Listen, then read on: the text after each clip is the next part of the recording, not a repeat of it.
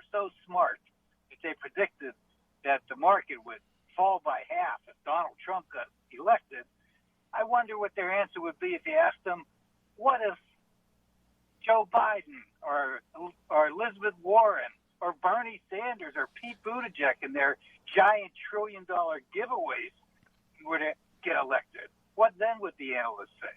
And two, in response to your comments a couple minutes ago about the hypocrisy of the Democratic Party, who used to talk about having a bipartisan commitment to impeachment if they ever have one, well, do you really think a little hypocrisy would ever stand in the way of the Democrats doing anything they wanted to do to get power?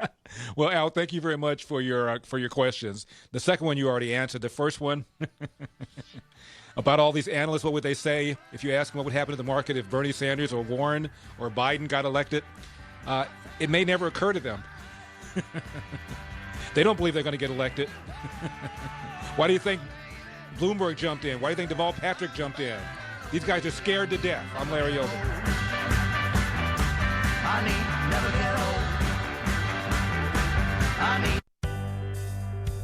Do you know what it costs to replace your old windows, skylights, and doors? You're not alone. Most people don't. But Woodland Windows and Doors does. After 50 years, Woodland has helped homeowners replace their old windows on budget, their budget.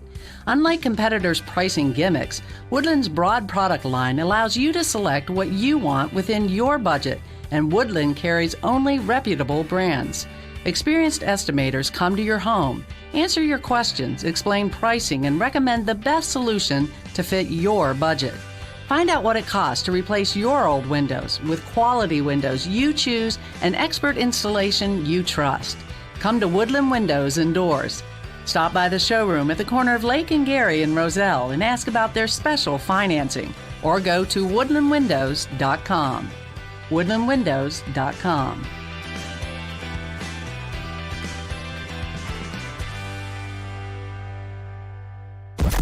It's news, opinion, insight. It's AM 560, The Answer.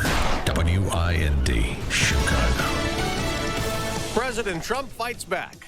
I'm Dave Anthony, Fox News. They're impeaching me, and there are no crimes. This has to be a first in history. That was at a rally last night in Hershey, Pennsylvania, hours after House Democrats announced 2 articles of impeachment accusing the president of abuse of power for asking Ukraine to investigate Joe Biden and son while initially withholding military aid. They also allege obstruction of Congress. To do nothing would make ourselves complicit in the president's abuse of his high office, the public trust, and our national security. Congressman Adam Schiff led the inquiry. Tonight at 7 p.m., the Judiciary Committee begins marking up those articles of impeachment, setting up a vote next week on the House floor. Speaker Pelosi, confident she has the votes, but a group of about 10 moderate Democrats are pushing for the president to be censured instead. That's Fox's Griff Jenkins. A setback for President Trump in court. A federal judge blocked his attempt to use military funds to build more border wall. An hours-long gun battle in Jersey City, New Jersey, has left a police officer dead and 3 bystanders also killed inside a kosher supermarket. Schools nearby were put on lockdown, freaking this mom out. I'm nervous. I'm scared. I mean, I know she's okay, but just the sight of this in the area that I live in is very unnerving. The 2 gunmen were eventually killed. The mayor says they targeted that market. More political gridlock in Israel. Fox's Simon Owen has details live. Dave, Israel heading for a 3rd general election in the space of a year, an unprecedented situation in that country. The Israeli parliament approving the move in a preliminary vote this morning, with more votes to follow later today. The last 2 elections have been inconclusive. Neither Prime Minister Benjamin Netanyahu nor opposition leader Benny Gantz managing to build a government. The new election expected on March 2nd. Dave? Well, Simon, tomorrow there's an election where you are in Britain. Prime Minister Boris Johnson hoping for a win that allows him to move forward with his Brexit plan to leave the European Union. America's listening to Fox News. In Chicago, we have 13 degrees this morning. 5:02 on AM 560, The Answer. Good morning, I'm Mike Scott. 1 woman is dead, 2 others hospitalized following a fire on Chicago's south side. Police say the blaze broke out last night in an apartment building. It happened near 89th and Justine. Officers found a woman dead inside one of the units. Multiple people living in that building were left homeless. Authorities are investigating the cause of the victim's death and how the fire started. Charges are pending against 3 men after shots were fired at police on Chicago's South Side. Officers were trying to pull over a black Jeep early this morning near 69th and Merrill when someone in that vehicle fired shots at police. No one was hit. The Jeep then crashed into a parked vehicle. 3 men inside that Jeep tried to run. They were later arrested. A longtime City of Chicago official is accused of racking up thousands of dollars in purchases, then later disputing those charges. George Coleman Jr. was charged this week with 1 count of continuing a financial crimes enterprise. The charge isn't connected to his job as Deputy Commissioner for Intergovernmental Affairs at the Department of Aviation. Prosecutors say Coleman made purchases on his American Express cards between August 2018 and June of this year. Authorities are calling a gun threat made against Morton East High School in Cicero a simple misunderstanding. School was placed on lockdown yesterday after a student overheard another saying they had a gun. Police conducted a thorough search of that building, concluding there was never any real threat to any of the students, and that report turned out to be false. Drivers in Indiana could soon have to put their phones down for good. Indiana Governor Eric Holcomb yesterday saying hands-free driving to be the law of that state is one of his major priorities in the year. Indiana has banned texting while driving since 2011. Governor also told lawmakers he'd like them to raise the smoking age in Indiana and pass a law to hold teachers harmless for poor test scores. It's 5:04 on AM 560, The Answer. The Illinois State Board of Education has submitted its proposed rules for how schools can now restrain students who exhibit dangerous behavior. The rules filed this week seek to protect children and faculty from outbursts, but ban the use of prone restraints except as a last resort and the practice of locking students in timeout rooms by themselves. The new rules will be open for public comment until February 4. Authorities say a Michigan woman who was a deckhand on an ore boat has died after falling into Lake Michigan at the Port of Indiana at Burns Harbor. Indiana conservation officers say 30-year-old Sarah Murawski of Kindy, Michigan, had just completed a work trip of several weeks and was on shore retrieving her belongings Monday afternoon when she fell between a dock and the boat. Illinois State Police say less than half of all revoked firearm owner identification cards are actually turned in. Cards can be revoked in this state if a person is considered a clear and present danger, committing a crime, or has mental health concerns. Technically, people have 48 hours to return their cards in the mail after they receive a revocation letter from ISP. Mayor Lightfoot is appointing a veteran urban designer and planner as the new commissioner of Chicago's Department of Transportation. The mayor nominating Gia Biaggi for the role. Lightfoot will submit that nomination to the City Council for approval later this month.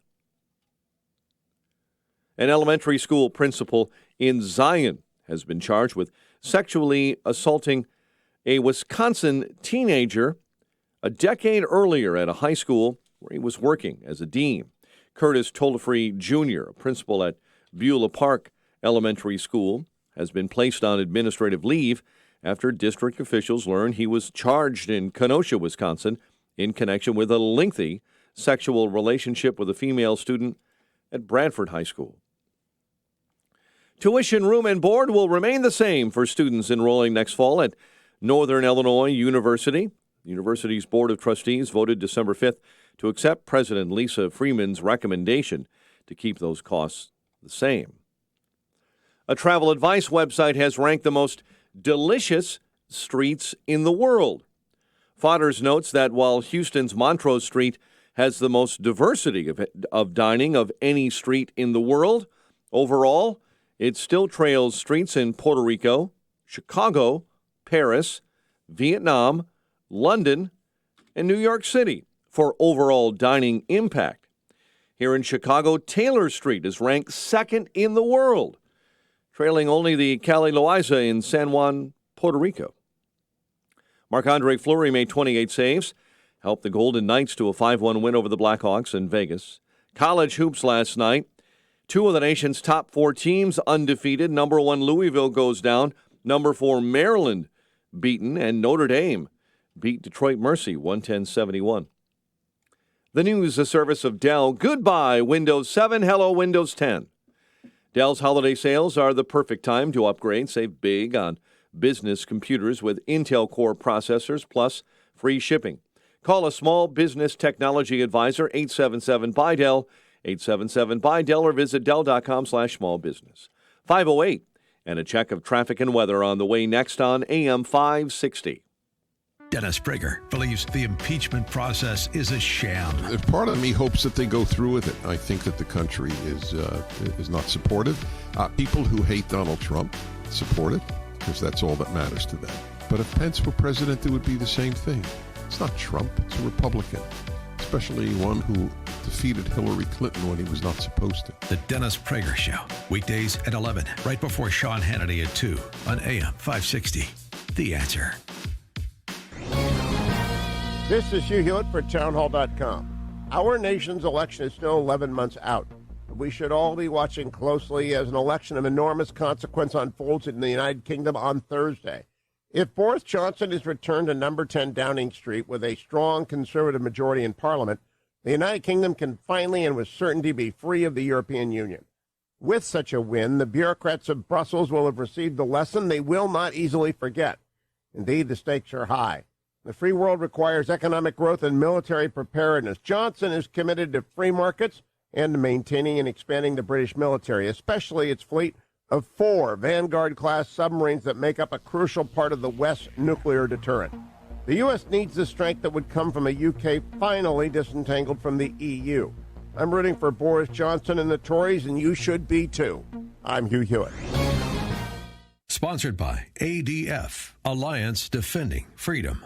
Message and data rates may apply. T&C and privacy terms can be found at babbel.com/terms. Please don't text and drive. Have you wanted to speak a new language, but you thought it'd be too hard or take too much time? Then try Babbel for free by texting TRY to 64,000. In just 15 minutes a day, you'll be on your way to speaking a new language in just a few weeks. And right now, you can try Babbel for free. Babbel starts out teaching you words and phrases by matching them with pictures. You won't believe how easy the interactive program is. Soon the sentences get a little bigger, and before you know it, you're having simulated conversations voiced by native speakers. And because Babbel is crafted by language experts and uses the spaced repetition method, in just 10 to 15 minutes a day, you'll be speaking the language of your choice with real confidence. With Babbel, you can speak a language. Just text TRY to 64,000 and start your first lesson in the language of your choice for free. Download the Babbel app or text TRY to 64,000 and try it for free. Text TRY to 64,000.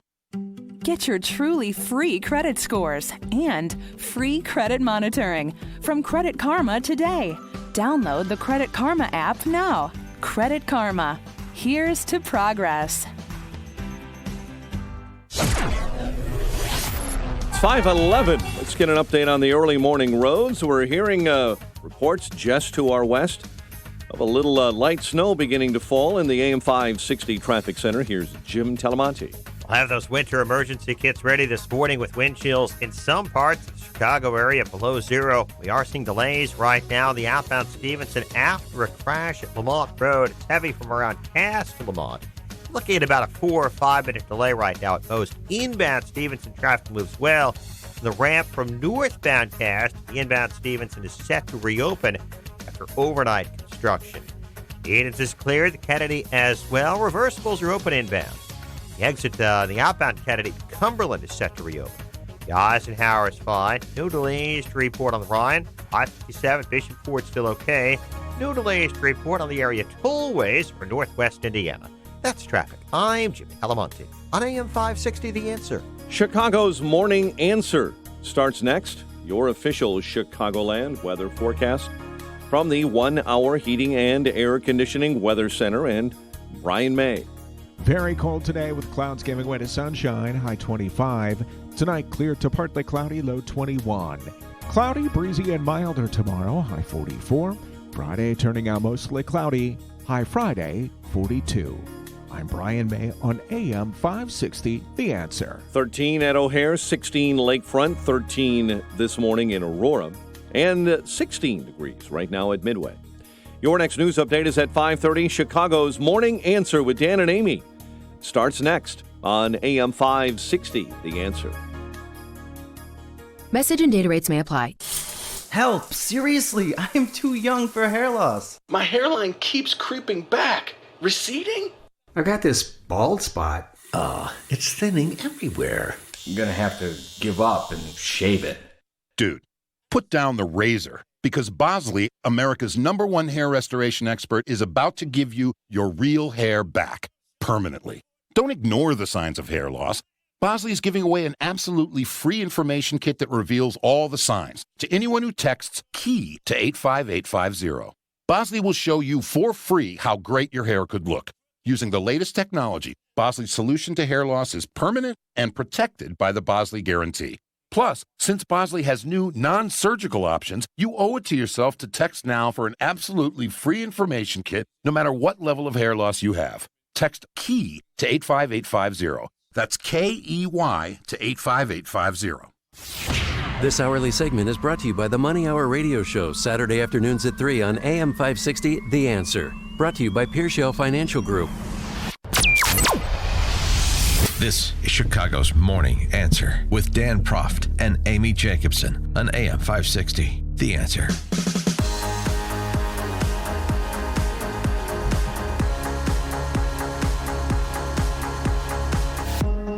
Good morning, Dan and Amy. Well, all that money spent on focus groups and the time spent on cable TV reading the talking points, and then bribery, extortion, and obstruction of justice, those phrases are all left out of the articles of impeachment. It's sad. I just hate to see Democrat socialists waste their time and money, but nonetheless...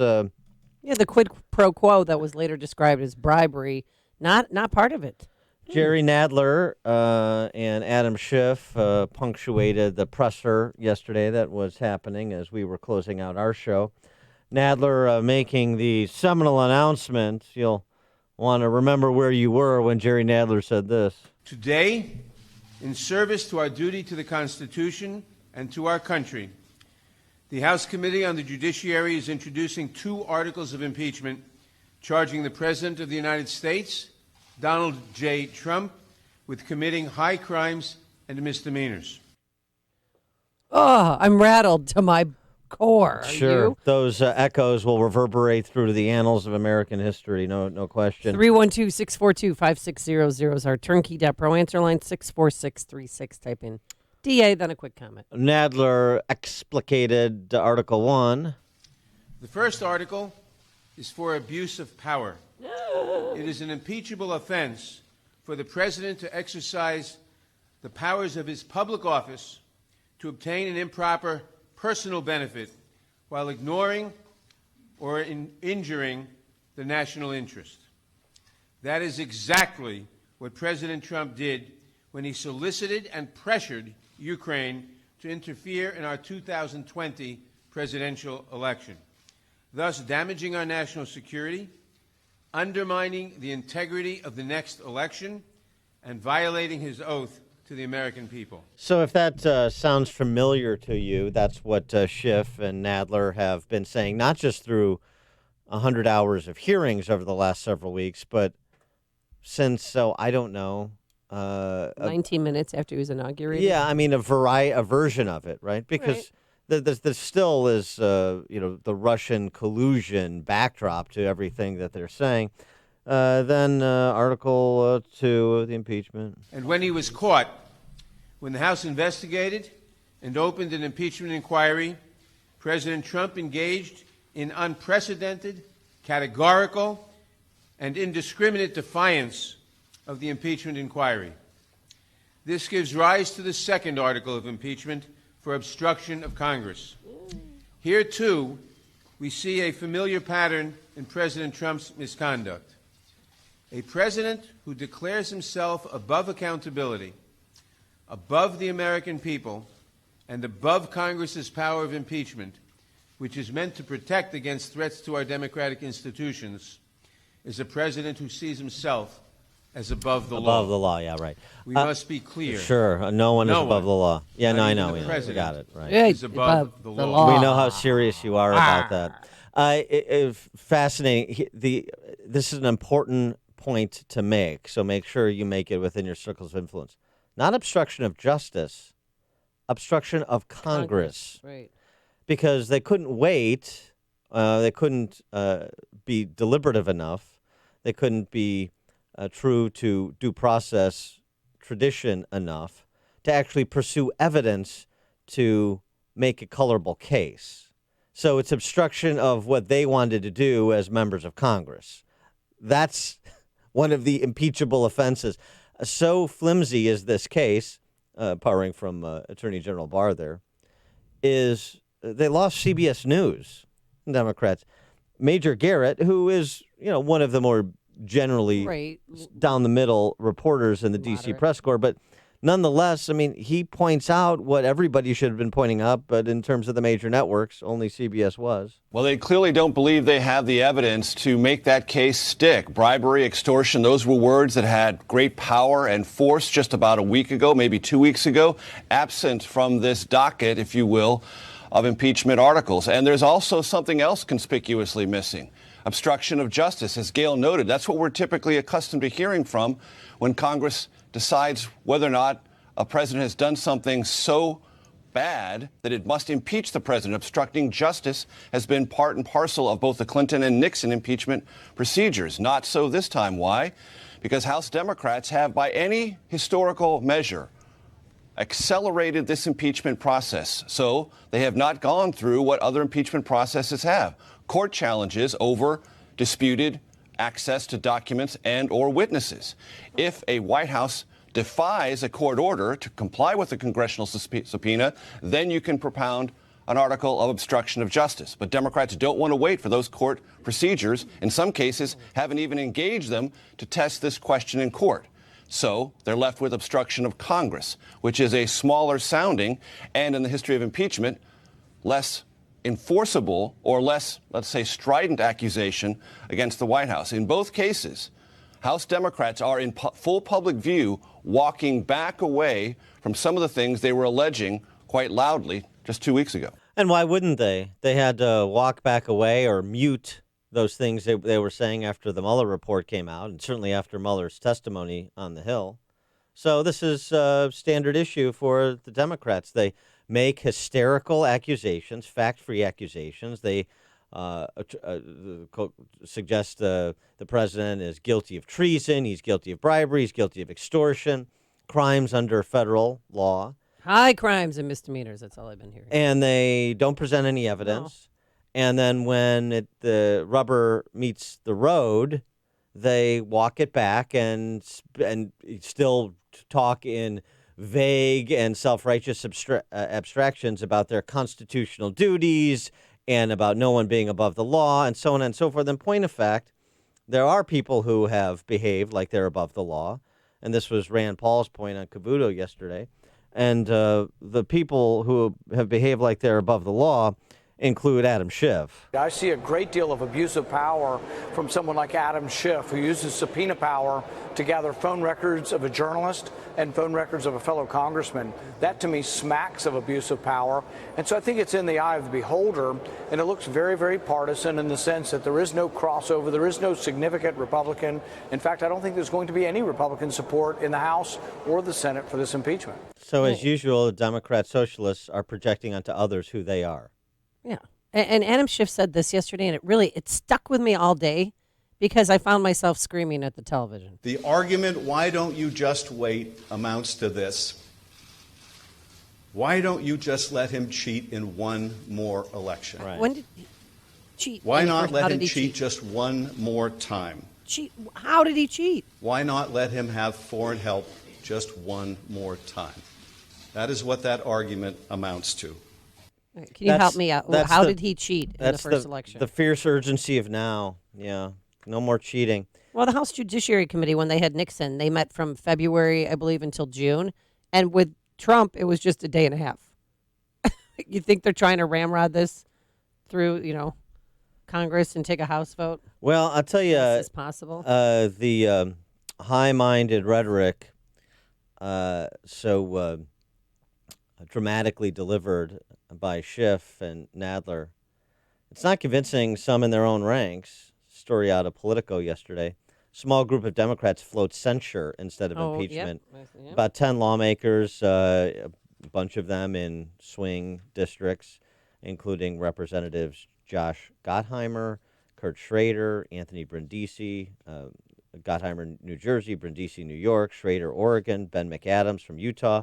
We know Jeff Van Drew from New Jersey, the dentist there, one of the dentists in Congress, an actual professional who has a real job. Not like Lauren Underwood voted against the impeachment inquiry. They're not so compelled by the rhetorical offerings of Schiff and Nadler. And they're a little worried that for the first time since this began, a majority of the country doesn't want to see the president impeached and removed from office. So after they've spent 90 days making their case, they're in a worse position than when they started. That's sort of not a particularly good outcome if you're the prosecution, which is what the Democrat Socialists are. And Channel 7, ABC 7's I-Team, they reached out to 18 Illinois congressmen and women. They're not, they said they're still continuing to review the articles of impeachment. Sean Casten, Dan Lipinski, Brad Schneider, Lauren Underwood, Sherry Bustos of East Moline. I probably butchered her name. No, Sherry but they're Bustos. But they're not 100% on board right now. Bill Foster is. But Bustos is the chairman of the DCCC. She's in charge of essentially making sure the Democrats, the campaign committee, making sure the Democrats control the House. So she's got those 10 Democrats who want to move potentially for censure instead of impeachment. She's got to deal with them. Those are her real foci because those are the races upon which control of the House will swing. Dan Lipinski, he's a bit betwixt in between because he's got a primary challenge from a socialist, again, as he did 2 years ago. Yeah. But he's also got a district that's a little bit more centrist left.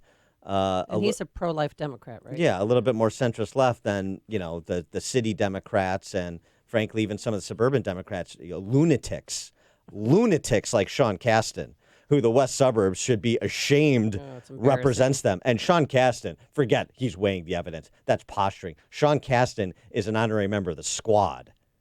He's an honorary Democrat Socialist woman. Well, we just have to get him a skirt. He is going to be voting for the impeachment. Mark it down. So and Jan Schakowsky said she's Jan Schakowsky's a communist dog molester. Of course she's going to be voting for it. Sean Casten, mark it down. Okay. Bob in Buffalo Grove, you're on Chicago's Morning Answer. Thanks for taking my call, Dan and Amy. Last night I was watching Laura's program, Ingram, and she put forth this proposition with the Constitution.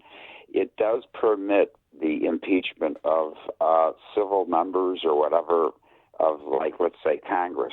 Yeah. And she says, who should we impeach in Congress? And if by chance the Republicans were to flip the House and keep the Senate, who should we start impeachment proceedings against the Congress? Yeah, I get it. Thanks for the call, Bob. Here's the thing. I assume I didn't see it, but she's sarcastically making the same point that Rand Paul did. The precedent being set here is a terrible one for the country.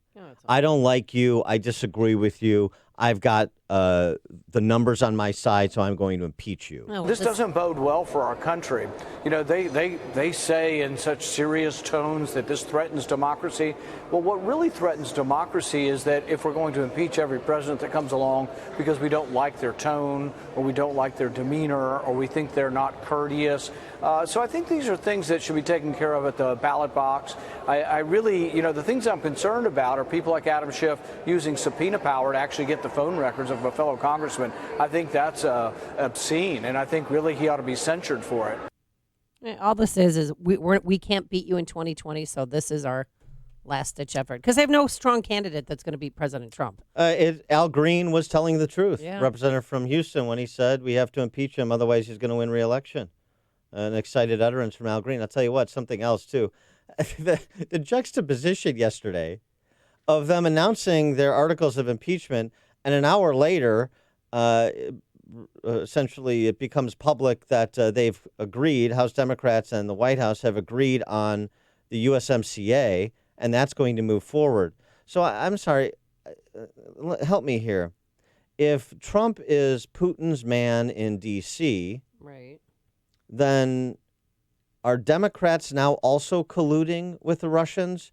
Or is what they've been saying for the last 3 years about Russian collusion just untrue? And they have known all along it was untrue.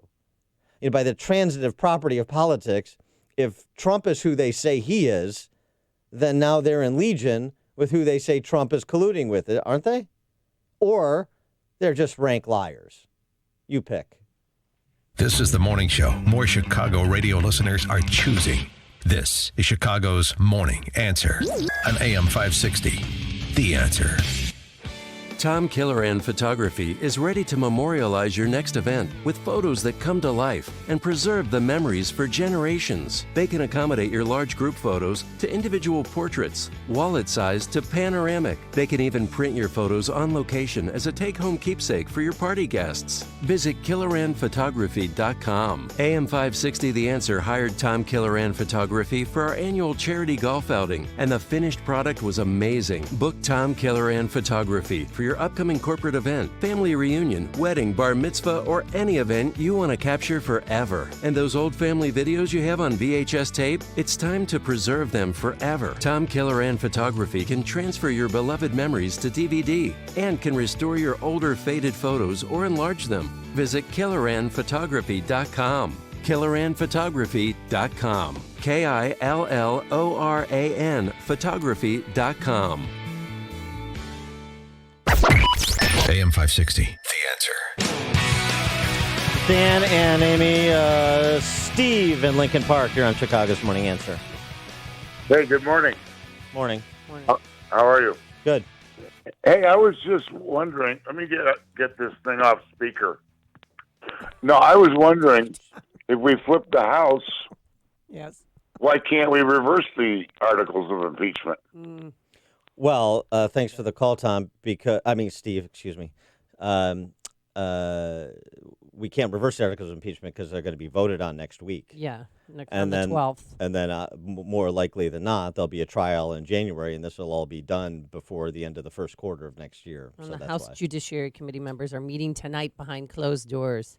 And guess what? Thursday night, they have to cut it short because they have a party to go to at 7 o'clock. Well, yeah, Thursday. I've got a party. Thursday okay? night has always been karaoke night for the House Judiciary Committee Democrats. I wonder what Nadler's go-to song is. Coming up on Chicago's Morning Answer. Attorney General Barr speaketh about the IG report at 5:38. But now let's head straight into that newsroom. Here is Mike Scott. Well, it's a chilly start to the morning, 13 degrees, and there is snow off in the western suburbs. Officials are identifying the officer killed in a shooting incident in Jersey City, New Jersey, that left 6 dead. Mayor Stephen Fulop is confirming that Detective Joseph Seals, a 15-year veteran of the force and father of 5, died yesterday.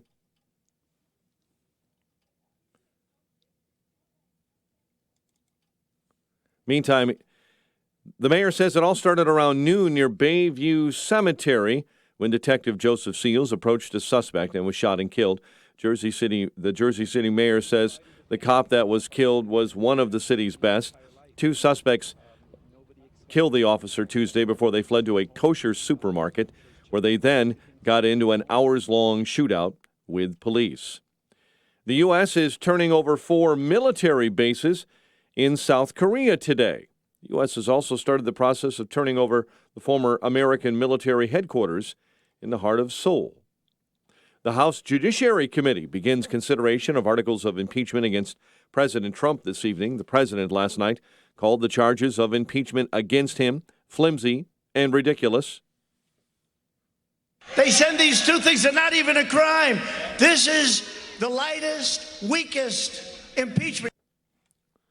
Telling cheering crowds in Pennsylvania last night wasn't even charged with crimes, which has to be a first, he believes, in impeachment history. FAA Administrator Stephen Dixon is expected to be in for a grilling from Congress today about the Boeing 737 MAX. It will be the fifth hearing of the House Transportation Committee since it started investigating the 737 MAX made by Chicago-based Boeing after 2 crashes killed 346. 5 are wounded after a suicide bomber set off explosives outside the main U.S. military base in Afghanistan today. New Zealand ordering 186,000 square inches of skin from the United States to treat burn patients after Monday's volcano eruption killed 6. 8 more are missing. The Trump administration is being blocked for the time being from using diverted funds to build portions of the border wall. A woman is dead, 2 others hurt and hospitalized following a fire on the south side in an apartment building near 89th and Justine. Charges are pending against 3 men after shots were fired at police on Chicago's south side. Shots came from a black Jeep near 69th and Merrill. 3 men inside that Jeep tried to run. They were later arrested. The University of Illinois says football fans have been thirstier than expected. The school in Champaign has revealed that total beer sales at Memorial Stadium totaled roughly $488,000 at home games. When school officials announced plans to sell beer earlier this year, they predicted sales only in the low 6 figures. And campus police say fan arrest and ejection statistics have been consistent with previous years. White Sox make another offseason improvement with the addition of Nomar Mazara to trade between the Rangers and the White Sox. Marc-Andre Fleury, 28 saves. Golden Knights, 5-1 winners over the Blackhawks. 5:34, and a check of traffic and weather on the way next on AM 560. I'm Dan Proft. And I'm Amy Jacobson. And if you're a small business owner or you make the marketing or advertising decisions for a business, then listen up. Once again, our annual Food for the Poor campaign is underway to raise money to feed families fleeing from the socialist crisis in Venezuela. These families are now in Colombia and are starving. And our good friends at Food for the Poor are working with partners on the ground at feeding centers to make sure these families survive. And here's how your business can be a part of the solution. Become a Food for the Poor business benefactor. Just make a $2,500 tax-deductible donation to Food for the Poor, and AM 560 will give you 40 60-second commercials to air here on AM 560 The Answer between 5 a.m. and 8 p.m. Monday to Friday at no additional cost to you. Dan, that's the best advertising deal in all of Chicago. Through the generosity of your business, you'll be helping 8 families. To take advantage of this deal, just call Anjanette Nakowski at 847-472-8951. That's 847-472-8951. One more time, 847-472-8951. Message and data rates may apply. Individual results vary. Exclusions apply. Contacts and glasses are such a hassle. I'd love to finally get LASIK, but I'm going to stop you right there. If you want LASIK, then the LASIK Vision Institute has officially taken away everything standing in your way. Isn't LASIK expensive? Not at the LASIK Vision Institute. We're offering dramatically low prices and an absolutely free consultation. See for free if LASIK is right for you by texting TOP to 350-350. But I'm really busy. A text only takes seconds. The LASIK procedure typically only takes 15 minutes, and most patients can get back to work the following day. The LASIK Vision Institute uses the latest FDA-approved LASIK technology that helps the majority of patients achieve 20/20 vision. Dr. Greenberg has performed 75,000 LASIK surgeries and is one of the most experienced LASIK surgeons in Chicago. And we're offering 20% off our already low-cost services. What's that text again? Text TOP to 350-350. That's TOP to 350-350 to schedule your free consultation today. Liberty Mutual Insurance Company presents... And Doug. Where's the money, Karen?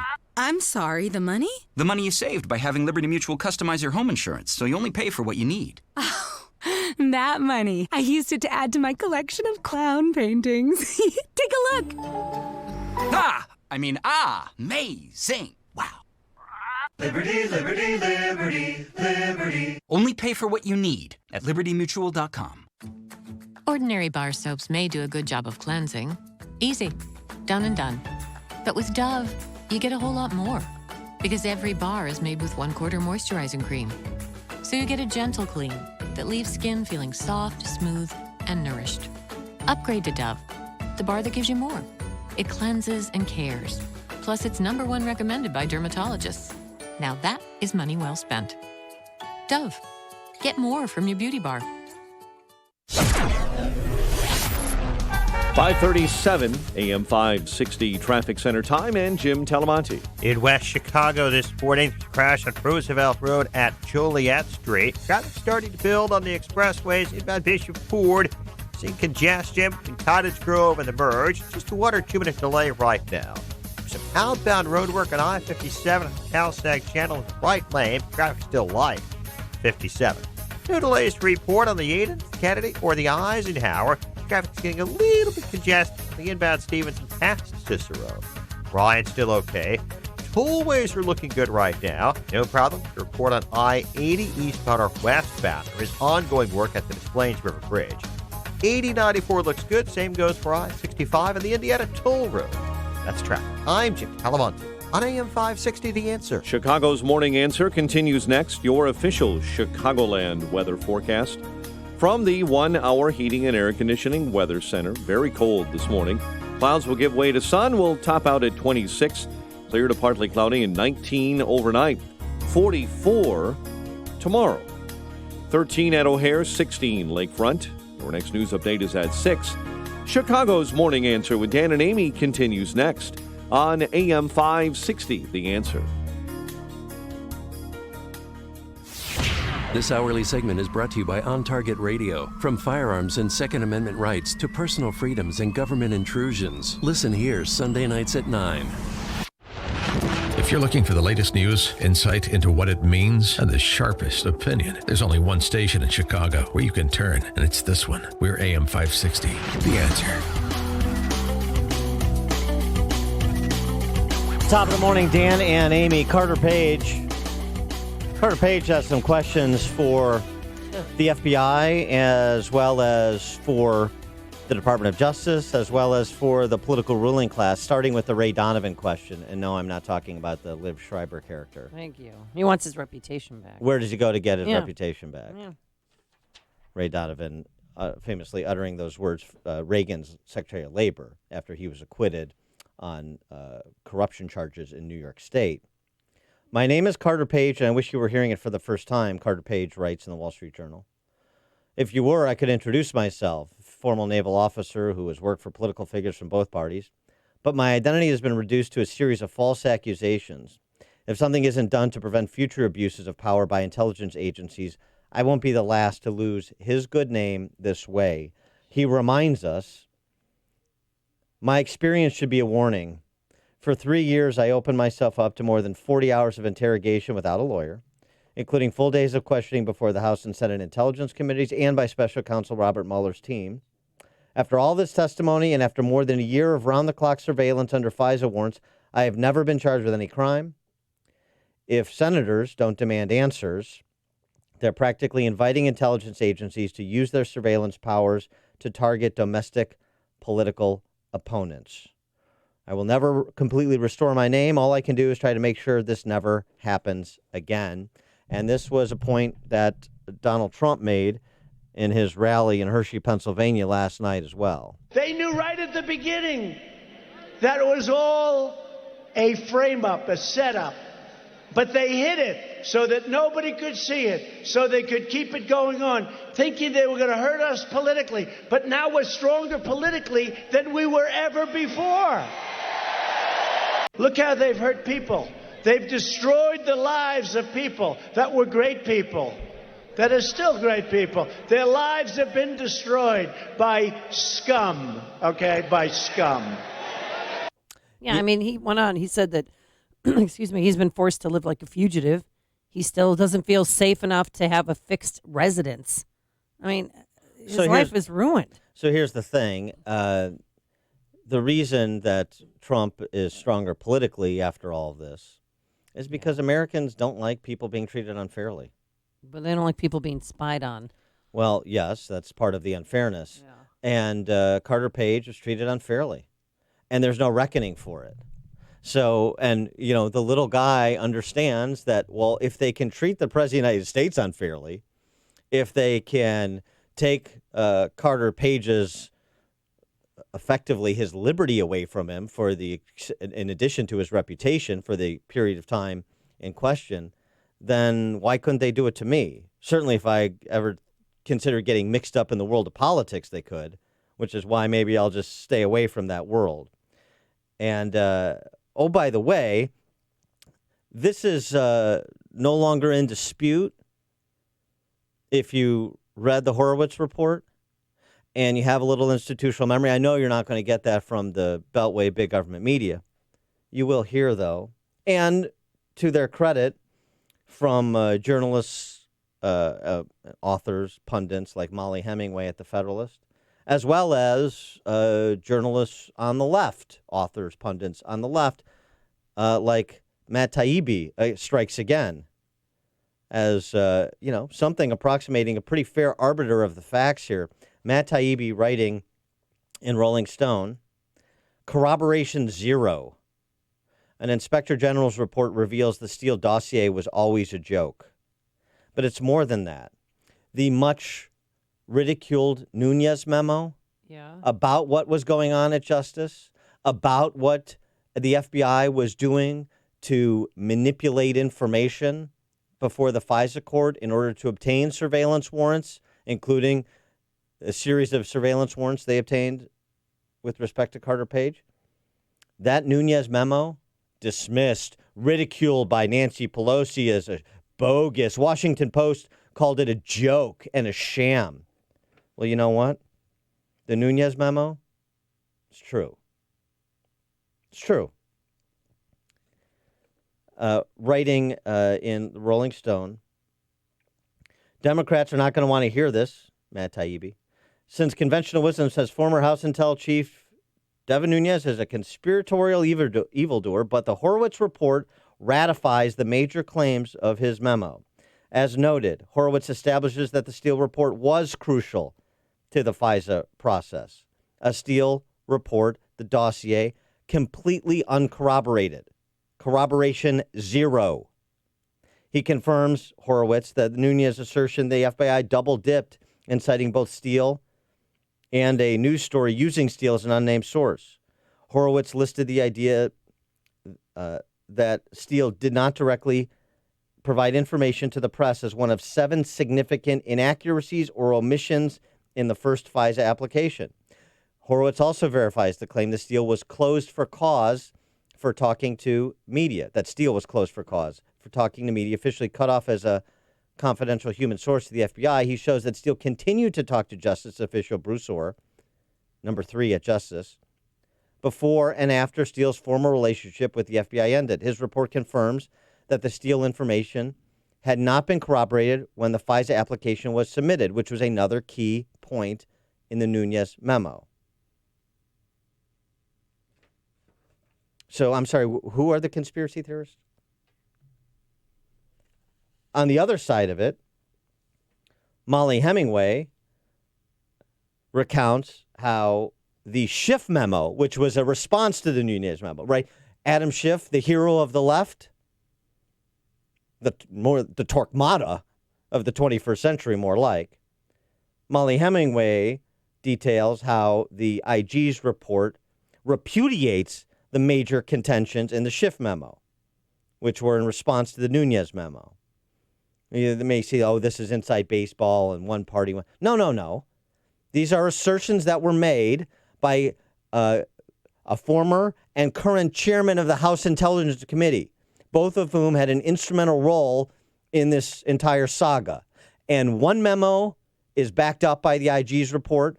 The major substantive contentions of one memo is, and the other memo is repudiated. That's important. Mike in Crown Point, Indiana, you're on Chicago's Morning Answer. Good morning, guys. I'm really just disappointed in Horowitz in terms of he's like Mr. Euphemism. You know, they're errors, they're omissions. When things are deliberate, they're not errors. You pull the wrong pair of socks out of the closet because it's too dark. That's an error. You didn't want that outcome. First time, okay, maybe it's an error. They suspected something, but repeating it over and over again, they're no longer errors. And it just wrinkles in the and diminishes the effect of the Department of Justice, I think. And it's people like that need to be removed from positions of power. The IG that released the document for the initial part of this, way too soft on these guys. All right, thanks for the call, Mike. Appreciate it. Attorney General Barr sat down with NBC News to talk about the Inspector General's report. Remember, both Barr and Durham disagree with the IG's conclusion that there was a legitimate basis to open the investigation, and Barr held forth on that. And Durham's report is going to be out late spring, early summer. There has to be some basis before we use these very potent powers in our core First Amendment activity. And here, I felt this was very flimsy. I think probably from a civil liberties standpoint, the greatest danger to our free system is that the incumbent government use the apparatus of the state, principally the law enforcement agencies and the intelligence agencies, both to spy on political opponents, but also to use them in a way that could affect the outcome of the election. And here again, we are the Democrat socialists, starting with Schiff, doing what they're accusing President Trump of doing. The projection of bad faith and bad acts onto others to cover your bad faith and bad acts. And that was one of the points that Barr made, and building on what you just heard. He said, and this is effectively the top line of the Inspector General's report, I think there were gross abuses and inexplicable behavior that is intolerable in the FBI. And yet again, here was Jim Comey's reaction to the Horowitz report. The core statement, in my opinion, it was all made up. 2 years of sitting silently at the FBI while you're lied about. And finally, the truth is out. It was lies. There was no treason. There was no conspiracy. There was no tapping of Trump's wires. There was no putting informants in the campaign. It was all nonsense. And the FBI finally has its day with the American people, and I hope they pay attention to it. We're paying attention. And yeah, there were things, assertions that Trump made that were incorrect or that are certainly not corroborated by the IG's report about phones being tapped. And he even mentioned that last night at his rally, that his campaign was being spied on. Well, spied on is different than a specific allegation of phones being tapped, but because his campaign was being spied on. But I mean, there were things Trump said that haven't borne out. That it does not exonerate the FBI's conduct as is provided in some detail in the 500-page Horowitz report. That's what Barr is referencing. The Nunes memo, again, recounting what they knew at the time. Now, remember, this is pre-2018 because in 2018, Democrats took over the House and Adam Schiff was installed as House Intelligence Chairman. So Devin Nunes had the drop on what the FBI was doing a year and a half ago when the memo came out before the Democrats took over, and yet they persisted. And that's one of the other points that was made in Barr's initial statement about the IG's report. Not only was there a flimsy basis to open the investigation, but every step of the way, they happened upon exculpatory evidence, and yet they persisted. Doubling down, tripling down. Now, you can say that was the basis of, that was on the basis of being overzealous. You can say it was politically motivated. I don't really care. All getting hung up on whether or not Horowitz found evidence of political bias or not. Who cares? You know what I care about? I care about the behavior. I care about the conduct. I care about the precedent-setting nature of that behavior. That's what matters. And on that measure, Jim Comey and the senior leadership of the FBI under him are guilty of, at minimum, gross malfeasance, abrogation of their professional responsibilities, and in a political context, diminishing the respect, the brand of the FBI in the mind of the American public. The FBI will have its day now, finally. Yeah, the FBI is having its day, Jim Comey. and it's not a good day for the FBI. And this is what William Barr had to say about the FBI. The core statement, in my opinion, by the IG is that these irregularities, these misstatements, these omissions were not satisfactorily explained. And I think that leaves open the possibility to infer bad faith. I think a lot of people will hear what you're saying here and think, well, that's just Bill Barr defending Trump. Your concern about the FBI's investigation is what? Civil libertarian? I think our nation was turned on its head for 3 years. I think based on a completely bogus narrative that was largely fanned and hyped by an irresponsible press. And I think that there were gross abuses of FISA and inexplicable behavior that is intolerable in the FBI. That's pretty good summation as far as I'm concerned, and the other institution having yet another bad day in the Trump administration during the Trump presidency, the institution of the Beltway Big Government Press Corps. Terrible day. Joe in Villa Park, you're on Chicago's Morning Answer. Yeah, the most chilling thing to me is Adam Schiff getting those phone records of Giuliani, the press, and releasing those. That is literally bone-chilling that somebody could just do that, a congressman. You know, where are the people that defended Harvey Milk and the civil libertarians and the ACL? They should be up in arms about that. You're right about that, Joe. Those people are all gone now, though, because the ends justify the means when it comes to Trump. Listen to Dan and Amy on your smartphone. Download the AM560 mobile app today at 560theanswer.com/mobile. If you're self-employed and purchase your own health insurance, I have some good news. From now until December 15th, you cannot be denied coverage based on a pre-existing condition, and depending on your income, you may find a more affordable plan. And this year, thanks to President Trump, if you're healthy and your income is too high to qualify for a subsidy, there is a new and competitive non-Obamacare marketplace where premiums are much lower and the PPO networks include access to our teaching hospitals in Chicago. Employers who provide small group coverage also have new options, and so do seniors looking for Medicare supplement coverage. Call me. I can help. If you're tired of calling a bureaucrat at an 800 number to help you navigate Obamacare, then you need a local expert on your side. Your own health insurance mentor. C. Stephen Tucker from healthinsurancementors.com is someone I know and trust. He's a 20-year licensed broker who's been educating our listeners for 7 years. Steve, how can our listeners get in touch with you? Thanks, Dan. They can visit healthinsurancementors.com or call me directly at 630-674-1551. The American economy remains strong, and both business owners and employees are enjoying the benefits. And here at AM 560, we want to celebrate the businesses that are thriving. Are you a business owner who's part of this great American success? If so, we want to hear from you.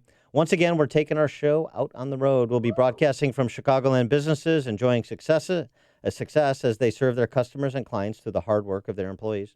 We want to hear your story. We want to share your successes, and we want to find out what makes your business run. It's the Signature Bank Business Tour. I think this is like year 6. This is always fun. To submit your business for consideration, just go to businessbanktour.com. That's businessbanktour.com. And we might be broadcasting from your location in the near future. And we prefer restaurants because it's always good to have some yummy food in the morning. Or just bring food for us. Oh, exactly. Transferring paper files to digital used to be complicated and expensive. Data and document capture had many IT layers involved. It was expensive, time-consuming, and labor-intensive. Not anymore, thanks to the Alaris Infuse Smart Connected Scanning Solution from Kodak Alaris and IDT. The Alaris Infuse solution makes data and document capture easy, and it's powered by Capsys Capture Online.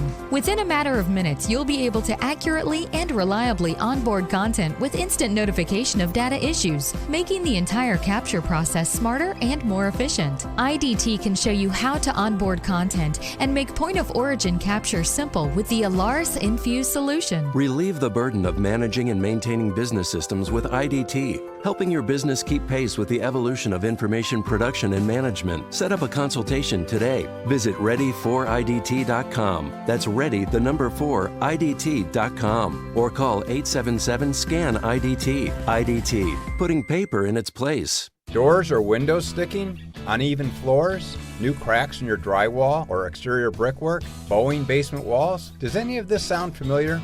Hi, I'm Roy Spencer, president of Permaseal. Many homeowners across Chicagoland are experiencing these symptoms of structural foundation issues.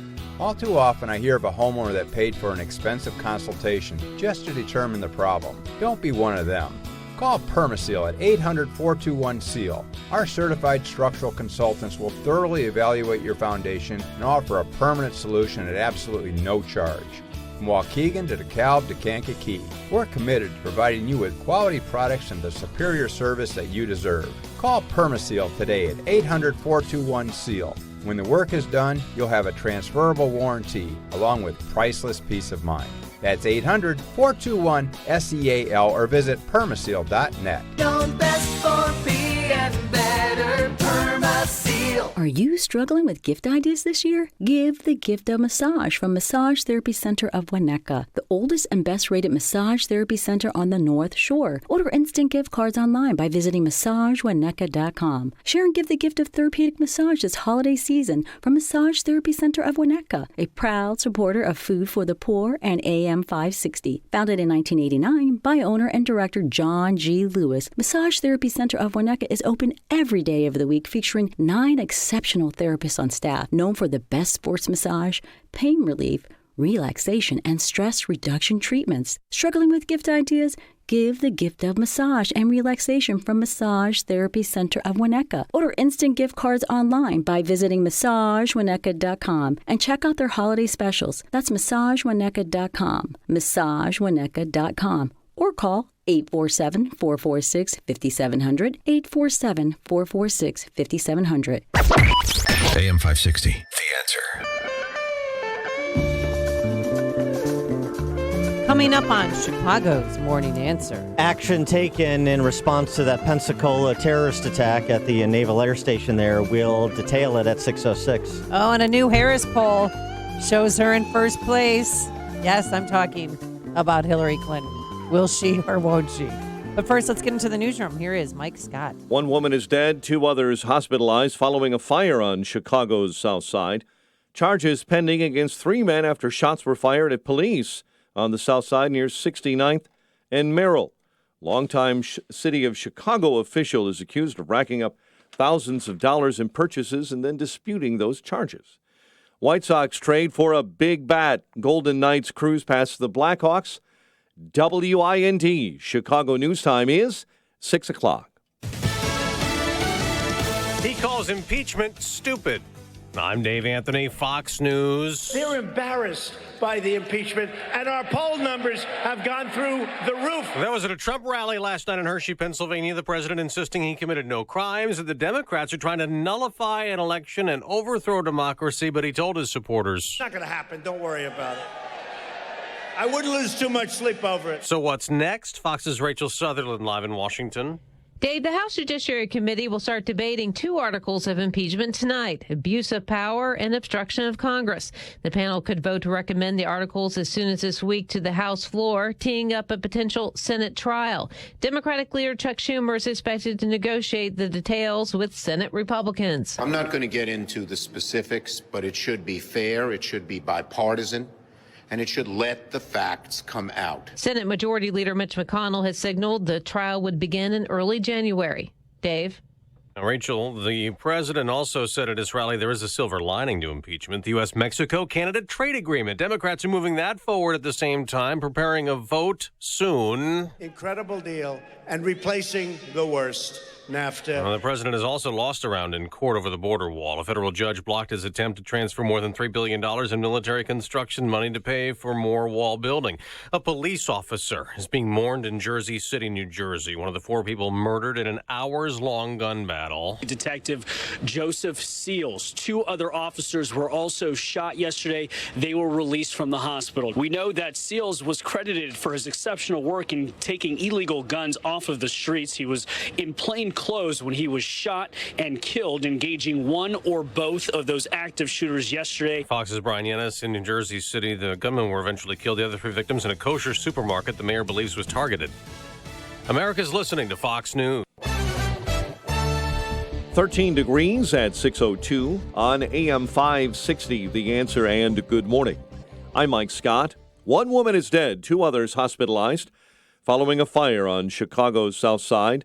Police say the blaze broke out last night inside an apartment building near 89th and Justine.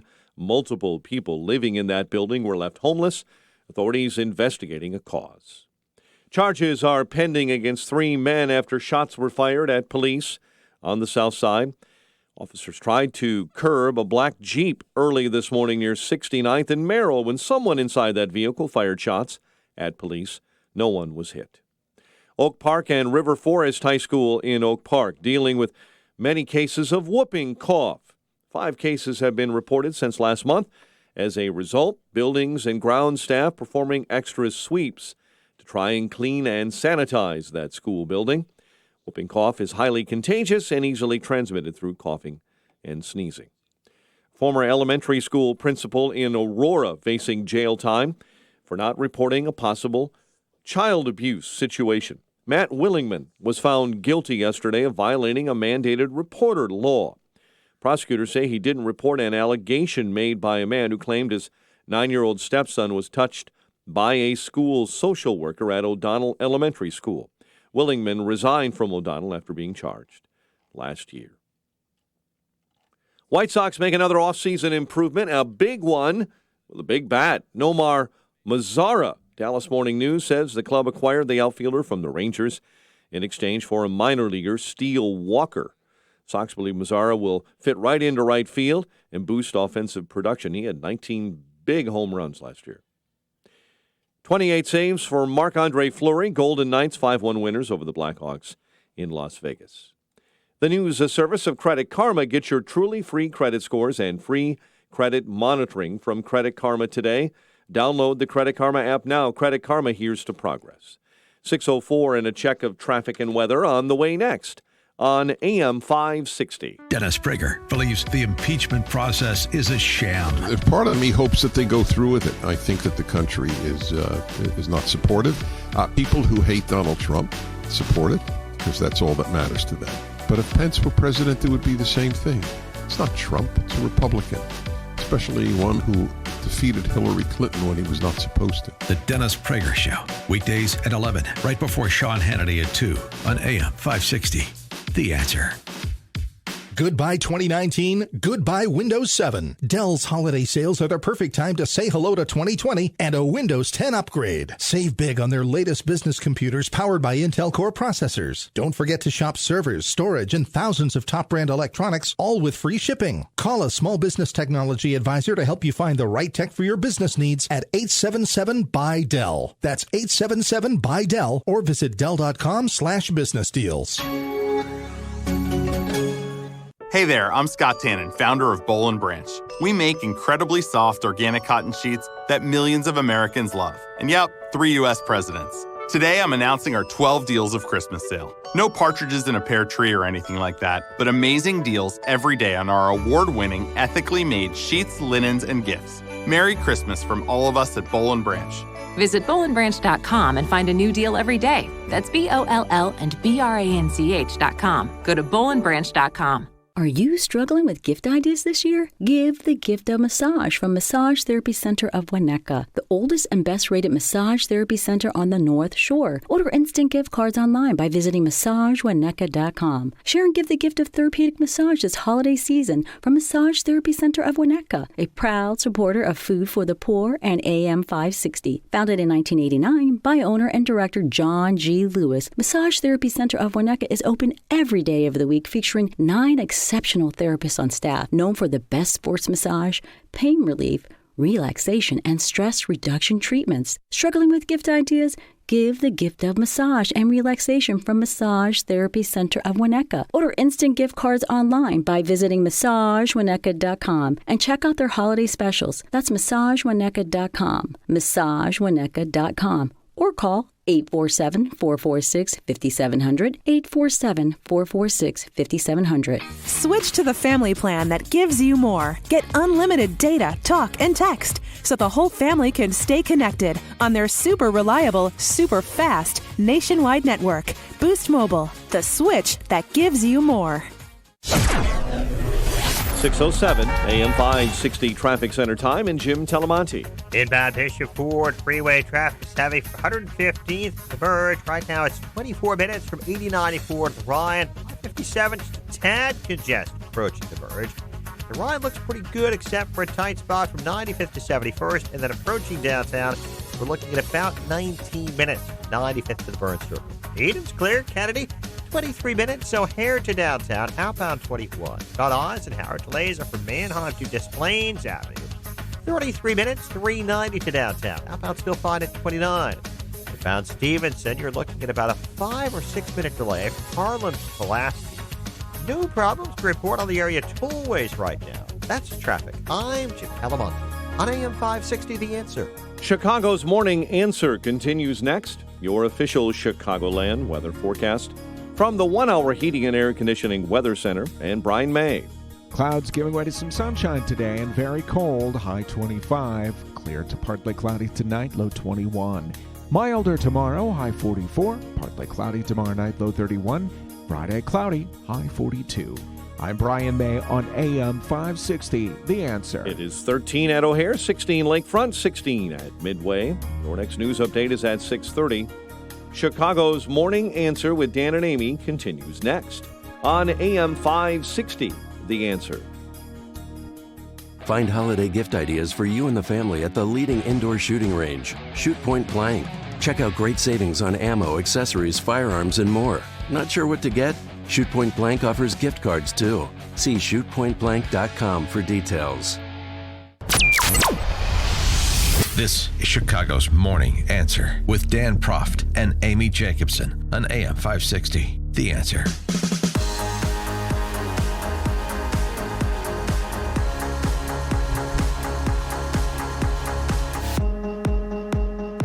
Top of the morning, Dan and Amy. Yesterday, the Pentagon announced it has suspended operational training for all Saudi military students in the United States, indefinitely halting flight instruction, firing range training, and all other operations outside the classroom in the wake of the shooting last week at the Naval Air Station, Pensacola. Now we're starting to get somewhere, huh? 312-642-5600, turnkey.pro answer line, 64636DA, turnkey.pro text line. Do you support that decision by the Pentagon, by the Trump administration, to suspend that inter-country military training that, is something that the U.S. military has done for a long time? There's some for decades. 5,000 foreign military students training with American military in the country at present, not, right, but not including this exclusion. 300 Saudi Arabian students at those 3 bases in Florida. And I not only am I happy about this, I'm elated, but also I think that everyone that was at that dinner, Dan, the night before, where they watched mass shooting videos, all of them should be rounded up and kicked out of this country immediately.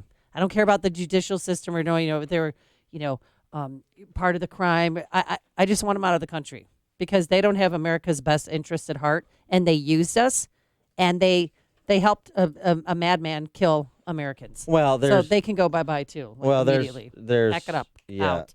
Yeah. Okay. Well, there's an investigation ongoing, and they may have material information to aid investigators in making sure that everyone who had any part in the shooting, the terrorist attack, is identified and brought to justice.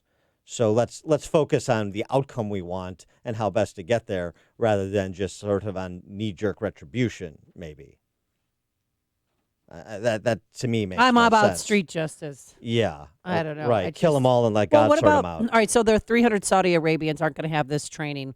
What about the other foreign members that are here? There's, 5,138. Should we halt that program for people from other countries too, or just Saudi Arabia?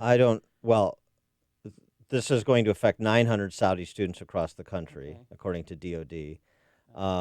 That's a question. Not something I've so stipulated. I don't support this response, actually. I understand the need to do something in the immediacy, but if the problem is vetting, then that problem potentially applies to all 5,200 students here. Yeah. If the problem is that you don't have military service members with security responsibility armed on installations, then that's a problem on every installation. And so I guess my question or point would be, what changes, if any, should be made on a go-forward basis after the Pensacola terrorist attack? And frankly, even after the attack that occurred in Pearl Harbor a couple days earlier. Well, it just seems so easy for someone out there to just check their social media, to just maybe follow them on Twitter, even get an intern to do it or something. And they didn't. He's been the shooter, and we're not going to say his name. I don't care what his name is. He'd been writing disparaging remarks about America for months, and nobody caught it. Well, and according to Oliver North, who we had on the show yesterday, according to one reliable source, friend of his reliable source said that that the shooter had been up on jihadi websites going back to 2012. So clearly, there was a problem to vet. There was a problem to identify, even if that what Ollie North heard turns out not to be true. There's a problem to identify a problem when it began presenting itself. No question. We had the same issue with Fort Hood, right, and the massacre there. We're training people who kill us. There was a failure to identify somebody who had been radicalized, even when the murderer at Fort Hood had presented himself as a radical, had been making public pronouncements, had been talking to people such that he was apprising people who should have known better that he was a problem. He was a problem. And so is the case in Pensacola. With respect to vetting, now, I mean, again, to be fair, put this in context. We haven't had this happen before with a member of the Saudi Royal Air Force or member of the Saudi military training with U.S. military here. So one would say, well, normally, and this was the posture that Lieutenant Colonel Jim Carafano took, normally these countries that send their members of the military over to train with our members of the military are fairly circumspect about the vetting because they want that partnership to continue. So they're incentivized to make sure they're not sending people over here that are going to be problematic. And so that's been the case. So there's obviously an error or errors that were made here, but does that suggest that we should eliminate the program altogether, including the benefits of the program for our military? I don't think so. I loved what Oliver North said. Ollie North said yesterday. Bring that to them. So have a flight simulator, have instructors go to Saudi Arabia and have them have their own training facility. Don't bring them to America where they have access to fellow, Americans who they might want to kill. Well, here's the thing about that. That's what our friend Chris Dosef, Major Chris Dosef, who we spoke to a couple days ago. He got his wings at Pensacola. So did his son just 4 months ago. They live in Pensacola. He suggested the same thing. We'll go over to Riyadh to train there. Well, let's think these things through. In how many members of the U.S. military have been killed in green zones, working, training, foreign security, foreign military that turn out to be radicalized, get inside the green zone, blow themselves up? How many times did that happen in Afghanistan or Iraq? Too many times. So you think sending instructors over to Riyadh, does that make those individuals safer or less safe than they would be on a military installation here? 312-642-5600 is our turnkey.pro answer line, 64636. Type in DA, then a quick comment. One of the things that I think is obvious, and we're all focused on where foreign military officers and members should be trained. How about just safety on military installations generally? Well, let them carry, right? That seems to me. They're training some teachers in schools in certain parts of the country to carry in their classrooms. Why can't you'd think that they'd be allowed to be armed if they were trained to use these weapons? That seems That's the obvious one to me. And it's also the obvious one to Benjamin Watson, who's the father of Joshua Caleb Watson, the hero who was one of the 3 individuals killed in Pensacola. He is the one who was shot 5 times, made his way outside to notify security, notify sheriff's officers exactly where he was, where the shooter was, and identify what was happening that helped them save lives. So His he helped last them words. save lives. By the way, if you haven't seen it, you have to go to. I'll tweet it out. I did last night. What is it? His family, Joshua Caleb Watson's family, it doesn't translate on radio. It's sort of like the end of American Sniper when they play the real footage of the funeral procession for Chris Kyle. Yeah. And you have all those people lined along the highway and on bridges with signs, and there's just silence. There's silence in the movie theater. There's silence on the screen. So the same thing, filming inside the family car, and Joshua Caleb Watson's band of brothers lining the streets leading into the Naval Air Station Pensacola, and there's just silence.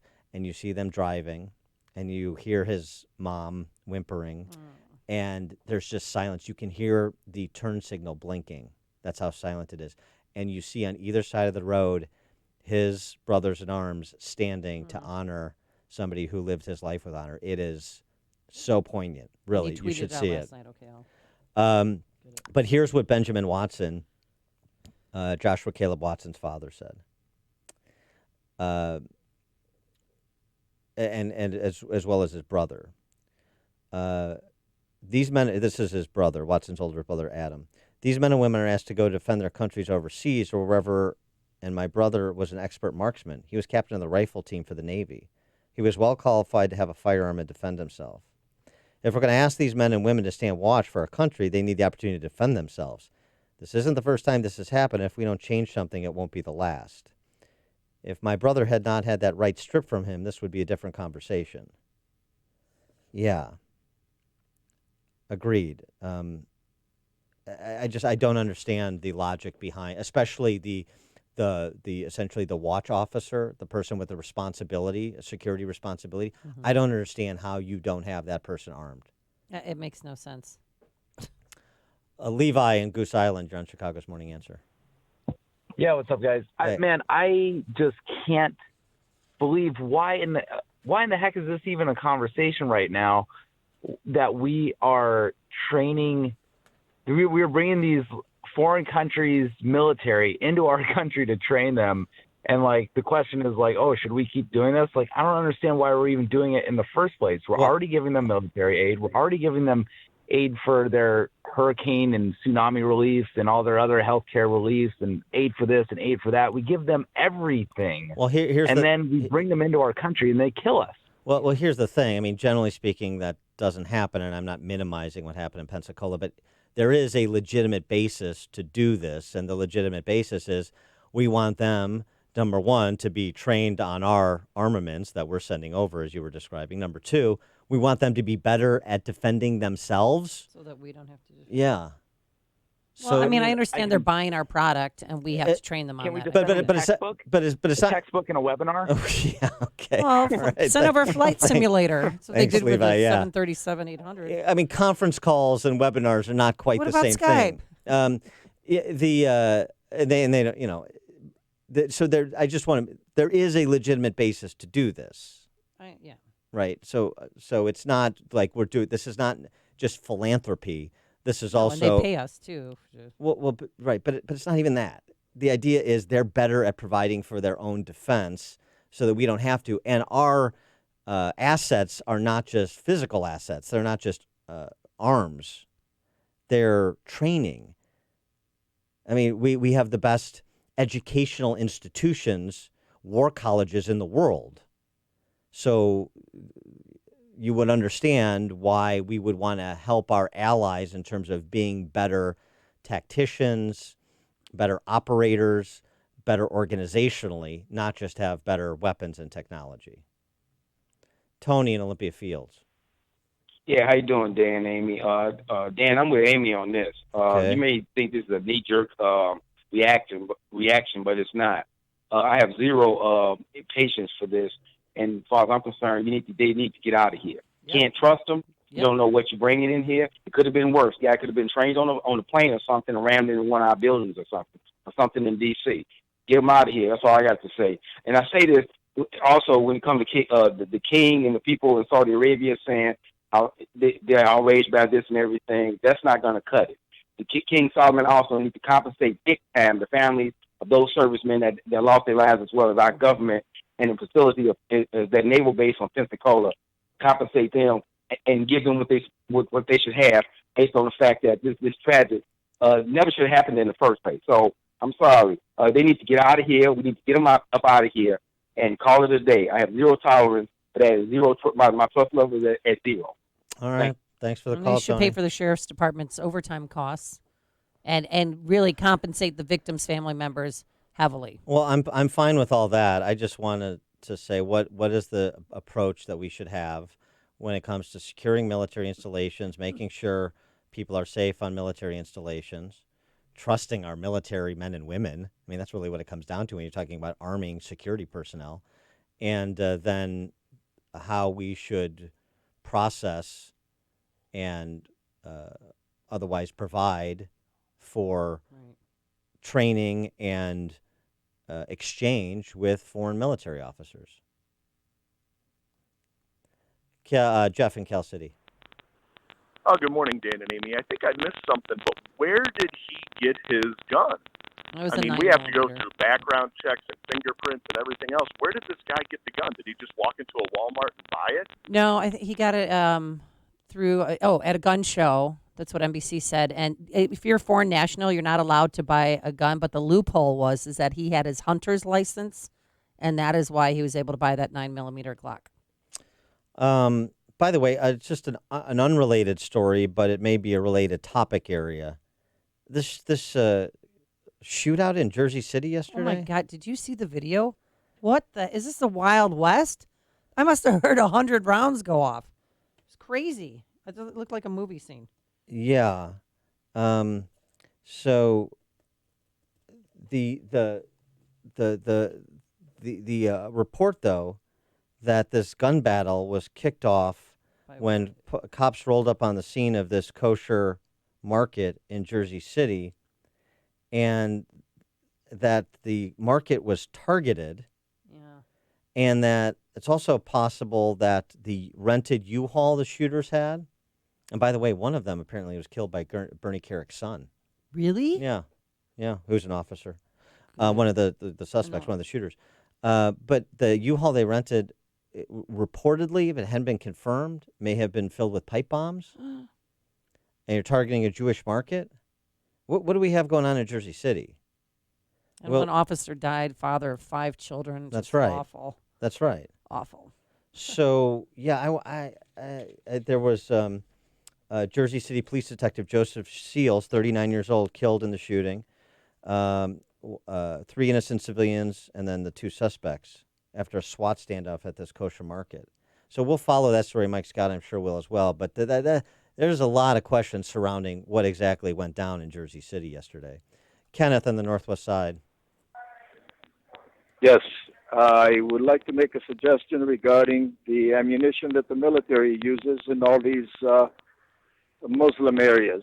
It should be impregnated with freeze-dried pig's blood. That way, if they do any terrorist attack or anything else, instead of going to heaven, let's send them all to hell. All right, thanks for the call, Kenneth. Dan in Moments. Hi, how you doing? Good. Hey, I want to know, why is it that we're paying for this training? Why our military is paying for this training? Why isn't the company that's selling them the arms and the equipment sending their people over to Saudi Arabia to do the training? They're making the money off of this deal. All right, thanks for the call, Dan. Frank in St. Charles. Yeah, good morning. Yeah, shouldn't it be somebody's job to be monitoring the social media of these people from Arab countries and keeping really close tabs on them? How many times does this have to happen? Yeah, I think that's a fair question. I think this is the whole conversation about vetting on both sides of it, the country of origin as well as our country. And, and again, what's one of the things the military is known for? redundancy. How about some redundancies here? Dan in Libertyville. Hi, I'd like for Amy to stop talking about the compensation end of this. It's my belief there's no compensation that sets things right when you lose somebody like Joshua Caleb Watson. Someone like that is irreplaceable, and I'm sure his mother would tell you no amount of money is going to set things I right. know. Yeah, that's right. I just, Thanks, Dan. President Trump came out and said King Solomon will, pay whatever costs and help out. So we don't normally hear that, so that it was different. But yeah, it's awful. It's what Chicago is talking about. It's Chicago's Morning Answer with Dan and Amy on AM 560. The Answer. Want your home's furnace to stay safe and reliable? And want to prevent any potential problems before they happen? At your local 1 Hour Heating and Air Conditioning, we recommend an annual furnace inspection and tune-up. Right now, get big savings on a furnace tune-up. Call 855-1-HOUR. Because not taking care of your furnace, that's just cold. Your comfort is just a call away. Call 1 Hour. Terms and conditions may apply. Call for details. Independently owned and operated. Licensed in the respective state or county. Give the gift of a great night's sleep, all thanks to MyPillow. And during this holiday season, they have an amazing offer. These new Giza cotton sheets that I absolutely love. I sleep better on them, trust me.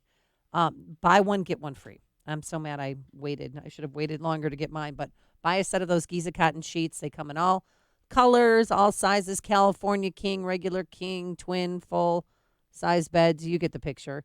And also, shipping will be free. And even if you add anything else onto your order, like a MyPillow, a mattress topper, the new MyPillow towels, anything, those items will ship for free as well. And you can get deep discounts on all MyPillow products, but you have to use the promo code AMY, A-M-Y.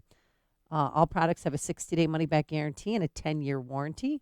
So go to MyPillow.com, click on the radio listeners special box, and get 2 sets of Giza cotton sheets. Excuse me. When I talk about MyPillow.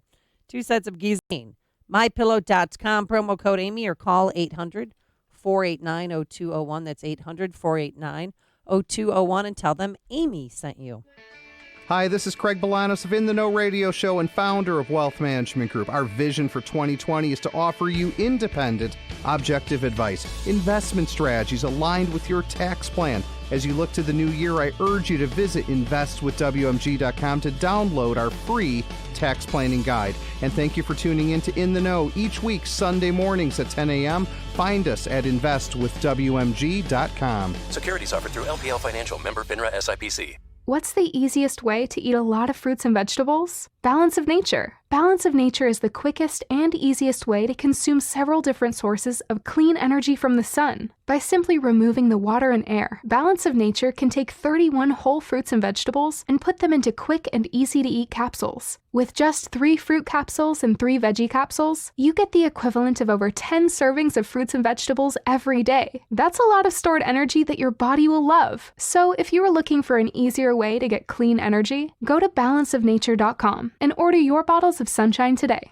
Call or go online now and become a preferred customer, which gives you our best pricing and free shipping. And we will take an additional 25% off of your first order. Plus, get a set of convenient travel bottles containing a free additional week supply of Balance of Nature's fruits and veggies. Call 800-2468-751 or go to balanceofnature.com and use discount code Chicago. AM 560, The Answer. Coming up on Chicago's Morning Answer. At 6:36, we're going to check in with our favorite chess teacher and anti-CTU activist, Joseph Okal. He's got an update for us on how his Inglewood chess team is doing. And see if he's recovered from the strike yet. But first, let's head into the newsroom. Here is Mike Scott. Amy and Dan, good morning. And good morning, everyone. 13 degrees. Democrats and the Trump administration have a new deal on North American trade. And she did it on the same day that they announced that they are going to impeach the 45th president of the United States and your favorite president.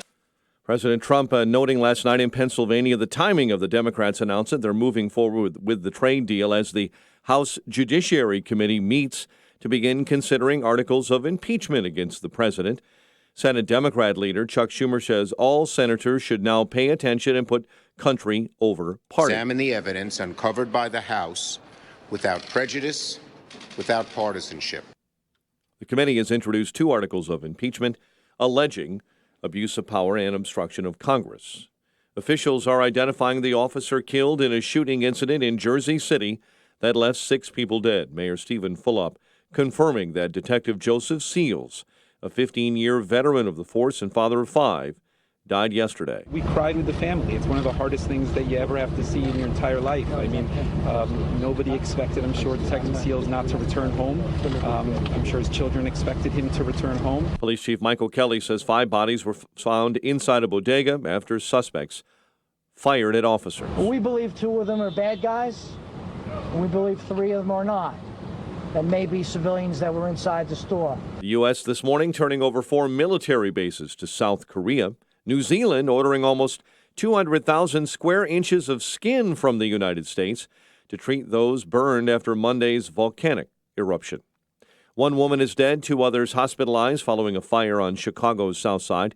The blaze broke out late last night inside an apartment building near 89th and Justine. Charges are pending against 3 men after shots were fired at police on Chicago's South Side from a black Jeep that was pulled over near 69th and Merrill. 3 men inside tried to run. They were arrested. No one was hit. Oak Park and River Forest High School dealing with cases of whooping cough. As a result, buildings and ground staff are performing extra cleaning and sanitizing of the old school building. One of Chicago Mayor Lori Lightfoot's top advisors is stepping down while the city watchdog looks into a business and residency arrangement. The Tribune says the Inspector General is investigating how Lisa Schneider-Fabes was able to volunteer at the mayor's office, work for World Business Chicago, and live in Wilmette. Fabes was involved in senior staff meetings and helped plan the mayor's State of the City address. Blackhawks fall to the Golden Knights in Vegas, 5-1. College hoops last night. Notre Dame beat Detroit Mercy. Bradley a win over Maryville. Illinois welcomes number 7 Michigan to the State Farm Center tonight. The news, a service of Staples Print and Marketing Services, making connecting with clients and loved ones easy with hundreds of holiday templates you can customize. And right now, get 20% off select custom cards and invitations. Ends 12/28/19, limit 1. Visit staples.com/holiday cards or store for details. Staples. 6:35 and a check of traffic and weather on the way next on AM 560. Sean Hannity sees a robust economy. You can't contradict that these are the best numbers of our lives. So it was Jim Cramer, and he said no matter what you think of the president, there's no denying we are living in the best labor market in more than a generation. Well, we already know that. We've never had a better employment situation in the country than we do now. The Sean Hannity Show. Afternoons at 2 on AM 560. The Answer. Folks, when shopping for a home mortgage, how much is great service, low closing costs, and competitive interest rates worth to you? At Townstone Financial, it's priceless. Hi, Barry Sterner, founder of Townstone Financial. Let's hear about the Townstone experience from one of our customers. Hi, my name's Lisa, and I just completed a cash-out refinance bank statement loan with Townstone Financial. I called Townstone Financial because I had a lot of equity in my house, but I also had a lot of credit card debt, and I wanted to take the equity out of my house to pay off my credit card debt, and nobody could help me with that because I'm self-employed. But Barry at Townstone had a program for me. Now I'm comfortable. I've paid off my debt, and I'm happy. Remember, nobody values your home mortgage business more than Townstone. I guarantee it, and I own the company. So call me now, Barry Sterner, at 312-896-2110. That's 312-896-2110. Or go to townstone.com. That's TOWNSTONE.com. Townstone Financial is licensed in Indiana, Michigan, Wisconsin, Florida. NMLS 136639. www.nmlsconsumeraccess.org. Equal housing lender. You've heard me talk for many years about all the problems I've had trying to eat right, be healthy, especially around the holidays. I have formed a partnership with an incredible American success story called Seattle Sutton's Healthy Eating. They've been shipping me incredible, delicious, portion-controlled meals. They're fresh. They're never frozen. Seattle Sutton's Healthy Eating is operated by a wonderful dietitian nutritionist. It's like having my own personal chef. It's incredible. It's saving me a lot of time shopping and stopping off for food. No more fast food. I'm loving my breakfasts, lunch, and dinner from Seattle Sutton's. Over 99 million meals have been served by Seattle Sutton's Healthy Eating. No gimmicks, no fads, just delicious, clean, healthy meals shipped directly to your home twice a week. Contact them today to get started and tell them Mike Gallagher sent you, and you'll get a special discount. Call 800-442-DIET, 800-442-DIET, 800-442-3438, or just go to SeattleSutton.com, SeattleSutton.com. A lost dog, not a lost cause. Read Catching Murphy, the latest book from the Associated Press. Available now exclusively at Amazon.com. 637, and in our AM 560 traffic center, Jim Telemonte. Inbound Aiden's traffic is slow. Peterson to the junction. It's 22 minutes like Cook to Montrose. Outbound still fine at 19. Got Kennedy. Delays from Cumberland to Montrose. 26 minutes, O'Hare to downtown. Outbound 24. Got Eisenhower. Delays start around Manheim. You get 38 minutes, 390 to downtown. Outbound 31. Inbound Stevenson. Got a crash at Cicero on the left shoulder. It's 48 minutes, 355 to Lakeshore Drive. On Ryan, 22 minutes, 95th to downtown. I-57, 19 minutes, I-80 to the Merge, Bishop 425. A bit of a delay on the northbound tri-state from the Reagan tollway to pass the Eisenhower. The other tollways look good. No problems to report right now in northwest Indiana. That's traffic. I'm Jim Telemonte on AM 560, The Answer. Chicago's Morning Answer continues next. Your official Chicagoland weather forecast from the 1 Hour Heating and Air Conditioning Weather Center. Very cold today. Clouds give way to sun. High 26, 19 overnight. We're at 13 right now at O'Hare, 16 Lakefront. Your next news update is at 7. Chicago's Morning Answer with Dan and Amy continues next on AM 560, The Answer. This hourly segment is brought to you by the Alpha Wealth Group, bringing the trilogy of estate, tax, and investment planning together. Visit alphawealthgroup.com for a free report. Only the biggest stories, only the biggest guests, and only the biggest opinions. This is AM 560, The Answer.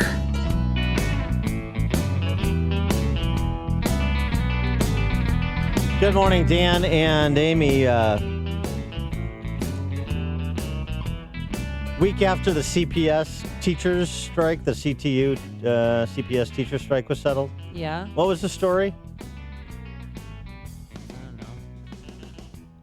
Enrollment down 6% in Chicago public schools.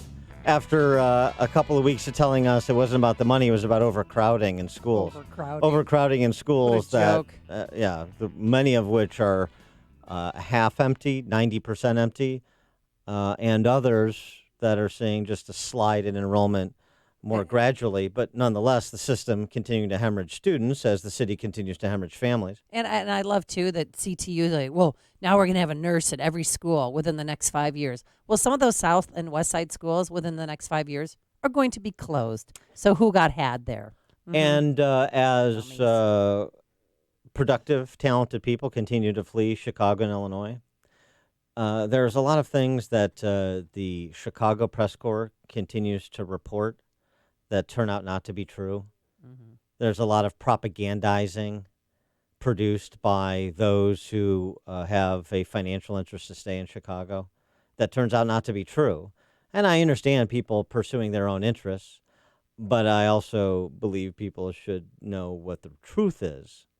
So one of the beautiful lies about Chicago, it's a burgeoning tech city, don't you know?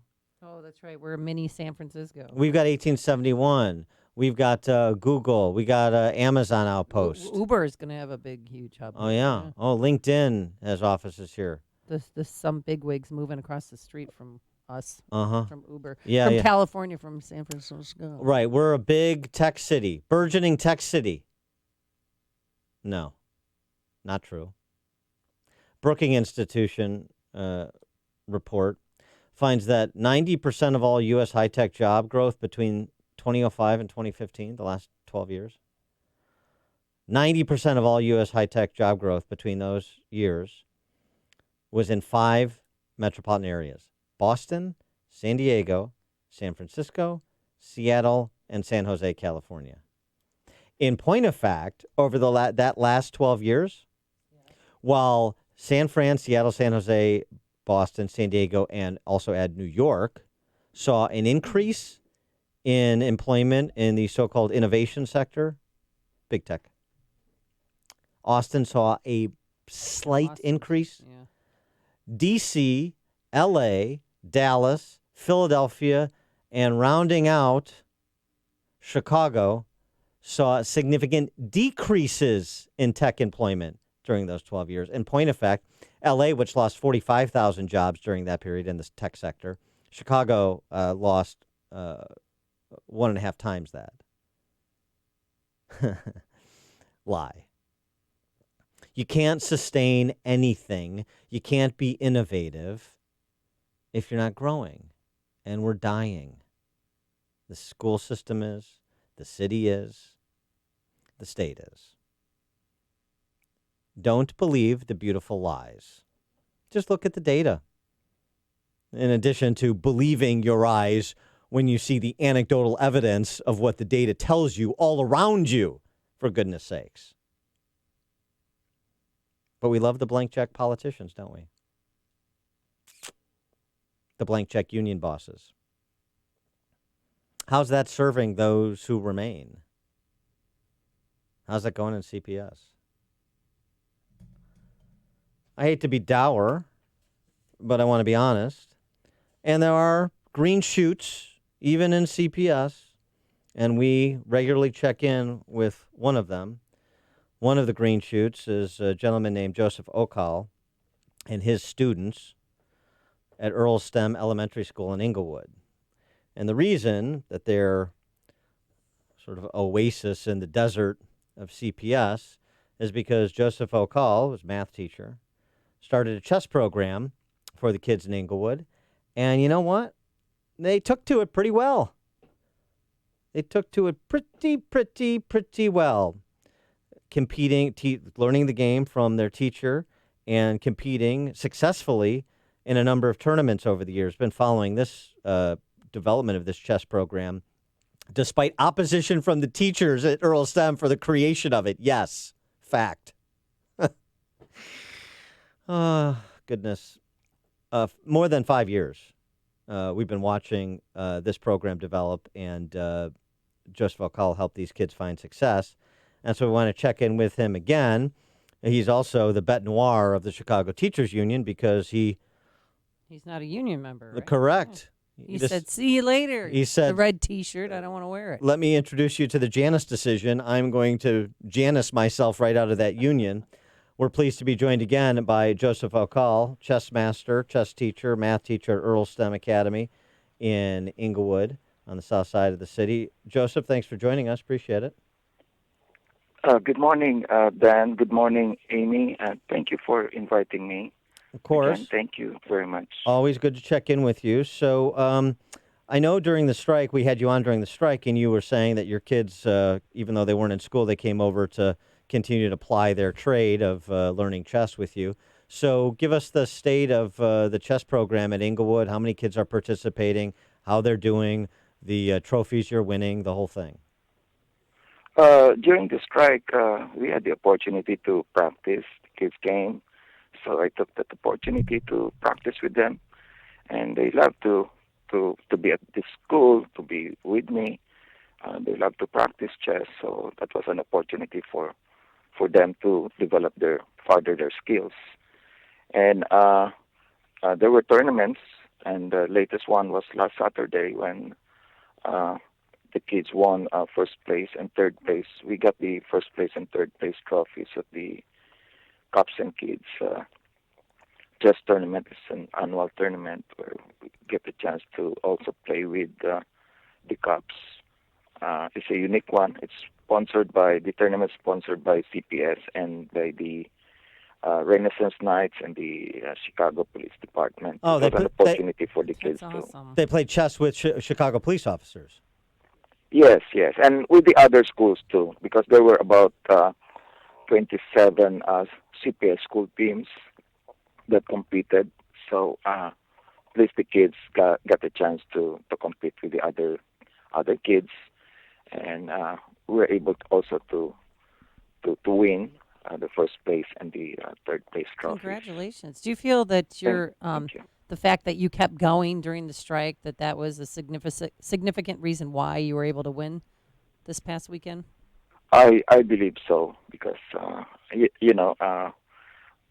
whenever there's time, I always take advantage of the time for them to practice, to be productive.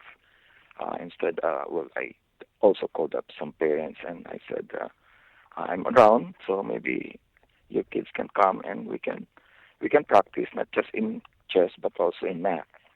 Mm-hmm. That was an opportunity for them. How engaged are the parents of the kids in your chess program? A number of parents are being very supportive. They come also, and they encourage their children to play chess. And the kids love chess, and it's really an opportunity for them they believe it's an opportunity for them also to get a chance also to travel and to compete, get a chance to develop their critical thinking skills. Have you? And of course, whenever we meet, they also ask me to help them with their math assignments, with their homework. So it's also an opportunity for me to teach math other than just chess. And how have you converted any of the skeptics to having chess teams at Earl STEM? Skeptics that you encountered at the outset of creating the program? At the school, there are. In fairness, there have been teachers who have been also supportive. They support me. Of course, during after the strike, some teachers were not smiling at me, but there were teachers who were still friends. So, as far as I'm concerned, I consider the kids as the main priority. It's not the friendship or whatever. If they cannot support me one way or the other, the teachers, my fellow teachers, that's okay. And my point is that I'm there for the students. I'm there to help the students. I'm there to support the students and to teach the students. That's my main role, to be a teacher. And to be with my students. Here's how I summarize. See what you put this in chess terms, Joseph, so we all understand it. Oh, okay. So the pawns. So you move first. They tried a Sicilian defense on you, but you wouldn't let them turn it to their advantage.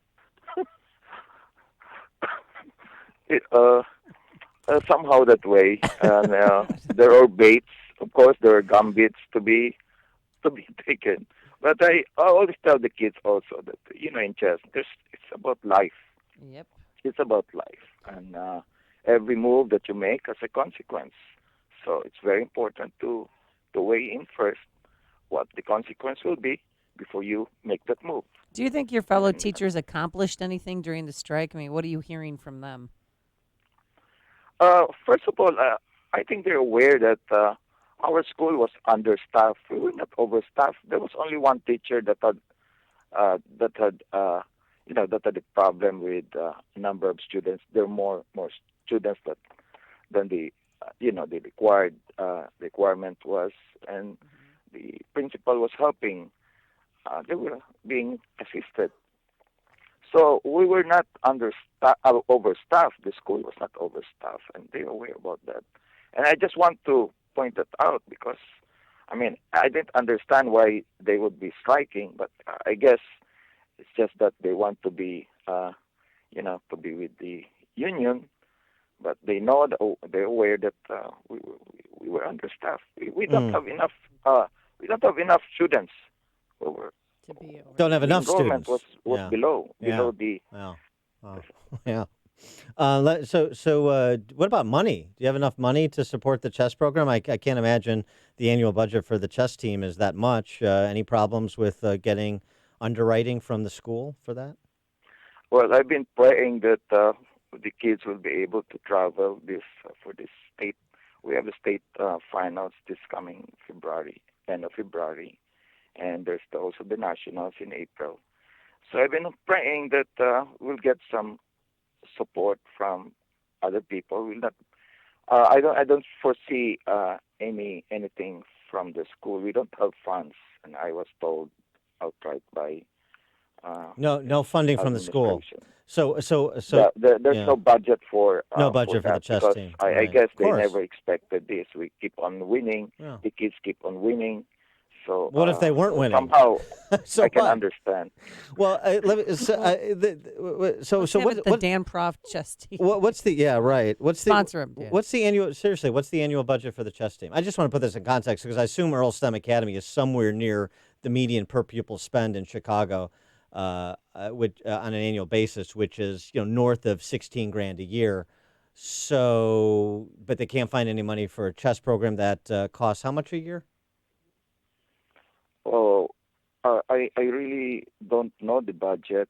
I mean, we were supported. We have been supported one way or the other through bus transportation whenever there's a tournament, local or even the state. If we go to the state, there's the bus, but there's no budget for the food. There's no budget for the hotel. So we're hoping that we'll be able to get somehow from generous people to support the school. Yeah, but I'm just so I mean, like a trip to go to this tournament that you're talking about in the new year. Take a dozen kids or how many ever kids it is to where are you going? Florida? To the state. The state will be in Peoria, Illinois. Oh, Peoria. Peoria. That will be Kind of like February. Florida, Yeah. just a little different. So you only need the SPF national- 15. So what is it? So it takes to drive 4 hours to Peoria with a dozen kids, and have them stay over for the duration of the tournament. I mean, what is that like? $2,000? Usually the budget would be about $3,500. Okay, $3,500. So $3,500 to send the kids on this trip, this chess team. This is like a Jaime Escalante story here, except it's chess rather than math, although it's implicitly math too. And the school system, the $8 billion Chicago public school system, doesn't have $3,500 to send these kids in Inglewood to Peoria for a chess tournament. Sure, okay, yeah, that makes sense. So then how do you get the money to go? Well, there are also in fairness to CPS administration, they try to support. There's even a chess program. There's a chess program, but for the local, we get the chance to compete locally. But for the state, there's no budget at this time. That's what I'm aware of. But they also try to support the nationals. But there are a number of national tournaments, and there's K-12, there's K-9, there's also K-6 national tournaments. And I understand CPS for this year would be supporting the K-12 tournaments in April. But in a limited sense, we will have to take the bus going there. And can't afford the bus back. No, there's no bus back. You just one way. it. You got to hitchhike back. Hitchhike. We can only get you down there, Joe. You and the kids are gonna have to figure your way back from. I mean, this is insane. This is insane. Well, is there a This school website system somewhere is- that the school system's a joke? I know. Is there somewhere where we can help out? Do you have a website or a GoFundMe page, Joe? Thank you, Amy. You can send it. Anybody can just send a check to the school, address it to Chicago Public. Earl to STEM. Earl STEM Elementary School, and just put a note that it's for the chess team. That's, it will really help somehow the kids, because some of the kids are graduating this school year, and they have been playing for some time. I've trained them for about 4 years. Some of them 4 years, great. some 3 years. And they look forward as the final representation of the school, and the final wish that they can still continue playing even beyond graduation. Have you put up a GoFundMe page for this though, or for the team, or no? No, we got to do that. All right, we got to somehow, I don't want to so much. I'd rather have the CPS or the school to do that. Yeah. Okay. Yeah. I just want to poach. I don't trust them to have the competence to do that. But okay. Yeah. No, I get it. You're just looking for the You're looking. You just need to get there. The budget for the tournament. Okay. And when's the tournament again? February. February 20. We leave on the 20th. We hope to leave on the 27th, and the tournament will be 28th and 29th. So we return on the 29th in the evening. Yeah, it's tough. It's tough when you only have $8 billion to figure out a way to come up with money to send a dozen kids 4 hours away to play chess. Yeah, it's very, very persuasive position from CPS. Joseph, we're going to figure out a way to help you with this and help your kids with this because you've done such a great job and it's such a great continuing story against all odds and all common sense, of which that is sort of a rare commodity in Chicago. But we appreciate it. We appreciate you continuing to introduce these kids to the great game of chess and, as you say, the lessons it provides for life. And keep it up, and we'll continue to help you and your kids out, all right? Thank you very much, Dan. Thank you, Amy. And I'm thankful that I have this opportunity to talk with you. And in behalf of the kids, I'd like to thank you. I'd like to thank you for giving us this support. Of course. Tell your students and chess team members to have a wonderful holiday, and we'll talk to you soon. Thank you. Thank you. And thanks. And he joined us on our turnkey.pro answer line. The stories you need to know to start your day. This is Chicago's Morning Answer on AM 560. The Answer. This is Dan Frio with the Mortgage Update. The Fed did it again and helped push mortgage rates to yet another historic low. So are you holding off refinancing your home because you think rates may go even lower? Well, let me make your decision even easier. Let's refinance you now and take advantage of this opportunity. If rates drop more than 0.5% in the next 24 months, I will refinance you at the lower rate at no closing costs. Other lenders state that they'll refinance you, but watch out for the fine print. So if you have a conventional loan that's over 4.75 or FHA or VA loan over 4.5, you have nothing to lose and thousands to save. So find out how much you can save. Just pick up the phone to call me personally. That's 844-775-LOAN. That's 844-775-LOAN. Or find me on the web at windmortgage.com. Parkside Lending, LLC is an Illinois residential mortgage licensee and an equal housing lender. NMLS 176162. AM 560. The Answer. Coming up on Chicago's Morning Answer. Dan and Amy will go from the ridiculous of CPS to the surreal of impeachment with David Harsanyi from National Review at 7:07. But now let's head straight into that newsroom. Here is Mike Scott. Amy and Dan, interim Chicago Police Superintendent Charlie Beck says no more merit promotions at CPD. The White Sox trade for Nomar Mazara of the Rangers. WIND Chicago News Time is 7 o'clock. Flimsy, pathetic, ridiculous. I'm Dave Anthony, Fox News. That's what President Trump calls the two articles of impeachment against him. There was no collusion. There was no obstruction of justice. And there were no crimes. Claiming at a rally last night in Hershey, Pennsylvania. They're impeaching me. You know why? Because they want to win an election. And that's the only way they can do it. The House Democrats allege the president abused his power, asking Ukraine to investigate Joe Biden's son while temporarily withholding military aid. They also accuse him of obstruction of Congress. Fox's Rachel Sutherland live in Washington. Dave, debate will begin tonight in the House Judiciary Committee as lawmakers mark up articles of impeachment. With a potential vote to recommend the articles to the full House this week, there's a lot of talk about when a Senate trial could begin. Majority Leader Mitch McConnell told reporters it'll have to wait until after the holiday recess. You're wondering when you have to come back, right? It'll be right around the time the bowl game's in. Democrats and Republicans expected to try to negotiate the specifics of the trial behind closed doors. Dave? Rachel, last night the president also told that rally that more border wall will be built, but a federal judge has blocked his attempt to transfer more than $3 billion in military construction money to pay for more wall funding. In Jersey City, New Jersey, the mayor now believes a kosher supermarket, the scene of an hours-long gun battle, was targeted by two gunmen who murdered four people, including a police detective. They were later shot and killed. A police officer also killed last night in Nassau Bay, Texas, at a traffic stop during the arrest of a wanted man.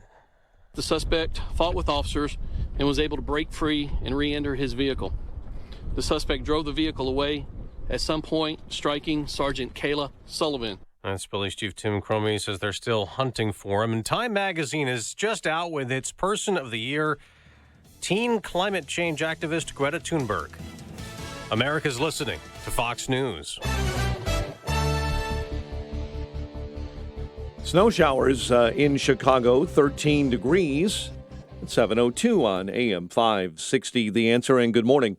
I'm Mike Scott. Interim Chicago Police Superintendent Charlie Beck told officers yesterday he will not make any new merit promotions during his time leading the department. In Tuesday's email, Beck wrote that he will recommend not to use the merit system and will encourage the department's new permanent superintendent to hold promotional exams every 2 years in the future. The announcement comes just days before the department is scheduled to hold an exam for officers who want to be promoted to sergeant. One woman is dead, two other hospitalized after a fire on Chicago's South Side. It happened inside of an apartment building near 89th and Justine. Charges pending against three men after shots were fired at police on the South Side. Officers were trying to curb a black Jeep near 69th and Merrill when someone inside that vehicle fired shots at police. No one was hit. Three men inside that Jeep tried to run. They were arrested. A former elementary school principal in Aurora facing jail time for not reporting possible child abuse. Matt Willingman was found guilty yesterday of violating the mandated reporter law. Prosecutors say he did not report an allegation made by a man who claimed his 9-year-old was touched by a social worker at O'Donnell Elementary School. A travel advice website has ranked the most delicious streets in the world. Fodders notes that while Houston's Montrose Street has the most diversity of dining of any street in the world, it still trails streets in Puerto Rico and here in Chicago, along with Paris, London, and New York City for overall dining impact. Taylor Street ranks second in the world, only trailing Calle Loaiza in San Juan, Puerto Rico. Blackhawks fall to the Golden Knights 5-1 in Vegas. The news service of Sylvania Automotive. It's headlight savings time again, the perfect time to replace your older, dimmer, basic headlight bulbs with brighter Sylvania bulbs. Visit headlightsavingstime.com to find the right bulbs for you. 7:04 and a check of traffic and weather on the way next on AM 560. Christmas will be here soon, and this year, give the gift of sunshine. Grab your passport to paradise and join Dan Proft and Amy Jacobson in Huatuco, Mexico. You'll stay at the Secrets Huatuco Resort and Spa from March 28th through April 4th. It's a beautiful, adults-only, unlimited luxury resort located on Conejos Bay. Give this trip as a gift to a loved one or treat yourself this holiday season. Don't wait to book your passport to paradise trip with AM 560 and Apple Vacations. Visit 560theanswer.com/passport.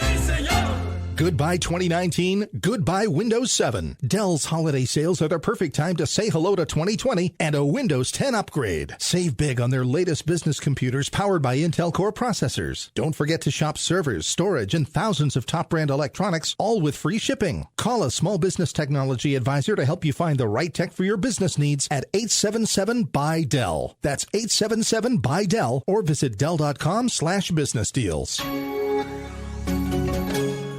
Hey there, I'm Scott Tannen, founder of Boll & Branch. We make incredibly soft organic cotton sheets that millions of Americans love. And yep, 3 U.S. presidents. Today, I'm announcing our 12 Deals of Christmas sale. No partridges in a pear tree or anything like that, but amazing deals every day on our award-winning, ethically made sheets, linens, and gifts. Merry Christmas from all of us at Boll & Branch. Visit bollandbranch.com and find a new deal every day. That's BOLL and BRANCH.com. Go to bollandbranch.com. Are you tired of paying another mortgage payment for your health insurance? Did you know you're not locked into your current health plan? With non-Obamacare health plans, you may save 25 to 50% or more each month. Contact SVL Insurance Group. They recently helped a healthy family of 5 who were paying $1,800 per month for health insurance using a well-known regional insurance carrier. SVL Insurance Group was able to lower their premium to $750 per month and pick up additional coverage. There are no open enrollment periods, which means you can start or stop your health plan any time of the year. You can also cancel anytime. 2019 has been a remarkable year with the expansion of product portfolios from many insurance carriers. With the elimination of the individual mandate, you're now free to choose any health insurance plan for you and your family without the added stress of a yearly penalty. Contact SVL Insurance Group today to have a conversation and see what's best for your family. Call 224-465-8276. That's 224-465-8276. Online at svlinsurancegroup.com. Staples Print and Marketing Services makes connecting with clients and loved ones easy with hundreds of holiday templates you can customize. And right now, get 20% off select custom cards and invitations. Ends 12/28/19, limit 1. Visit staples.com/holiday cards or store for details. Staples.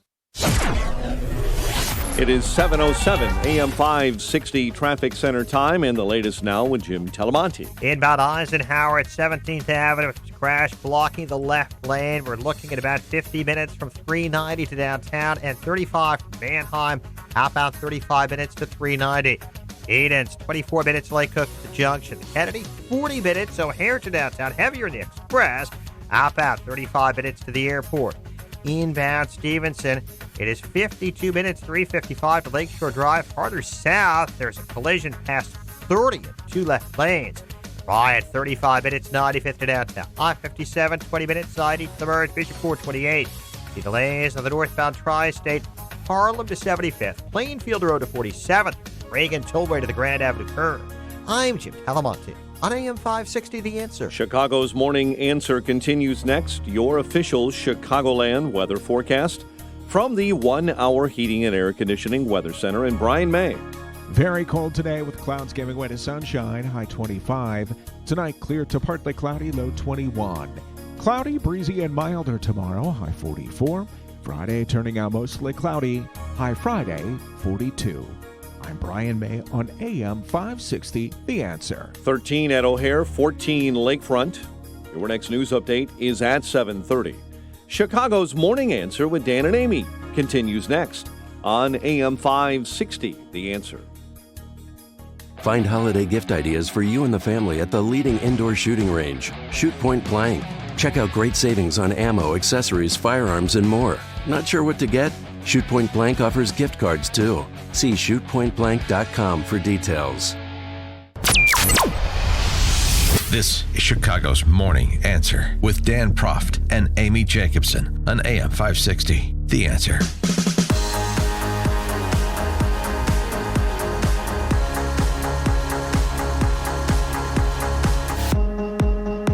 Top of the morning, Dan and Amy. Before House Democrats assembled to collude with Putin vis-a-vis supporting the trade deal that Trump has negotiated with the U.S., with Canada and Mexico, they announced 2 articles of impeachment. That chore was given to the Chairman Nadler and Chairman Schiff, of course. Mr. High Pants? Yes, Jerry Nadler. He certainly He had to really stand on a booster chair. cuts a swath. He does, Mr. Sardonicus. This is Schiff, though. I thought he provided the. I mean, he is a counselor. He's an officer of the court. He provided a description of the evidence. I don't know if you are laughing at me or with me, but I am trying to do my best.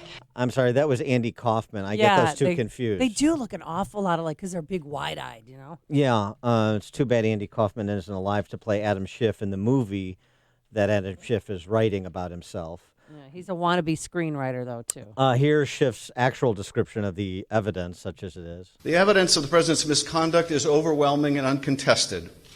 And how could it not be when the president's own words on July 25th, "I would like you to do us a favor, though," lays so bare his intentions, his willingness to sacrifice the national security for his own personal interests. And when the president got caught, he committed his second impeachable act, obstruction of Congress of the very ability to make sure that no one is above the law, not even the President of the United States. Right. All we had to do with the second charge is pretend we don't have a third branch of government called the judiciary to adjudicate disagreements between the executive and legislative branches. No problem. And I'm sorry, I would like you to do us a favor. That statement, without context, is impeachable, according to Adam Schiff, officer of the court. So you got your, you got your abuse of power, and you got your obstruction of Congress, not justice. You don't have your bribery. You don't have your extortion. You don't have much. The whole quid pro quo bribery thing, which I thought they're basing their case after, is not a mention of it. And they're not going to be adding that article of impeachment on. No. This is what's going to be discussed, debated, and ultimately voted on next week. And they got a little bit of persuading to do. At least you've got, according to Politico, a group of some 10 House Democrats that are trying to offer the idea of censure rather than impeachment. They've suffered enough embarrassment under Schiff and Nadler and Pelosi, and they're a little bit worried about their swing district seats at this juncture. And now the other piece of this I want to get to before we get to our friend David Harsanyi is Bill Barr, because Bill Barr made some relatively rare comments to the media yesterday in a sit-down interview with NBC News. And most importantly was his summation of not just the IG's report, but the last 3 years. The core statement, in my opinion, by the IG is that these irregularities, these misstatements, these omissions were not satisfactorily explained.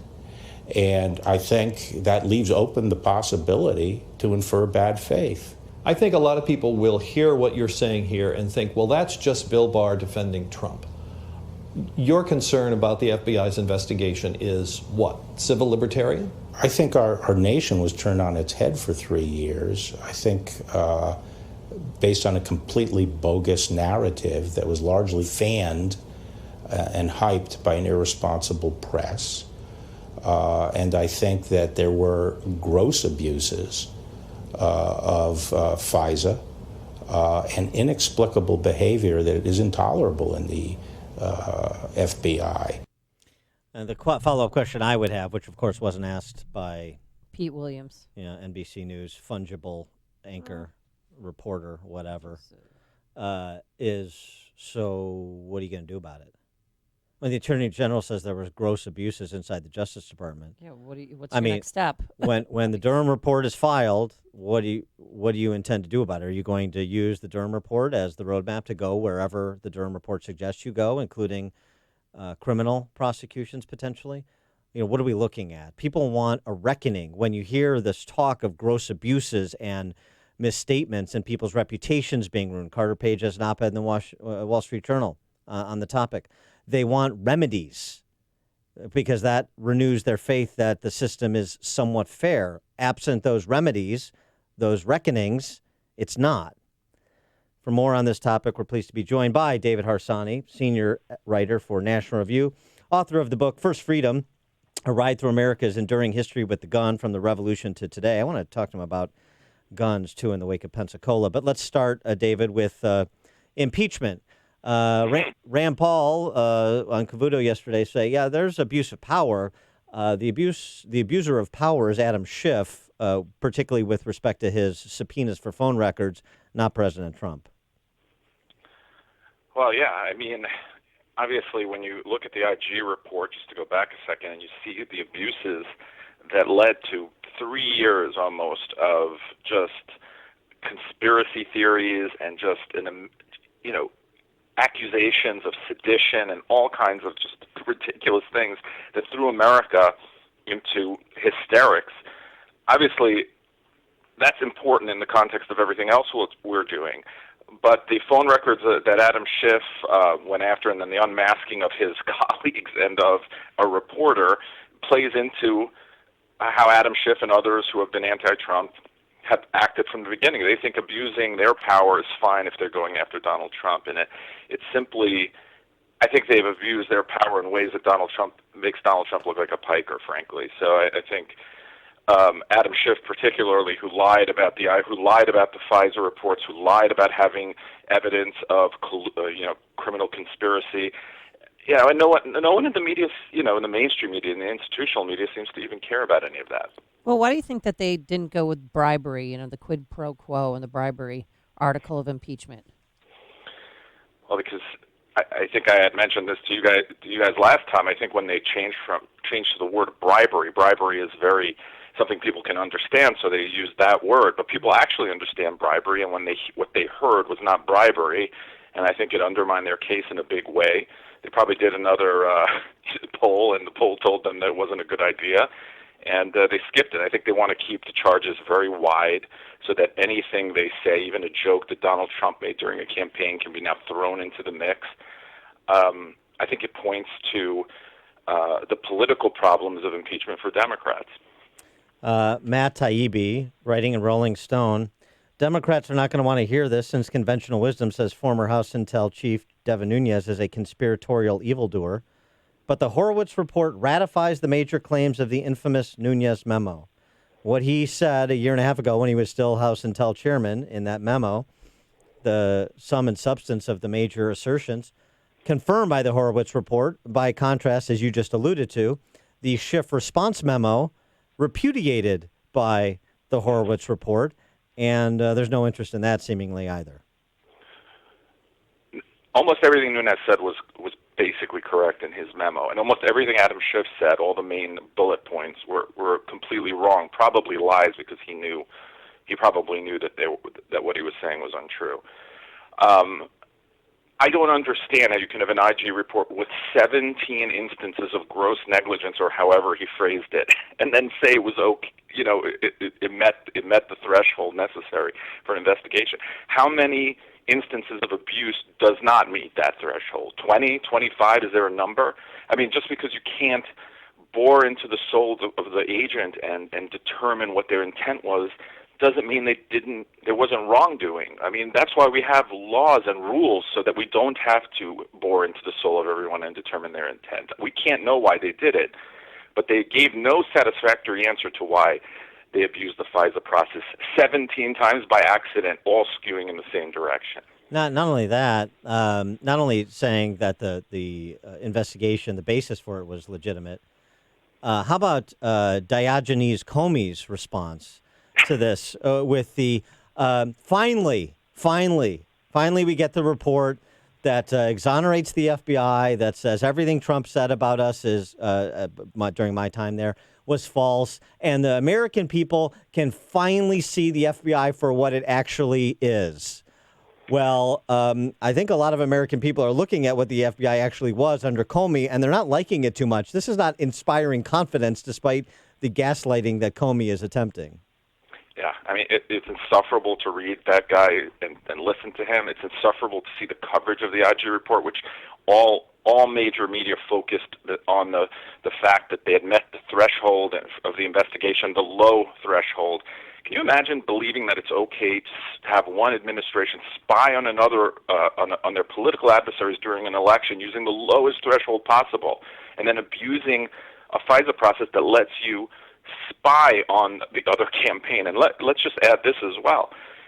FISA court basically will give you a warrant for anything. I think they have rejected like 0.04% of applications from the start in 1979, and yet you still have to lie 17 times to get it. Can you imagine what kind of abuse that is? That's a great point. No, you're right. It is exceedingly rare for an application to be rejected, and they still needed to cook them. Yeah, a great The point. highest year their rejections was like 2.8%, which is amazing. And those people probably fixed their applications, lied, and just put them back in. Now, maybe there's widespread abuse there, and Democrats are like, now, some concede we must reform, the FISA process. Well, that's nice. So it's like saying Donald Trump, is really bad, but ignore what he did. Let's reform the executive branch, and ignore what Donald Trump did. How are the left and right seeing this so differently? I mean, CNN, key takeaways. Report says Russia probe was legal and unbiased. Undercuts 2 years of Trump and Republicans' conspiracy theories. It didn't say that it was unbiased. I mean, it said that it couldn't find any bias, you know, but every action of those agents who involved themselves in the FISA applications were biased in the same direction. So how do they see it differently? Well, when you think the president is Hitler, you see everything in one way, and maybe I would too. But you know, I don't. First of all, I don't understand why it has to be one or the other. But secondly, it's absurd to think that he's Hitler. So all these abuses, I think, are really dangerous in the long term. I mean, what stopped Donald Trump from getting a warrant, having some lackey get a warrant and go spy on the Joe Biden orbit? Nothing. Well, that's the myopic nature of this, right? That's the short-sightedness of this all, and that's one of the things Rand Paul and many others have pointed out, that you're setting precedents here. And so what kind of standing are you going to? This is like, think about it on a much lower level, but still an important one. Think about when Harry Reid decided to exercise the nuclear option with judicial confirmations. And so you set a precedent by breaking a tradition that then was used against you. Well, this is politics and politicians, and it's about power. Mainly. Yeah, but I mean, Democrats play Calvin ball. It's good for you, not good now. No, it's okay right. Then. Right. And, that's the problem when you talk about norms, which they're supposedly defending. Norms means you defend them in self-defense in a way, preemptively, so that they won't be used against you. But that seems to have been blown up. And that does not bode well for the future. They think they're going to win the next presidency, and they're never going to lose again. Yeah, right. But I mean, but that's sort of my point too. Once you start to, they act like the ends justify the means, so why shouldn't we? Right. Right. And think about also, just sorry to interrupt, the way that Americans now view, and half of the country around are Republicans, view these institutions. I mean, you're talking about there is no trust in media. I saw a poll that shows that more people trust big oil, like one of the most hated institutions, in the media, and now the FBI. I mean, acting in this way, and then the media defending them. Who can you trust? I can't even read a Washington Post story anymore and trust that a normal, straightforward reporter is telling me the truth. So it's really a bad situation for the country. I wanted to get to your take on Pensacola because of your writings on gun ownership and the history of gun ownership in the United States. You had the family of Joshua Caleb Watson, the hero at Pensacola, yesterday say, particularly his brother, say, look, my brother was a marksman. The idea that he shouldn't be able to carry a gun on a military base to protect himself, or the idea that somebody charged with security at the military base shouldn't be armed to protect themselves in just such an instance, is absurd to me. And it seems to me, before we get into whether the military training of foreign military officers and all of that, the first basic question is safety at military installations. Why aren't people with security responsibilities allowed to be armed? Well, I think it was Fort Hood where I was first surprised that most military personnel can't carry their sidearms or any weapons within the military forts and installations. It's absurd. I mean, the argument often is, hey, you're not trained. The person's not trained. He's just going to shoot innocent people. It's anarchy. We don't need that. But these people are almost all trained to use firearms. The notion that they shouldn't be able to protect themselves on a military base is it's mind-boggling. I'm sure most Americans don't even know that that's the case. And they're currently going to suspend the program. There's 300 Saudi Arabian nationals being trained in Florida alone, 900 nationwide. Do you agree with that? I don't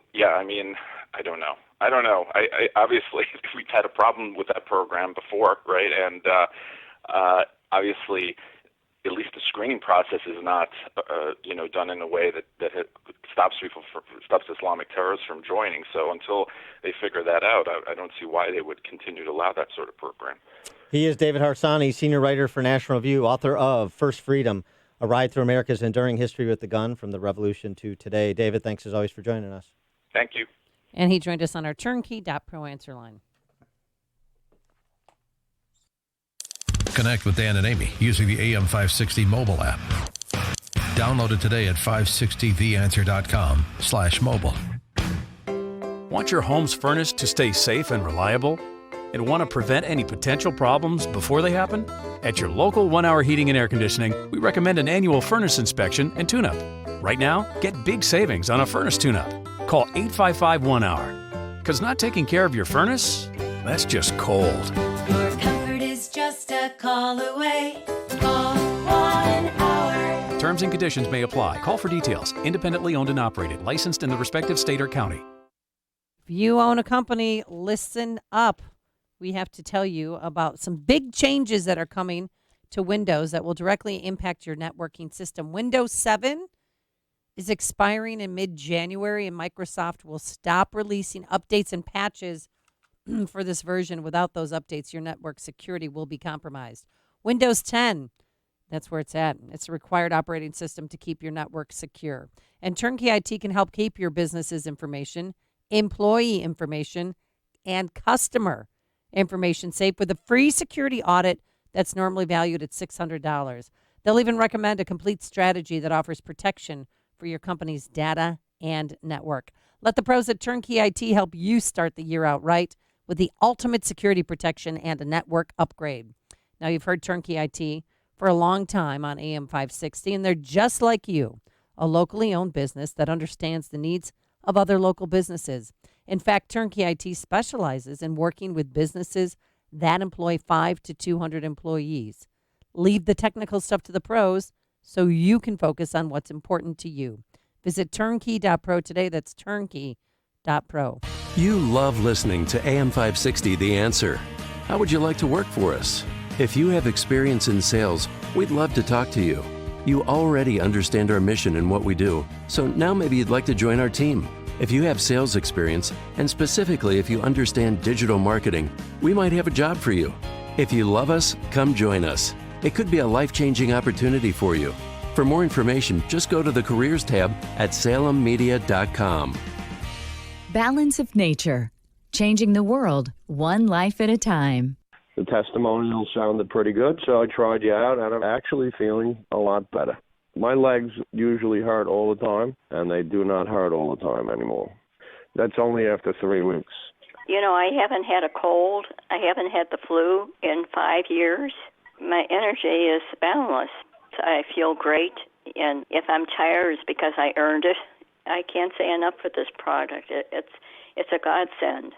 Experience the Balance of Nature difference for yourself. Call or go online now and become a preferred customer, which gives you our best pricing and free shipping. And we will take an additional 25% off of your first order. Plus, get a set of convenient travel bottles containing a free additional week's supply of Balance of Nature's fruits and veggies. Call 800-2468-751 or go to balanceofnature.com and use discount code Chicago.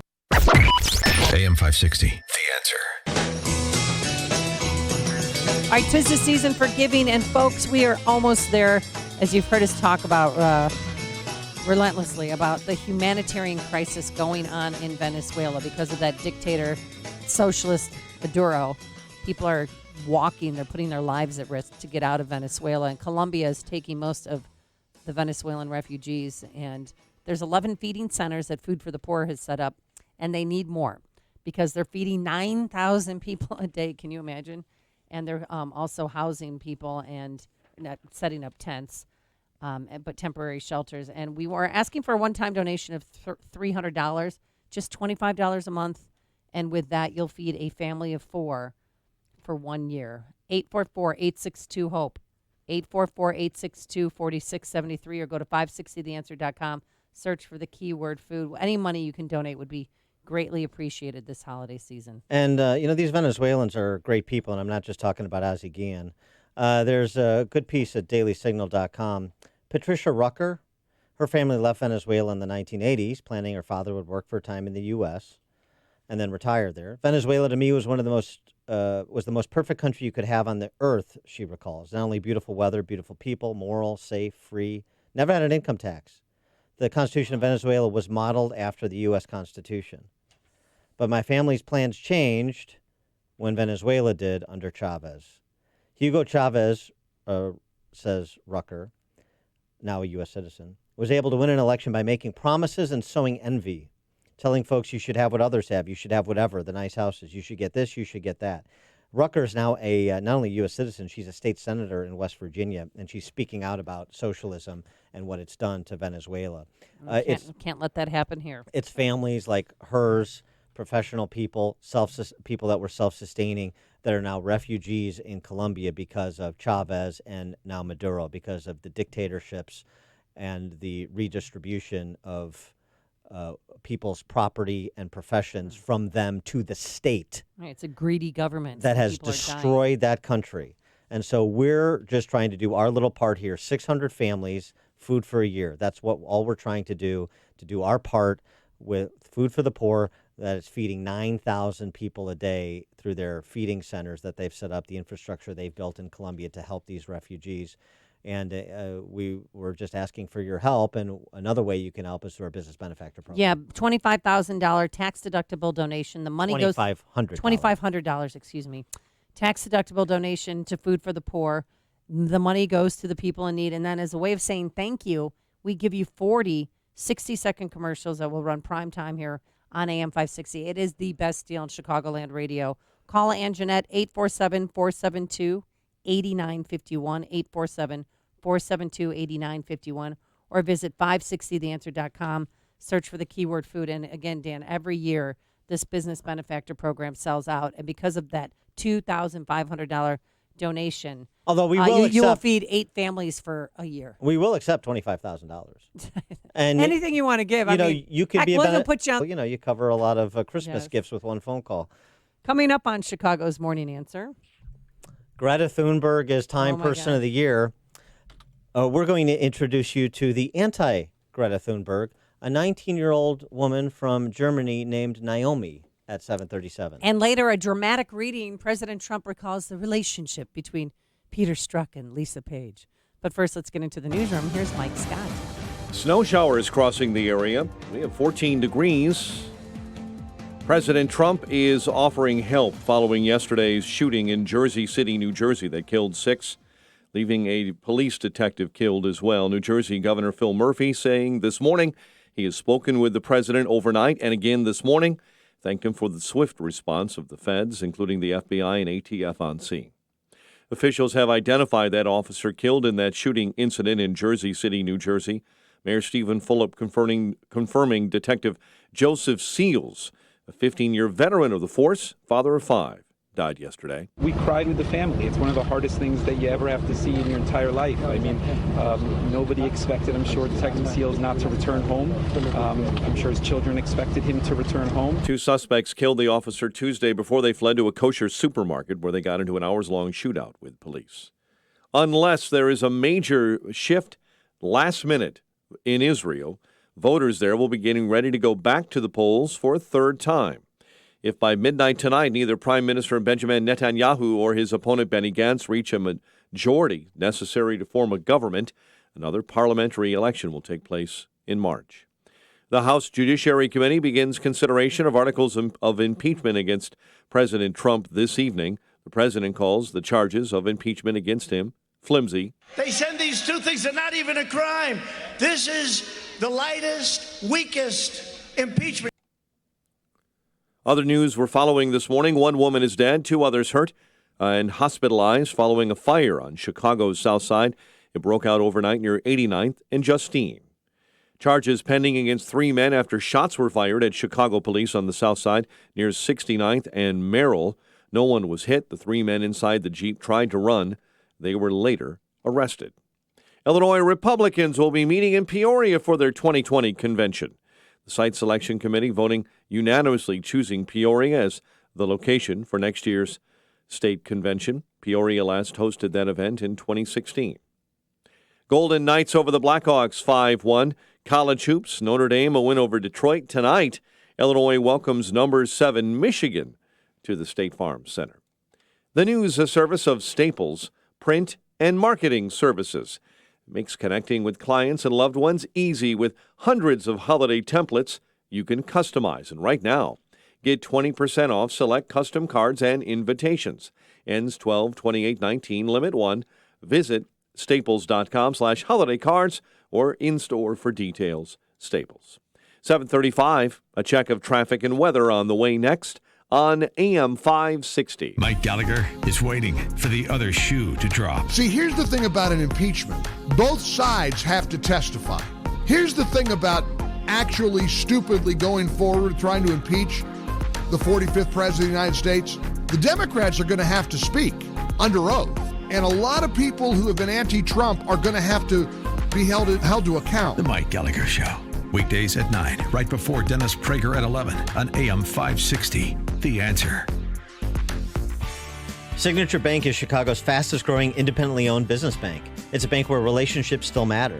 Signature Bank knows your name and your story. I'm Dan Proft, and I know this because Signature Bank is my business bank. Hi, I'm Rick Blavelone, second-generation owner and CEO of Marketing Innovators and a customer of Signature Bank. Our family-run company was founded on the belief that connecting to people on a human level is the best way to build a great business. And when we were looking for a new bank, we didn't have to look far. We shared an office building with Signature Bank in Rosemont and quickly saw that they were truly locally owned and operated. That's why we partnered with Signature. And that relationship makes every business decision better and every communication clearer. Marketing Innovators looks forward to a long-lasting relationship with Signature Bank. Signature Bank is looking for their next success story. To learn more about turning your business vision into reality, visit signaturebank.bank. Signature Bank, helping local businesses succeed. Member FDIC, Equal Housing Lender. Are you struggling with gift ideas this year? Give the gift of massage from Massage Therapy Center of Winnetka, the oldest and best-rated massage therapy center on the North Shore. Order instant gift cards online by visiting MassageWinnetka.com. Share and give the gift of therapeutic massage this holiday season from Massage Therapy Center of Winnetka, a proud supporter of Food for the Poor and AM 560. Founded in 1989 by owner and director John G. Lewis, Massage Therapy Center of Winnetka is open every day of the week, featuring 9 exceptional therapists on staff, known for the best sports massage, pain relief, relaxation, and stress reduction treatments. Struggling with gift ideas? Give the gift of massage and relaxation from Massage Therapy Center of Winnetka. Order instant gift cards online by visiting MassageWinnetka.com and check out their holiday specials. That's MassageWinnetka.com, MassageWinnetka.com, or call 847-446-5700, 847-446-5700. A lost dog, not a lost cause. Read Catching Murphy, the latest book from the Associated Press. Available now exclusively at Amazon.com. 7:38 AM 560 traffic center time. Jim Telemonte. We have updated delays on the northbound tri-state. It's heavy now from Cicero Avenue to 31st Street and from Reagan Tollway to past the Grand Avenue curve. On Reagan Tollway, traffic is heavy Randall to Yackley, the northbound Veterans Memorial. I-55 to the Reagan Tollway and Army Trail to 290. Eden's 27 minutes, Lake Hook to Montrose, outbound 24 to Kennedy. 1 hour and 5 minutes, O'Hare to downtown, 43 minutes from Montrose, 27 on the Express, outbound 50 to the airport. Eisenhower, 55 minutes, 390 to downtown, 36 from Manheim. Stevenson, looking at an hour, 355 to Lakeshore Drive. Ryan, 45 minutes, 95 to downtown. I-57, 20 minutes, siding to merge, Bishopport 35. I'm Jim Telemonte on AM 560, The Answer. Chicago's Morning Answer continues next. Your official Chicagoland weather forecast from the 1 Hour Heating and Air Conditioning Weather Center. Very cold day ahead. Snow and clouds likely give way to sunshine. High 26. Clear to partly cloudy and 19 overnight. 13 at O'Hare, 16 along the lakefront. Your next news update is at 8. Chicago's Morning Answer with Dan and Amy continues next on AM 560, The Answer. This hourly segment is brought to you by In the Know with Wealth Management Group, hosted by Craig Bolanos. Heard Sunday mornings at 10. What's your message to world leaders today?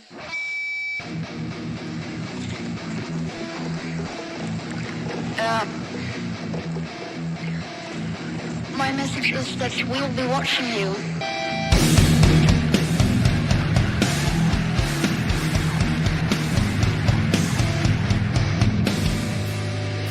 This is all wrong. I shouldn't be up here. I should be back in school on the other side of the ocean. Yet, you all can toss young people through. How dare you? Yeah, that little cute delicate little flower is the Time Person of the Year, Greta Thunberg.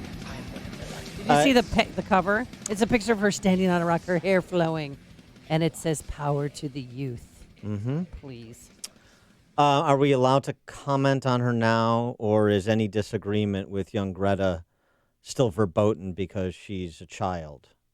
Who should be in school. We're going to elevate this child to a messiah, but we're not allowed to comment on her. How dare you? I love that argument from the cultists on the left, and that's what they are, cultists. So Greta Thunberg is Times Person of the Year. Youth has served. Okay. And real quickly, I mean, she was here, she was in the States again and then took a yacht back. But the people who took her in this catamaran flew from Australia to get here. Talk about a carbon footprint, huh? Wow. The hypocrisy is part of their privilege. Youth has served. Hear from young people. Okay. Have you heard anything from Naomi Siept? No, I haven't. She's a 19-year-old young woman from Germany, an EU country. So she has standing, And she's come forward with her intellectual journey. She was caught up a few years ago in the apocalyptic climate change agitprop. And she's now speaking about what she believes at this juncture. Thank you so much for having me. So I used to be a climate change alarmist myself because obviously as a young girl, I grew up around the climate change hysteria. I grew up with it in the media, in my school books and on TV. And I was the first one to, whenever my beliefs were questioned, I was the first one to ask the question, so are you saying that you are a climate change denier? And of course, especially as a German girl, the word denier carries a lot of weight. And today I consider it an atrocious insult. But back then I didn't think about that. And I was an innocent young girl, and I thought that by hugging the trees, I could save the planet, which quite frankly turned out not to be true. And I took pride in buying paper bags instead of plastic bags, but I didn't really make a change. Then eventually, in 2015 roughly, I became a skeptic. And at first, not with regards to climate science, but rather with regards to the migration crisis in Germany. And once you start exploring these political topics that are more on the right, I guess, or in the libertarian department, things spiral out of control and you go down the path of understanding that many topics such as feminism, gender, socialism, postmodernism, and climate change hysteria, they're all related in some way. That was at an event hosted by the Heartland Institute, at which young Naomi spoke. She going to be on the cover of magazines? Is she going to be looked up to by Schwarzenegger as his personal hero? So you heard about her conversion. Now hear about what she thinks of people who promote propaganda the way that Greta does. I believe, unfortunately, that the goal is to shame humanity. Climate change alarmism, at its very core, is a despicably anti-human ideology.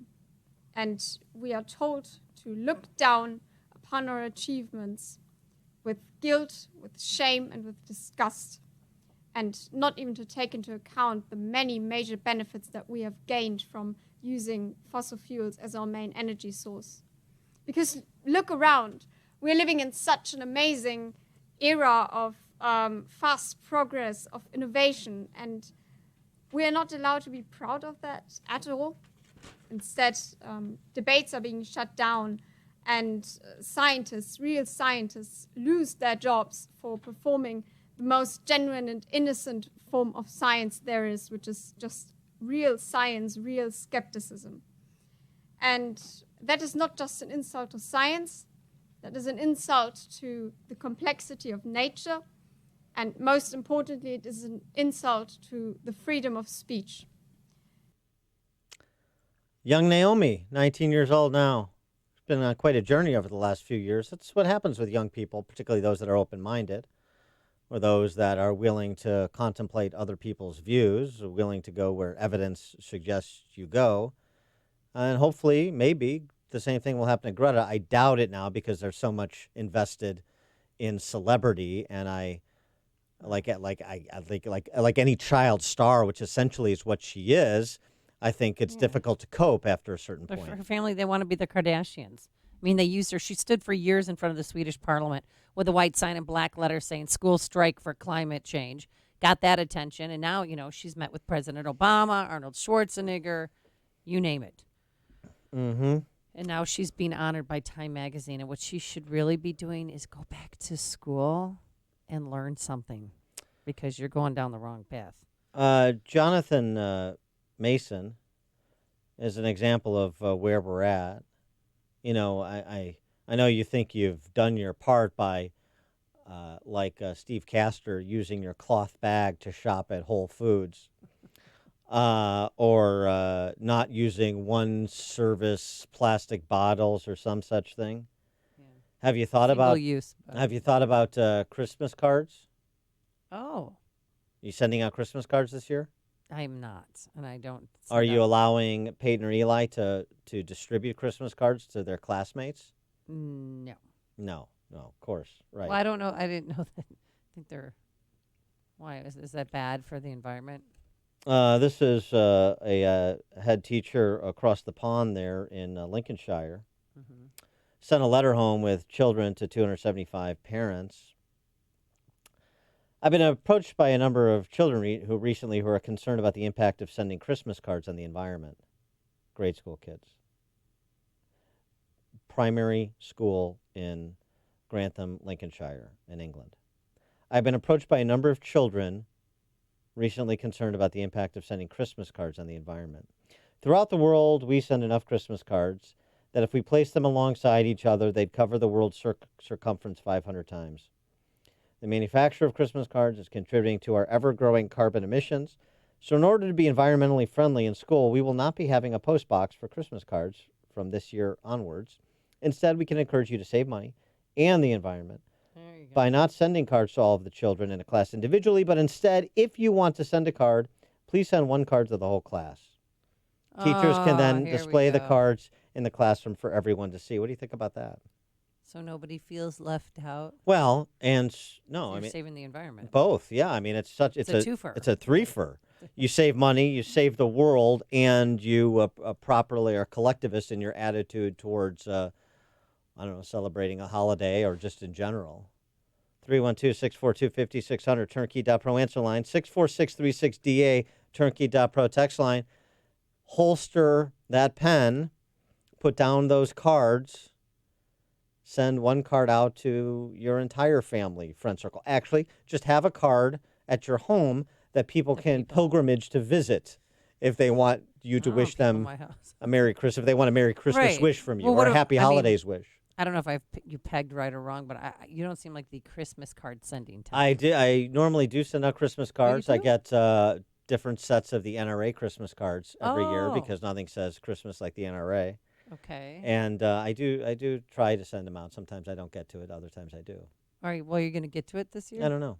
Maybe. It's only not, maybe. December 11th? Yeah. Christmas is 2 weeks from today. Yeah, 2 weeks is a lot of time. Yeah. Tom in Deer Park. Yeah, good morning. I'm looking at some of these past recipients. All I can say is I'm glad I've never been on a committee. I see that Hitler got one. Stalin actually won it twice. And then in 1988, it's the Endangered Earth. So they give it to Greta this year. I can't think of who I would nominate, Dan, but Amy and Dan, who would you nominate if you were on the committee? Thanks for the call, Tom. Who would I nominate for Time Person of the Year? President Trump. Well, he was hoping to get it. I reject the premise that time exists. Wow. I mean the magazine, not the construct of time. Yeah. I'd vote for Dan Proft. Yeah, that's very generous of you. You're welcome. The Time Person of the Year, I mean, in terms of, again, this is about the person who's made the greatest impact, not necessarily positively.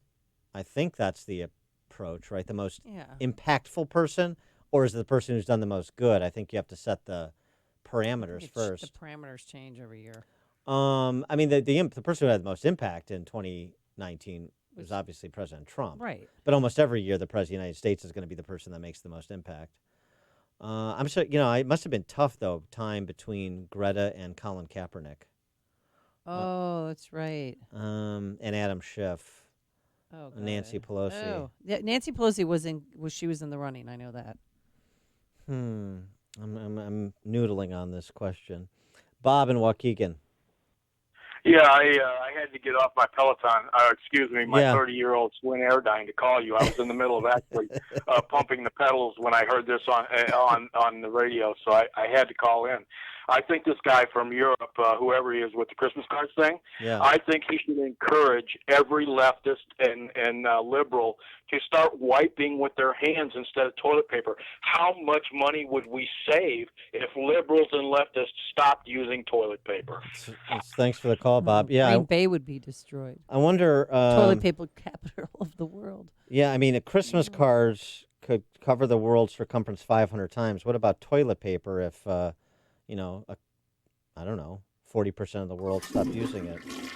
I mean, back to Time Magazine. or at least just follow the Sheryl Crow. One square. Yeah, just one square. Yeah. Joseph Caleb Watson should have gotten Times Person of the Year. He's the naval. Yeah, the hero. Yeah, the hero. At Pensacola. Who was shot 5 times and still ran out and had That's a good candidate. Told the authorities where the gunman was. That's a good candidate. Part of it is you forget what happened this calendar year because like January, February, March seems like so long ago. I really have to think What about else? this. There's other instances of heroism, of course. That's true. Then honor all the heroes. That's not a bad Helped idea. out in mass shootings. That's not a bad idea. How about doing something nobody's heard of to elevate somebody who's doing something that should be scaled?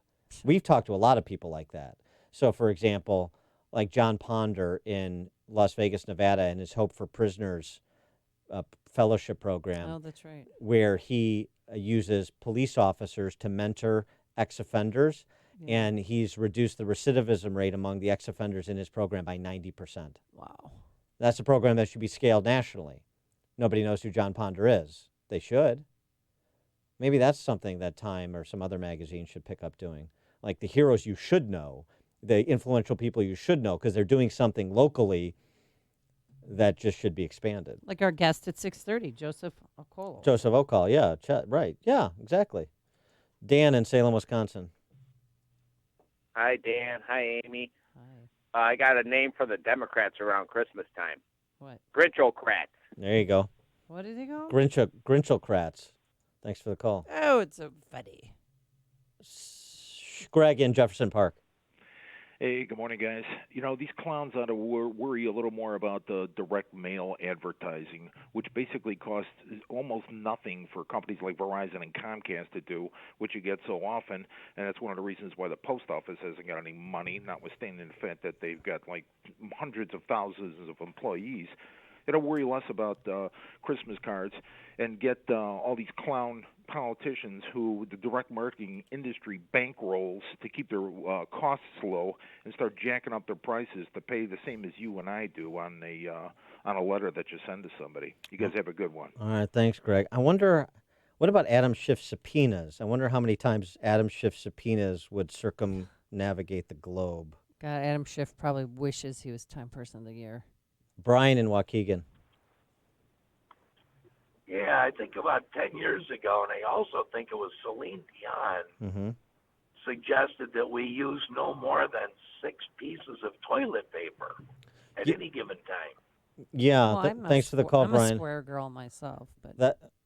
Oh, God. oh, gross. I'm taking some Purell right now just on principle. Oh, my, this is just disgusting.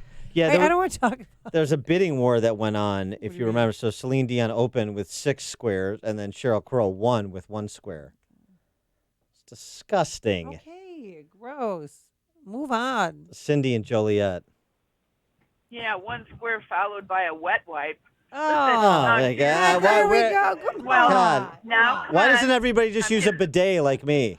I love the bidet. Oh, yeah. I had one in Spain. It was Sure. fantastic. It's a nice Best evening at 6 home. months of my life. Nice evening at home, just me and the bidet. Perry and Niles. Good morning, everybody. Got Can I tell you first who Adam Schiff reminds me of? Yeah. And I think, Dan, you'll know who this person is. Remember, there was a guy named Marshall Applewhite, and they called him Doe.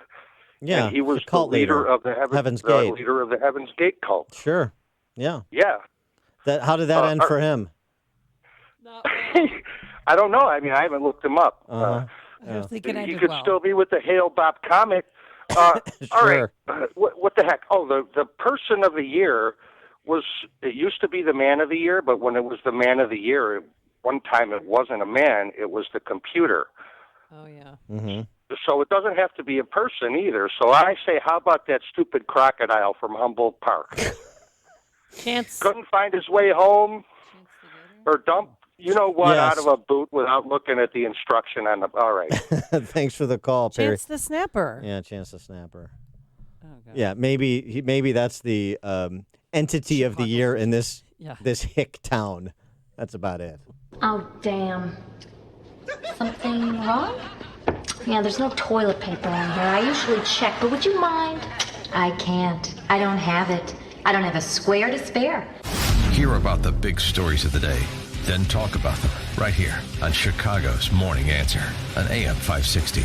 The Answer. Sheet metal is a big part of commercial and industrial facilities. Look around your business and you'll quickly notice how many components use sheet metal. From fan systems and hoods to machinery guards and much more. For top quality sheet metal work, get to know the pros at Vans Industrial. Hi, I'm Dave Van Camp, owner of Vans Industrial. Vans Industrial is an industrial sheet metal contractor that can fabricate all types of alloys up to 1-inch plate. We perform jobs including chutes, hoppers, stacks, siding, and dust collection. We work in material handling facilities including steel, chemical, agricultural, food processing plants, and more. Vans Industrial can also design and perform the engineering for a complete turnkey installation. Our quality work is installed by trained mechanics who will work closely with you to make sure the job is done right. Vans uses only the best and safest union-trained mechanics, insured at the highest level. Call 833-VANS-IND. That's 833-VANS-IND. Or on the web at vansindustrial.com. Balance of Nature.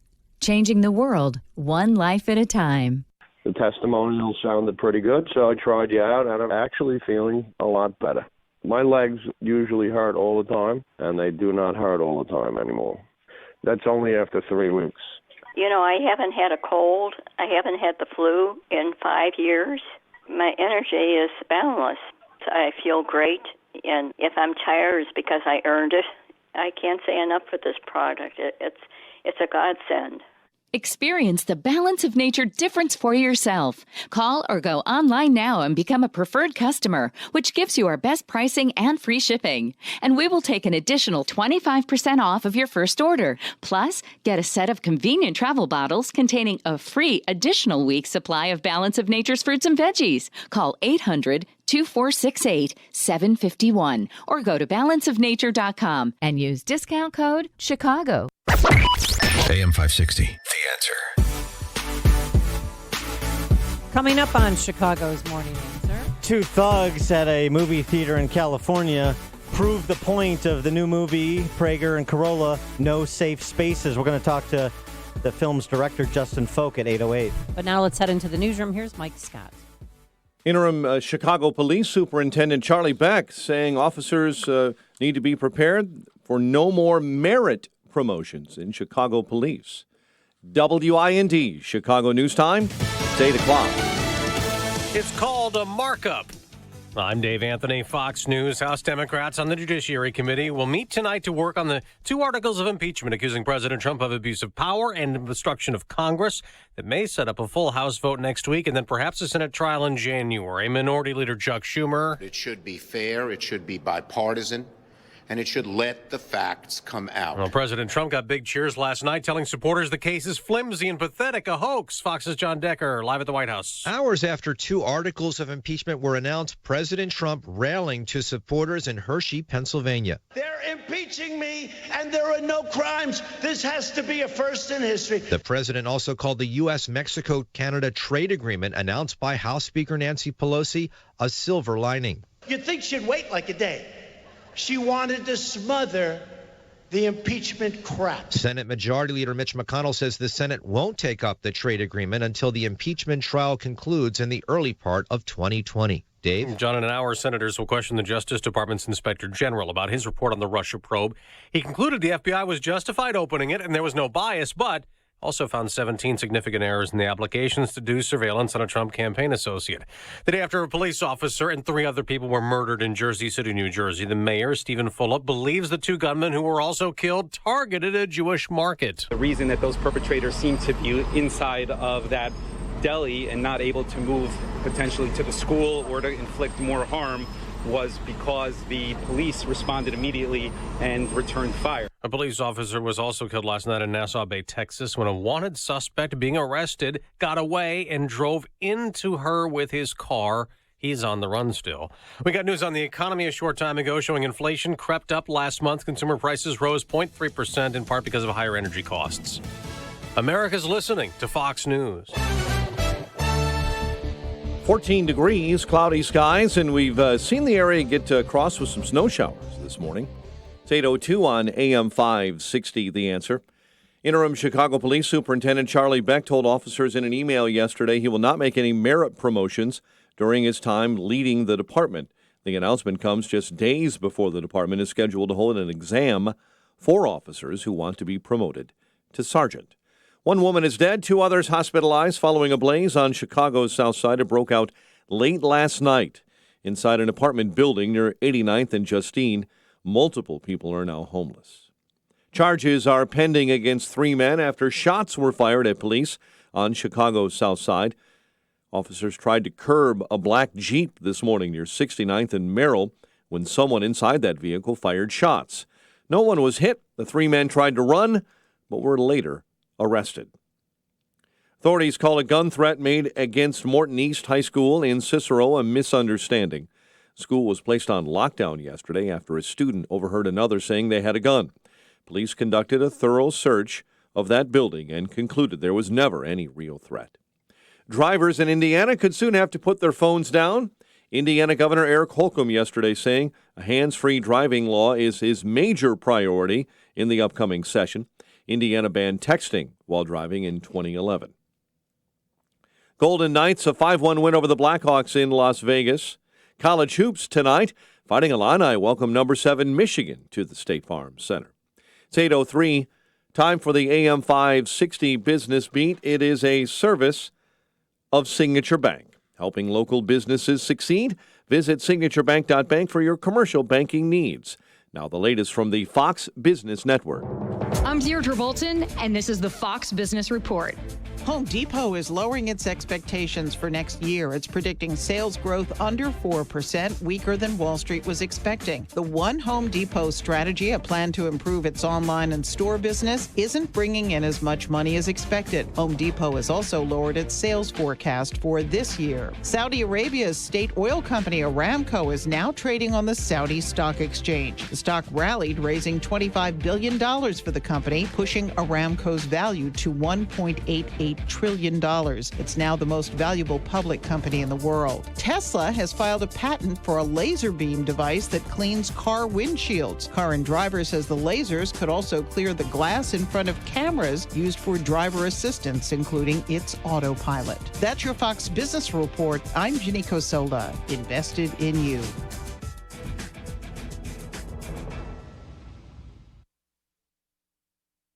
Hey, how would you like to have your mortgage or rent paid for an entire year? Would that qualify as a Christmas miracle? It's a Christmas miracle. Yeah, you betcha. So it could happen if you enter to win our Christmas Mortgage Miracle contest, presented by AM Woodland Outdoor Design from now through December 20th. But you can only win if you enter. And to do that, go to 560theanswer.com and search for the keyword miracle. That's 560theanswer.com. Keyword miracle. To enter for a chance to have your mortgage or rent paid for all of 2020. All right, if your roof's needy, you can Call Crumweedy. Hey, Sean Hannity here. If your roof is leaky, if the shingles are curling, or if your roof isn't right after storms, then you need to call Crumweedy with roofing companies. And the difference is, of course, installation. Now, Crumweedy, they know that, and that's why they follow the manufacturer's specifications, so your warranty is totally intact. And many companies don't do that, and that could void your warranty. If you hate high-pressure sales tactics, not from Crumweedy. They give you good,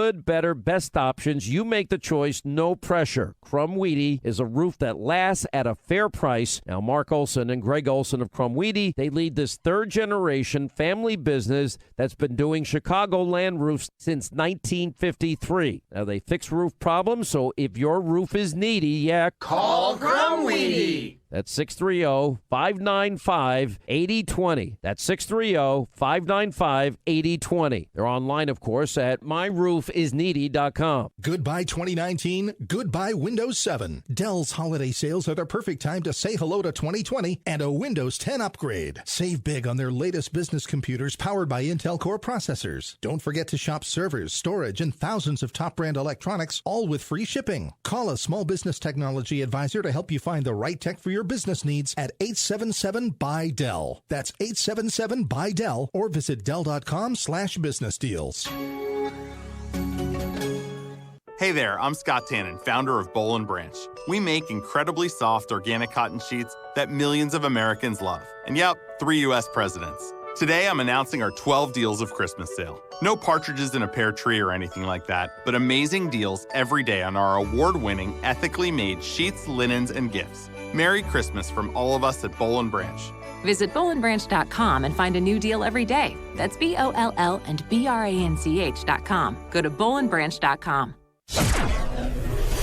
8:07 on AM 560. Time for a dry basement and a healthy home. It's time to call Permaseal, 800-421-SEAL.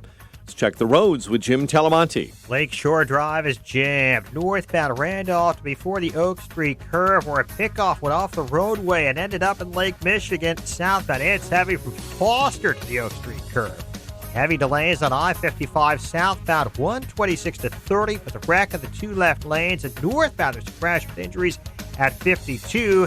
Farther north to Stevenson is an hour and 24-minute drive, 355 to Lakeshore Drive. The inbound Eisenhower is a mess. Crash at Wolf in the left lane. An hour and 18 minutes, 390 to downtown, 54 minutes from Manheim.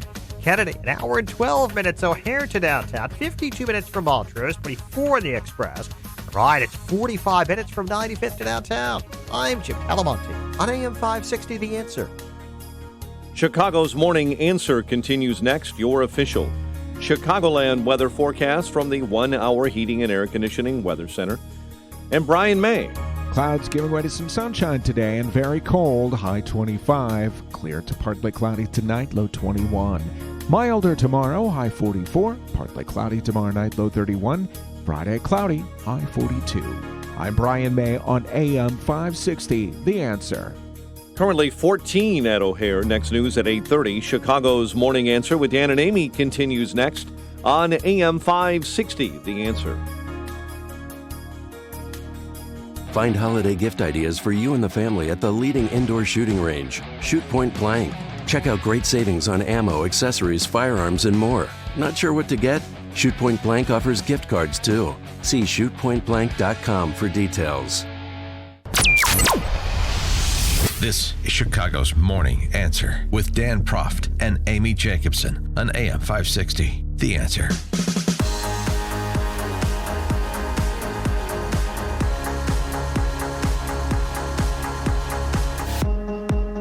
Top of the morning, Dan and Amy. We talked a little bit about it yesterday, the new movie that's out with our friend Dennis Prager and Adam Carolla, No Safe Spaces. It's shown, I saw it at the AMC River East downtown Chicago. I know it was playing out in Woodridge too, but obviously check your Were there a lot of people listings. in the theater? I mean, I saw it like on a Monday night, so it's not. Oh, by yourself. I don't want to go where there's a lot. I won't go when there's a lot of people in the theater. No, you don't. Boy, No Safe Spaces. It focuses on college campuses, but of course, what happens on college campuses doesn't stay on college campus, radiates throughout our culture, including on K through 12 campuses. Mason, Michigan. Mason high school student turning to police, alleging a teacher assaulted her during school hours because she supports President Trump.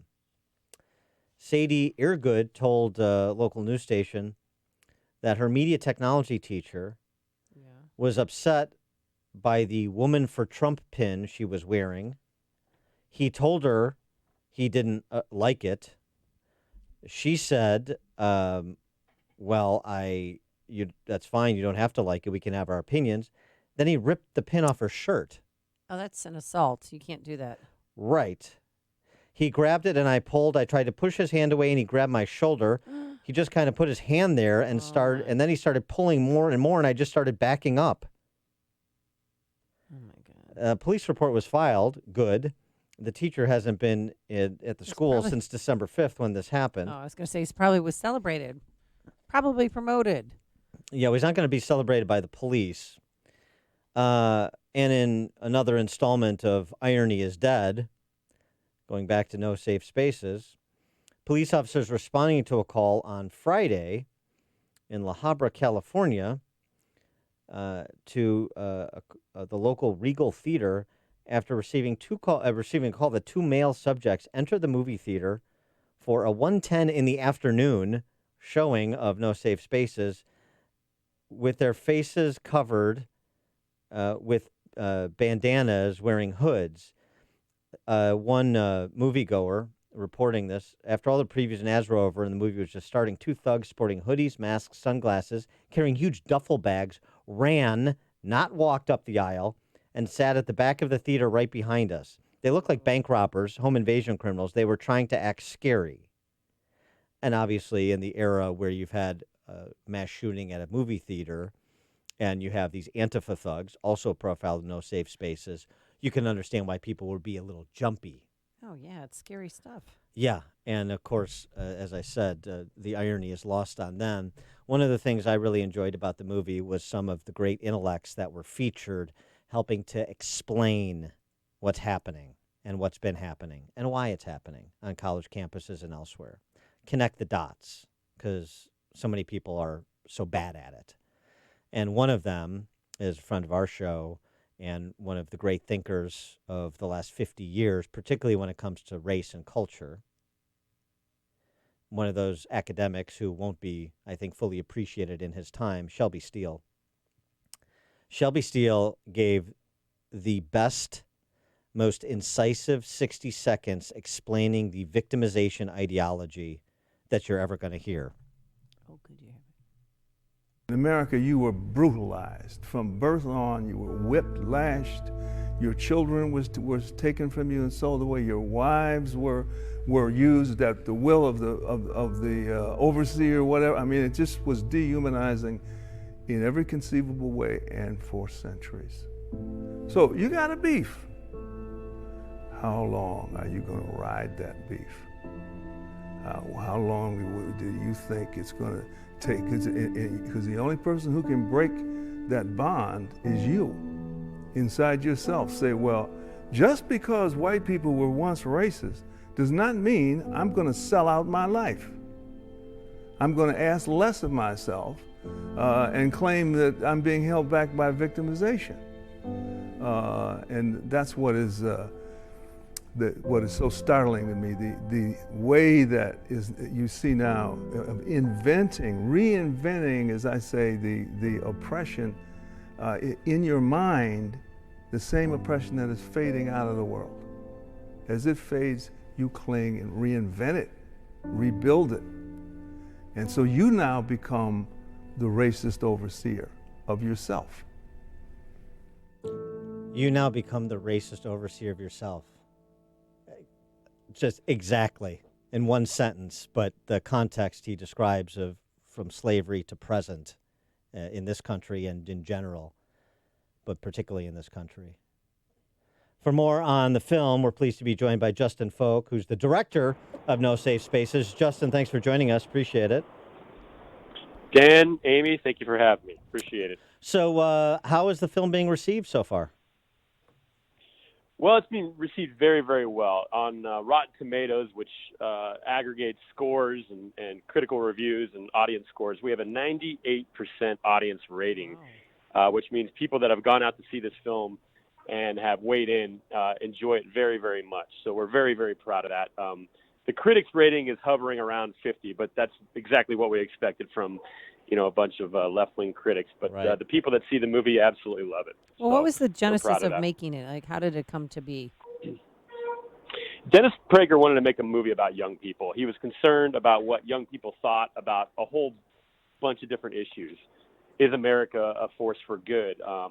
What are the values of capitalism or socialism? And so he just wanted to make a movie to get into the inside of what young people are thinking nowadays, because the cliche is true. Young people are the future. So we might want to understand what kind of future we have, paving the way for us here in America.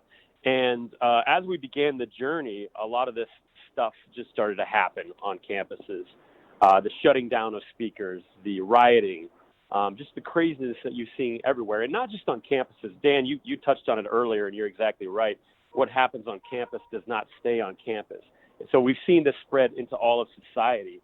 And so as we were making this film, this stuff just started to blow up all around the country. And I would say our timing was fortuitous, but it's unfortunate that it was, because this is a very real issue. Yeah, I mean, again, the thing I liked about the film, and I'm not surprised with Prager's involvement, is the dot connecting. So, you chronicled a lot of the same campus stories that we've talked about on our show, from Evergreen State to Yale to Berkeley to Middlebury. But it's the importance is connecting the dots. What's the implication of what's happening? And that's where you get to it. And you start to say, now think about that. Think about people at Yale who can't tolerate a Halloween costume that offends them. And how are they going to approach the world when they're in a position of power in our country, in a corporate boardroom, on a federal bench, in public office? That's what you need to start thinking about, because it's one thing to say, oh, well, that's just ridiculous, but it's contained on the campus of Yale. It's another thing when they have, lawmaking authority or otherwise significant corporate influence to impact culture when they get out of Yale. Well, I think you're exactly right about the gravity of this situation. A lot of people make the mistake of disregarding what's going on with these kids as, oh, just wait till they get to the real world. They're going to rude awakening and reality will dawn on them. Well, no, that's not what's going to happen. They're going to bring that reality to modern society. These are the people that are going to be running the tech firms, Google. Yeah. They're going to be, like you mentioned, they're going to be the local city council leaders. They're going to be running things, lawmakers. They're going to be doing things and bringing this world that they've created, this crazy, tyrannical, thought control to the rest of society. That's the world they're going to want to create. And so people need to be aware of it. So when they see this film, they need to realize this film is not just about universities. This film is about the future of America. It's about the First Amendment and the future of America, and how this could eat us from within if we don't fight back. What do you want to say to those two thugs who donned masks yesterday and stormed into the theater? What would I like to say to them? Yeah. I don't know if I want to say that on air necessarily. Yeah, right. But we could expect, I think, some of this. This is the move. This is what we made the movie about. Is people like this. People wanting to intimidate other people so that they don't have a voice. Running. By the way, I live in Denver, Colorado. I live not too far from the Aurora Theater where the shooting took place. And for somebody to do something like this, it's just it's insane. It's unbelievable, and I can't believe that these guys are not being. It's being investigated, but these guys were not arrested for doing this. Is just a crime in and of itself. And you see this. You profiled it with the Evergreen State story too, the Brett Weinstein, and I mean that you had. It was more than just intimidation. You had a real security problem in Evergreen State. You had a university president that abdicated control of his campus to the horde and put Brett Weinstein and his wife in danger. And I thought one of the things, and we covered that very extensively, but one of the things you got in the movie that was really important was I think it's his wife's perspective, right? She's also a professor, saying, don't be, why are you surprised? You raise kids in an environment where they're in a bubble. You do the everybody gets a trophy. You do the I don't have to hear a crossword. You do the I don't even have to encounter dissent. And that you unleash them on a college campus, and you're surprised by the way they behave. Yeah, I don't know why anybody would be surprised this is happening. And it's not just that these are snowflakes. They're being taught to act in ways that are just very uncivil. Like these two gentlemen at the theater, coming in and thinking they could scare people out of a theater. And by the way, I do want my money back from those guys. They ended up giving those people left the theater because they were scared, and they got their money back. So these guys actually took away from our box office. They did. They stole from you. It's true. Yeah. So I hope people rise up around the country and go out and see this film. It's very important for us to push back, and a movie like this is one way to do that against this type of thinking. Not all young people think this way, and I think if we can get more young people to see this movie, I think we have a chance for them to understand what's really important about our society. Well, yeah, and there was some really good interchanges. Prager with some African-American students at a historically black college in Atlanta, and that was the setup for Shelby Steele's comment, which we played. This goes back to something, too. I just want to sort of put an exclamation point on what you just said. This is where we've abdicated, one of the areas where conservatives have abdicated, which is the arts and entertainment. And this is an opportunity to join the intellectual battle in that space that we should have never abdicated. As von Mises said, he who wants to improve conditions must propagate a new mentality, not merely a new institution. And this is about changing the way people think and informing their understanding of what's happening and what the implications are. Well, that's right. And Andrew Breitbart was the one that I think that first said that politics is downstream from culture. So if you want to, fight the politics battle, you need to do it first in culture before things are finally decided. I think Scalia also once said that decisions are already made well ahead of time before they get to the Supreme Court. They're just there for them to ratify them. Yeah. So we need to be engaged as conservatives in culture, in movies, and in the arts. And the important thing is to make a good film, and I think we've done that. And the other thing that we've done with this film that I think is very important is we've made a very balanced film. We knew what the accusation would be. We knew that people would call it a piece of right-wing propaganda, and so that's why we have people like Van Jones in our movie. We have Cornel West. Right. We have Alan Dershowitz. These are not people on the right. These are people from the left, and so we've balanced out our movie with voices from liberal voices that do stand for freedom of speech and these principles. And I think it gives our film a very balanced feel that you could actually show to your liberal friends. And I'll tell you what, without having to issue a spoiler alert, I like the fact that the movie ends on a hopeful note with Maestro Dennis Prager, and I'll just leave it there. I saw the trailer. Right. He is Justin Folk. He's the director of No Safe Spaces. No Safe Spaces, again, it's downtown at AMC River East. I know it's out in Woodridge. Check your local listings. Go see it. Support Prager and Carolla's work and Justin's work and everybody's work here, as well as to spread the message to just open people's eyes. A really important film. Thanks so much for being a part of it, and thanks for joining us, Justin Folk. Thank you for having me, Dan and Amy. Really appreciate it. And thank you. And he joined us on our turnkey.pro answer line. It's news, opinion, insight. This is Chicago's Morning Answer on AM 560. The Answer. Balance of Nature. Changing the world, one life at a time. As a retired RN, I know the importance of nutrition. I always have.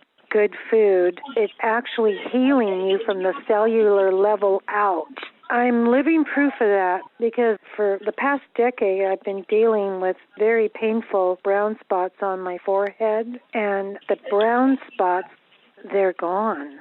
There's only one thing that changed in my life, and that was taking Balance of Nature. Experience the Balance of Nature difference for yourself. Call or go online now and become a preferred customer, which gives you our best pricing and free shipping. And we will take an additional 25% off of your first order. Plus, get a set of convenient travel bottles containing a free additional week's supply of Balance of Nature's fruits and veggies. Call 800-2468-751 or go to balanceofnature.com and use discount code CHICAGO. Slip into something more comfortable. Hey, whoa. Like a Hey, guys. Peloton? Yeah. Guys, do you struggle every Christmas deciding what to get for your wife or girlfriend or maybe both if you're Eddie Johnson? Oh, too soon. No, it's not. Mean-spirited. Save yourself the headache. And here's how, by giving her the next best thing to wearing nothing at all. Soft, silky Nudies sleepwear, available exclusively at pajamagram.com. Sensuous, smooth, Nudies pajamas. Feel like her own bare skin. She's going to love it, and so are you. Plus, every Pajamagram includes free gift packaging. That's like icing on the cake because it means you don't have to wrap a thing. They're also backed by a 100% lifetime guarantee, so you risk nothing. And delivery by Christmas is guaranteed. So get her something special. Get her something she'll love. And take care of the hardest person to shop for on your holiday list. Here's what you do. It's simple. Go to pajamagram.com. Pajamagram.com and tell them Dan and Amy sent you. Yeah. It's making me feel kind of funny, like climbing the rope in gym class. Are you looking for the perfect gift? I hope you'll check out Roland's Jewelers in downtown Libertyville. I love these guys. Mike Gallagher here at Roland's. Not only do they care about making America great again, they also care about making your holiday moments memorable. You know, buying jewelry is about trust. Roland's is the go-to place. You're going to see why when you visit RolandsJewelers.com or head to downtown Libertyville to work with them in person. It's no hassle. They'll show you pieces from the top designers, Simon G, with beautiful pendants. The Hearts on Fire diamond earrings are a great choice. Italian designer Roberto Coin's collection is gorgeous. Ken over at Roland's is offering up to $500 for AM 560 The Answer listeners. Not just for jewelry, but luxury timepieces, like the watch I wear from Roland's, Shinola, or Longines, or Tag Heuer. Your choice. Roland's Jewelers makes your gift giving easy. RolandsJewelers.com. Let them help you in-store in downtown Libertyville. Roland's Jewelers is a family-owned jeweler you can trust. AM 560, The Answer. Oh, by the way, Amundsen beat Northridge Prep 41-32 last night. Thank you for the Amundsen beat update. Well, they were wondering where you are because you voice a lot of their commercials. Yeah. And I told them that you were in the girls' locker room. That you were gonna have to talk to AD Will Ray about that. Yes, but thank you. It was an exciting game. So. We want to thank so many of our business benefactors this holiday season and insure with us of Burbank, Ditch Witch Midwest, Scola Specialty Advertising, Napleton Automotive Group, Bain Center of Orland Park, Elgin Eye Clinic, 4-Star Wealth Advisors, Build Tech Commercial Development, so many more business benefactors who are participating in helping us provide food for a year for 600 Venezuelan families who are living as refugees in Colombia after essentially fleeing for their lives from their home country because of the socialist dictators. The way you participate in our business benefactor with these other enlightened businesses and entrepreneurs, make a $2,500 tax-deductible donation to Food for the Poor. And as a thank you from us for your generosity, we'll profile your business on our airwaves to our listeners with 40 60-second commercials that will run Monday to Friday, 5 a.m. to 8 p.m. on our airwaves. The way to enroll in this program, simple, make a call. Ann Jeanette, our sales manager, is the woman to call, 847-472-8951. Again, 847-472-8951. Or you can sign up online, 560theanswer.com/food. And this sells out every single year, every year. And we want to thank Dietz Janitorial, MS Consulting, the Bain Center of Orland Park, Build Tech Commercial Development. The list goes on and on. And you want to do it. You want to be like one of the cool companies because really it's the best way to take your business to the next level. If you've ever thought about advertising, now is the time to do it. It is the best deal in Chicagoland radio. $2,500, tax deductible.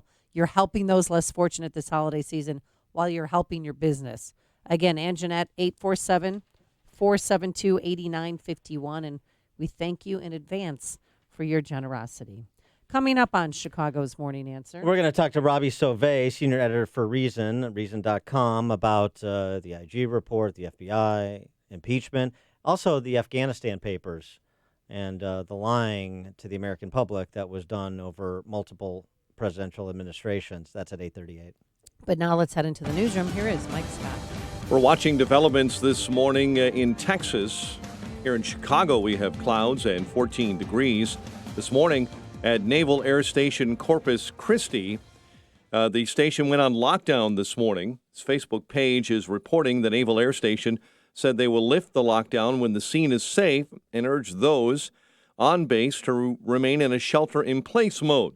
This is after a suspect was very quickly taken into custody after arriving at Naval Air Station Corpus Christi. No details as to exactly why the base went on lockdown, but again, the suspect is in custody. And right now, everyone is safe at Naval Air Station Corpus Christi. Jersey City Mayor Stephen Fulop says it's clear now to him that two heavily armed suspects were targeting a kosher grocery store in yesterday's deadly shooting. Fulop says two officers on foot just a block away responded immediately to the suspects opening fire on the store and saving lives. Had they not responded and had they not been there in that location, more than likely more people would have died. The reason that those perpetrators seem to be inside of that deli and not able to move potentially to the school or to inflict more harm. Fulop says the officers kept the suspects from leaving. That led to heavy gunfire and exchanges between the suspects and officers. 3 civilians were killed inside the store along with the 2 suspects. A veteran Jersey City detective was fatally gunned down at a cemetery near where the incident began. Public Safety Director James Shea moments ago saying while exact motives are not clear, it may still have been an anti-Semitic attack. House Speaker Nancy Pelosi says Democrats in the White House finally negotiated a deal on a new North American trade agreement. Pelosi saying yesterday's agreement is much better than the U.S.-Mexico-Canada agreement the Trump administration originally presented to Congress. 1 woman is dead, 2 others are hospitalized following a fire on Chicago's South Side. The blaze broke out last night inside an apartment building near 89th and Justine. A longtime Chicago official is accused of racking up thousands of dollars in purchases, then later disputing those charges. George Coleman Jr. was charged this week with 1 count of a continuing financial crimes enterprise. Now, the charge isn't connected to his job as Deputy Commissioner for Intergovernmental Affairs at the Department of Aviation. The White Sox make another big offseason improvement with the addition of Nomar Mazara.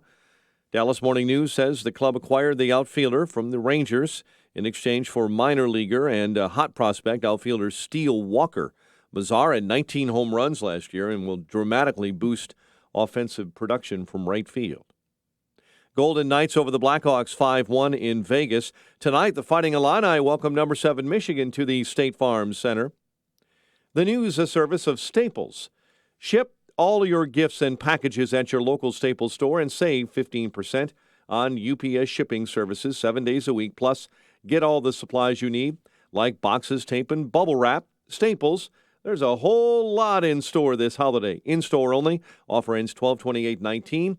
See store for details. 8:33 and a check of traffic and weather on the way next on AM 560. Mike Gallagher is waiting for the other shoe to drop. See, here's the thing about an impeachment. Both sides have to testify.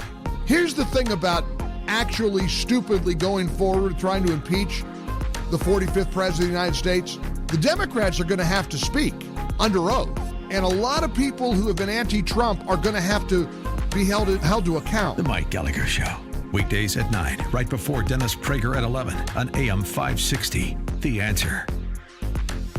Signature Bank is Chicago's fastest growing independently owned business bank. It's a bank where relationships still matter. Signature Bank knows your name and your story. I'm Dan Proft, and I know this because Signature Bank is my business bank. I'm Mick O'Rourke, President and CEO of Signature Bank, Chicago's business bank. I'd like to thank our customers for selecting Signature as their trusted banking partner to help build their businesses. We started Signature in 2006, and we've had the opportunity to meet so many hardworking Chicagoans. From third-generation family-owned businesses on the west side of Chicago to tech innovators at 1871. Signature Bank is proud to work across many different industries in the city and beyond. As the fastest growing, independently owned business bank in Chicago, Signature is always welcoming new customers. I'd love to meet you and learn about your business. Signature Bank is looking for their next success story. To learn more about turning your business vision into reality, visit signaturebank.bank. Signature Bank, helping local businesses succeed. Member FDIC, Equal Housing Lender.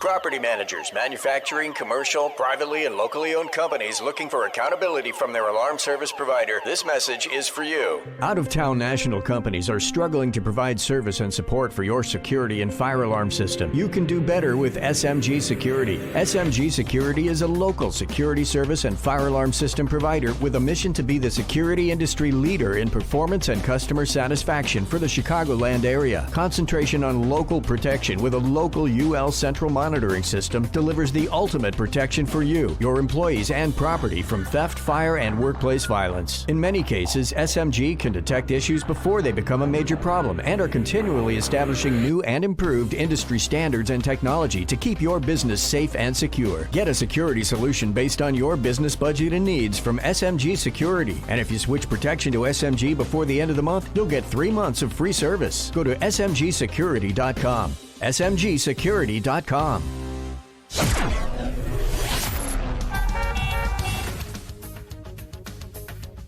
8:36 AM 560 Traffic Center time, and Jim Telemonte. The inbound Eisenhower is shut down right now between Wolf and Mannheim due to a major wreck. We see a solid backup starting at North Avenue. Before that, there are some delays as well from 390 to Mill Road. Outbound, there's a big Gapers delay. It is an hour and 27 minutes downtown Chicago to 390. On the inbound Kennedy, we see a high travel time as well. It is an hour and 10 minutes, so here to downtown much quicker in the Express. Stevenson, brutal, an hour and 42 minutes, 355 to Lakeshore Drive. There are major wrecks farther south, southbound at 30 and northbound 1 at 52 has cleared. Ryan, 45 minutes, 95th to downtown. Northbound Lakeshore Drive is a mess. Randolph to the Oak Street curve, the truck going off the road. I'm Jim Telemonte on AM 560 The Answer. Chicago's Morning Answer continues next in our 1-hour heating and air conditioning weather center. Very cold today. Clouds giving way to sunshine. High 26. Clear to partly cloudy and 19 overnight. A much milder day tomorrow. A high of 44.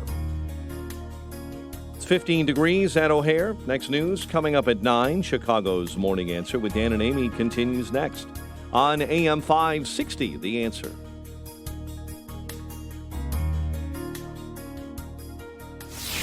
This hourly segment is brought to you by Retire Chicago. Tune in Saturday mornings at 8 to Retire Chicago with John McNamara of McNamara Capital. When you've got questions, he always has an answer. It's Sean Hannity, this afternoon at 2 on AM 560. The Answer. Top of the morning, Dan and Amy. Let's talk about abuse of power. President Trump did yesterday at his rally in Hershey. He talked about how the abuses of power of the left have made the Trump administration stronger politically. They knew right at the beginning that it was all a frame-up, a setup. But they hid it so that nobody could see it, so they could keep it going on, thinking they were going to hurt us politically. But now we're stronger politically than we were ever before. Carter Page, one of the people that I think it's fair to say was treated unfairly, at minimum, in this process by the FBI, writing an op-ed in the Wall Street Journal asking where he goes to get his reputation back, a la Ray Donovan from the 80s. But he still doesn't have a permanent residence because he's fearful, because they had hate messages and people were after him, and he was being spied on. He writes, my experience should be a warning. For 3 years, I've opened myself up to more than 40 hours of interrogation without a lawyer, including full days of questioning before the House and Senate Intelligence Committees and by Special Counsel Robert Mueller's team. After all this testimony and after more than a year of round-the-clock surveillance under FISA warrants, I've never been charged with any crime. If senators don't demand answers, they're practically inviting intelligence agencies to use their surveillance powers to target domestic political opponents. And that's the same thing Rand Paul cautioned about on Cavuto yesterday. This doesn't bode well for our country. You know, they say in such serious tones that this threatens democracy. Well, what really threatens democracy is that if we're going to impeach every president that comes along because we don't like their tone or we don't like their demeanor or we think they're not courteous. So I think these are things that should be taken care of at the ballot box. I really, the things I'm concerned about are people like Adam Schiff using subpoena power to actually get the phone records of a fellow congressman. I think that's obscene, and I think really he ought to be censured for it.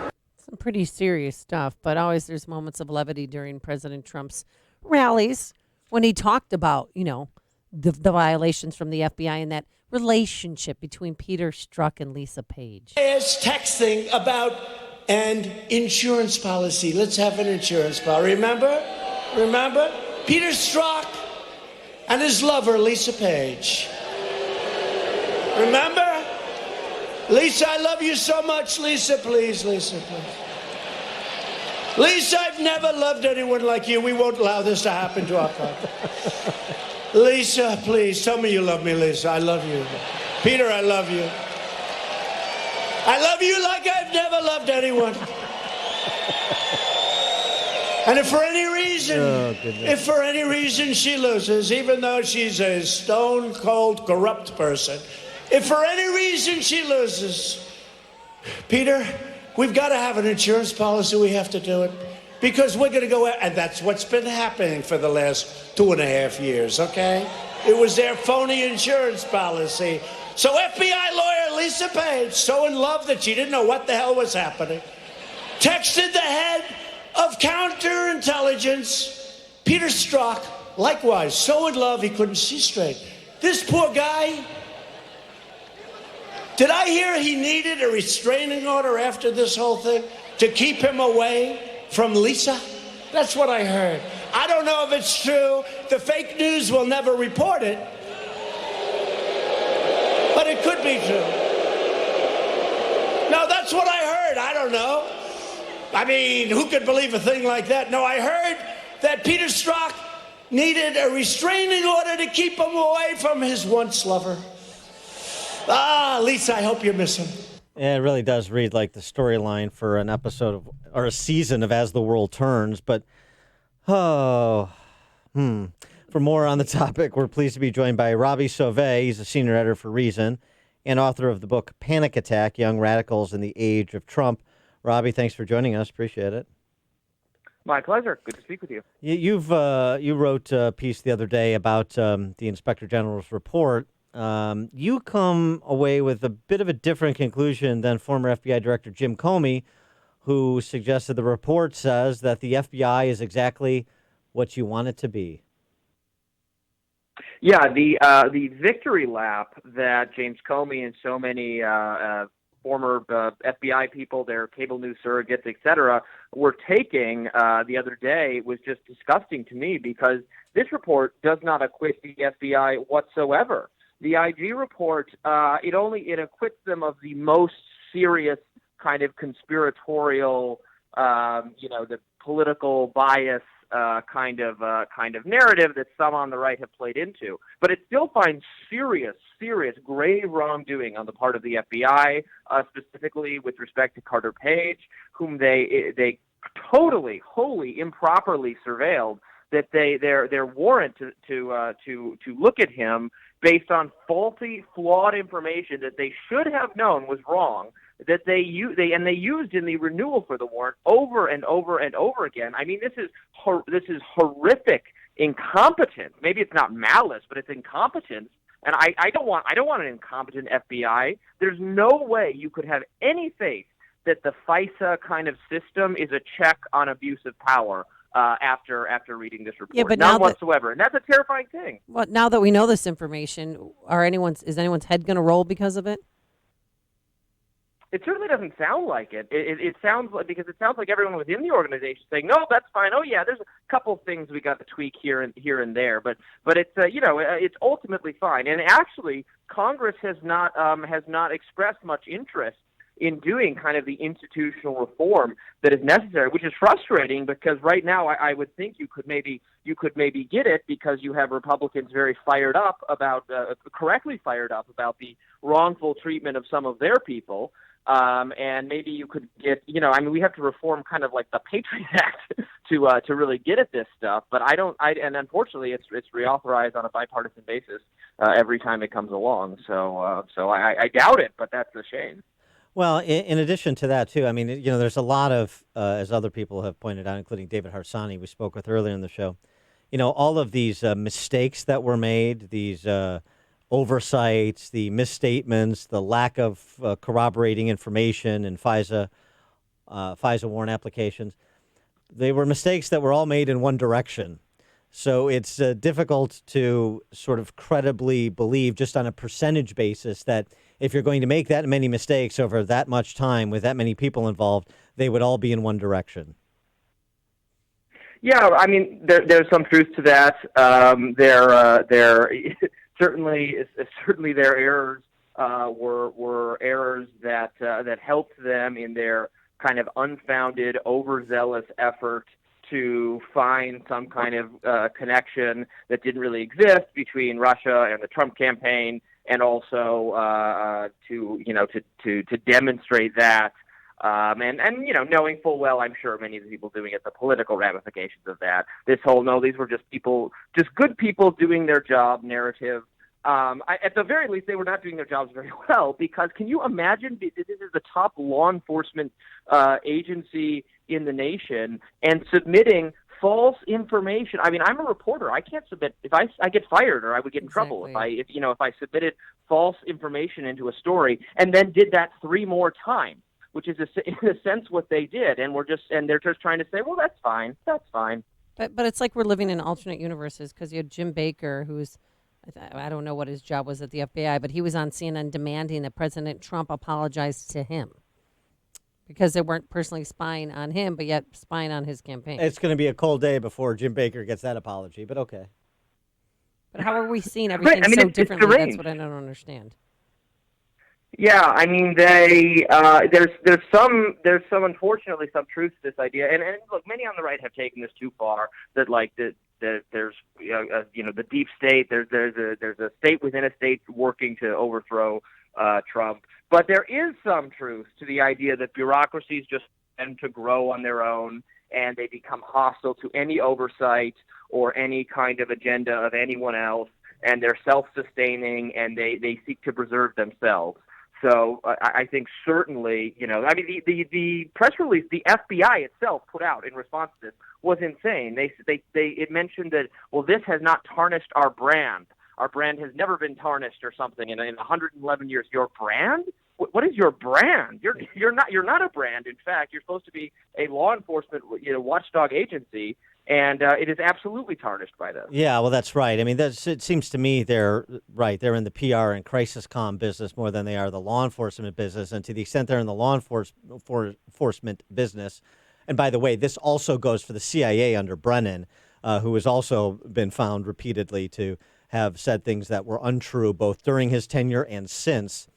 You do have a culture problem here, at least among some senior leaders in some of these very powerful bureaucratic law enforcement and intelligence agencies. And that culture is the ends justify the means.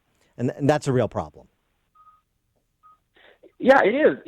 I'm a civil libertarian. I'm really concerned about spying on Americans, about that kind of stuff. And man, I would really like this to turn into universal outrage, because there are a lot of people probably who are being treated like Carter Page was, that we're not even going to ever know about, right? Because it doesn't connect to some larger national scandal. This is happening all the time. This has really shone a light on the FISA process. And I do not like what I see. I think most Americans should share in that outrage. Well, and in addition to, I mean, the fact that FISA warrant applications are rarely rejected by the FISA courts, and yet the FBI still felt the need to cook their applications.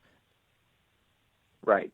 I mean, yeah, they're never rejected, and they're thinking as well. We have to be, can't be too careful, because we really got to know if these are bad people. But it's obvious. The theory that Carter Page was a Russian asset was so ridiculous and so absurd and so undercut by so much other information that they just ignored. Right. You would not, you can't believe they act in good faith after watching what they did in this case. Another trove of documents that are revealing.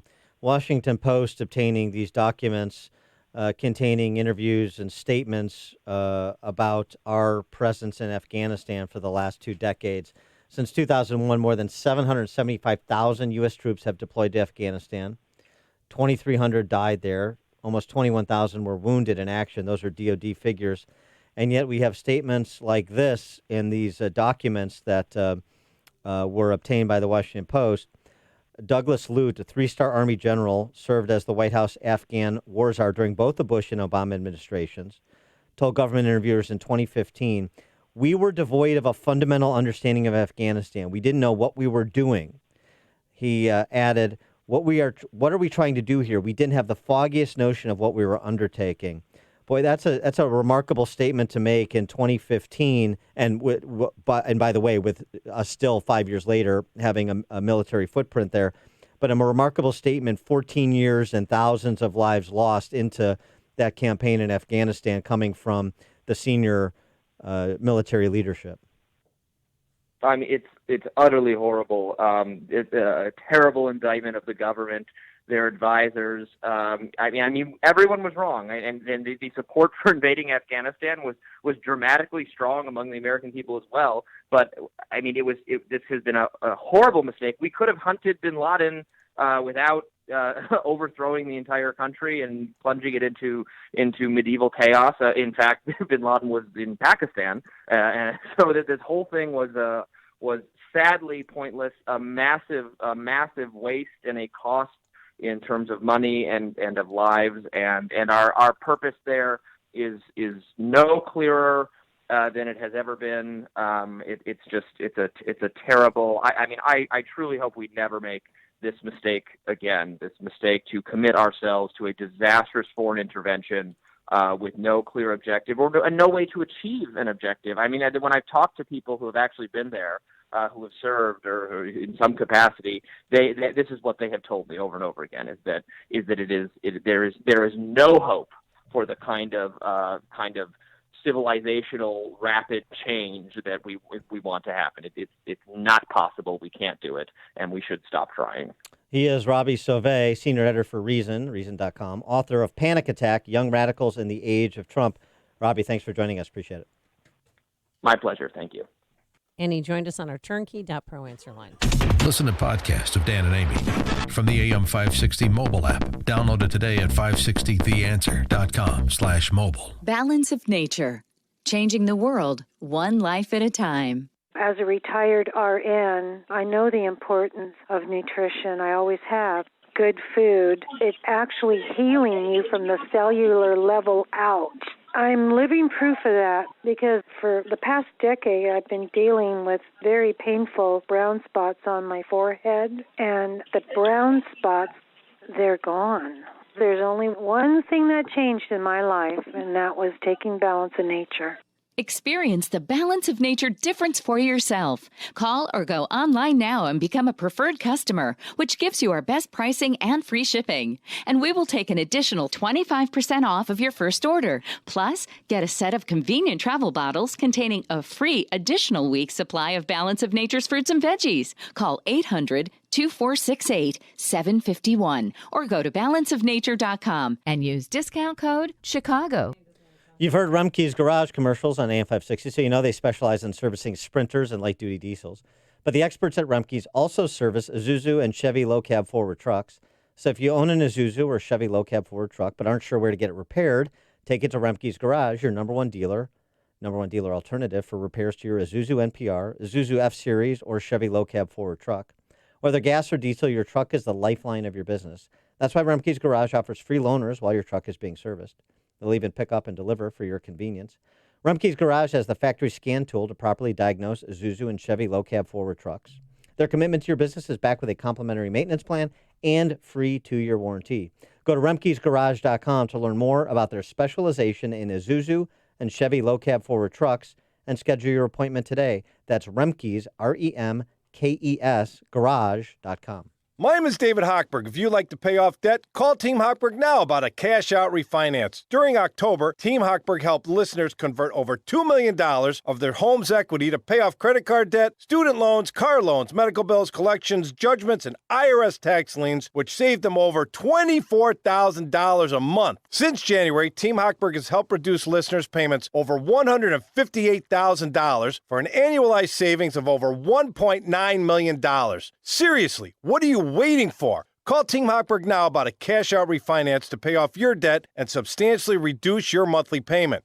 Think of how much better you and your family will be with all the money you'd be saving. Stop procrastinating. Call Team Hochberg now at 855-56-DAVID or visit 56david.com. Team Hochberg has helped thousands of AM 560 listeners, but we can't help if you don't call 855-563-2843 or visit 56david.com. Homeside Financial Equal Housing Lender, LMLS 1124061.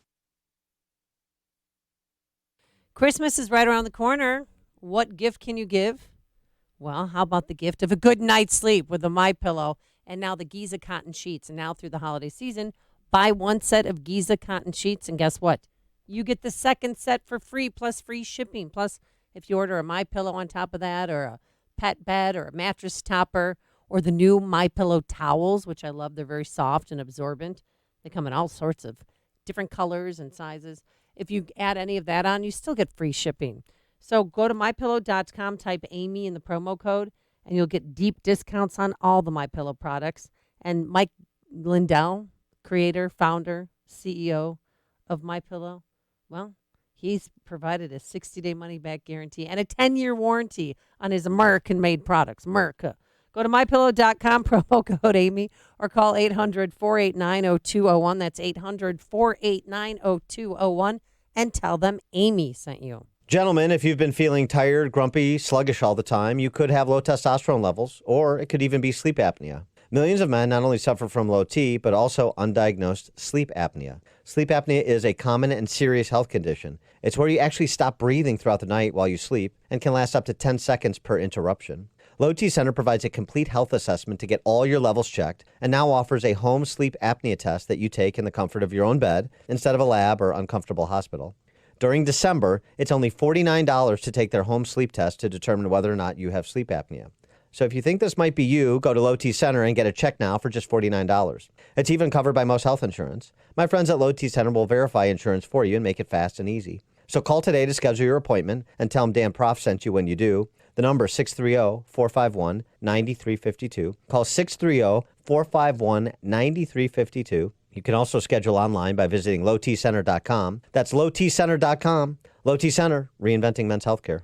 Doors or windows sticking? Uneven floors? New cracks in your drywall or exterior brickwork? Bowing basement walls? Does any of this sound familiar? Hi, I'm Roy Spencer, president of Permaseal. Many homeowners across Chicagoland are experiencing these symptoms of structural foundation issues. All too often, I hear of a homeowner that paid for an expensive consultation just to determine the problem. Don't be one of them. Call Permaseal at 800-421-SEAL. Our certified structural consultants will thoroughly evaluate your foundation and offer a permanent solution at absolutely no charge. From Waukegan to DeKalb to Kankakee, we're committed to providing you with quality products and the superior service that you deserve. Call Permaseal today at 800-421-SEAL. When the work is done, you'll have a transferable warranty along with priceless peace of mind. That's 800-421-SEAL or visit permaseal.net. Don't best for being better, Permaseal. AM 560, The Answer. All right, we're almost there. We need your help. We can do this together. We can help those less fortunate this holiday season. Oh my gosh, Dan is singing Christmas carols. Wait. Stop. Go, keep going. No, I just, just sort of hum along a little bit, that's all. Wow. You're not saying bah humbug? No, I'm not a Scrooge during Christmas. What are you getting me this year? Because I'm going to give big gifts on Friday. Remember, we have to give gifts on Friday, this Friday. And you're going to miss the Christmas party next Wednesday. Yeah. The office Christmas party where people wear their ugly Christmas sweaters. All right, come on. All right, call 844-862-HOPE, 844-862-4673, or simply go to 560theanswer.com, search for the keyword food. We are almost there. And more importantly, become a business benefactor. $2,500, tax deductible. The money goes to Food for the Poor, and as a way of saying thank you, we give you 40 60-second commercials that will air right here. And Dan could voice them. I can voice them. Call Ann Jeanette, 847-472-8951, or go to 560theanswer.com. Search for the keyword food. Thanks so much for making us part of your morning. Thanks to Justin Kosick, our technical director, and to Quinn McCarthy, who is the Sergeant-at-Arms for the Horowitz testimony on the Hill today.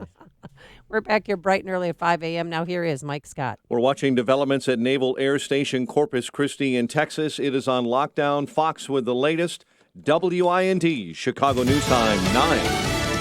The Inspector General who probed the Russia probe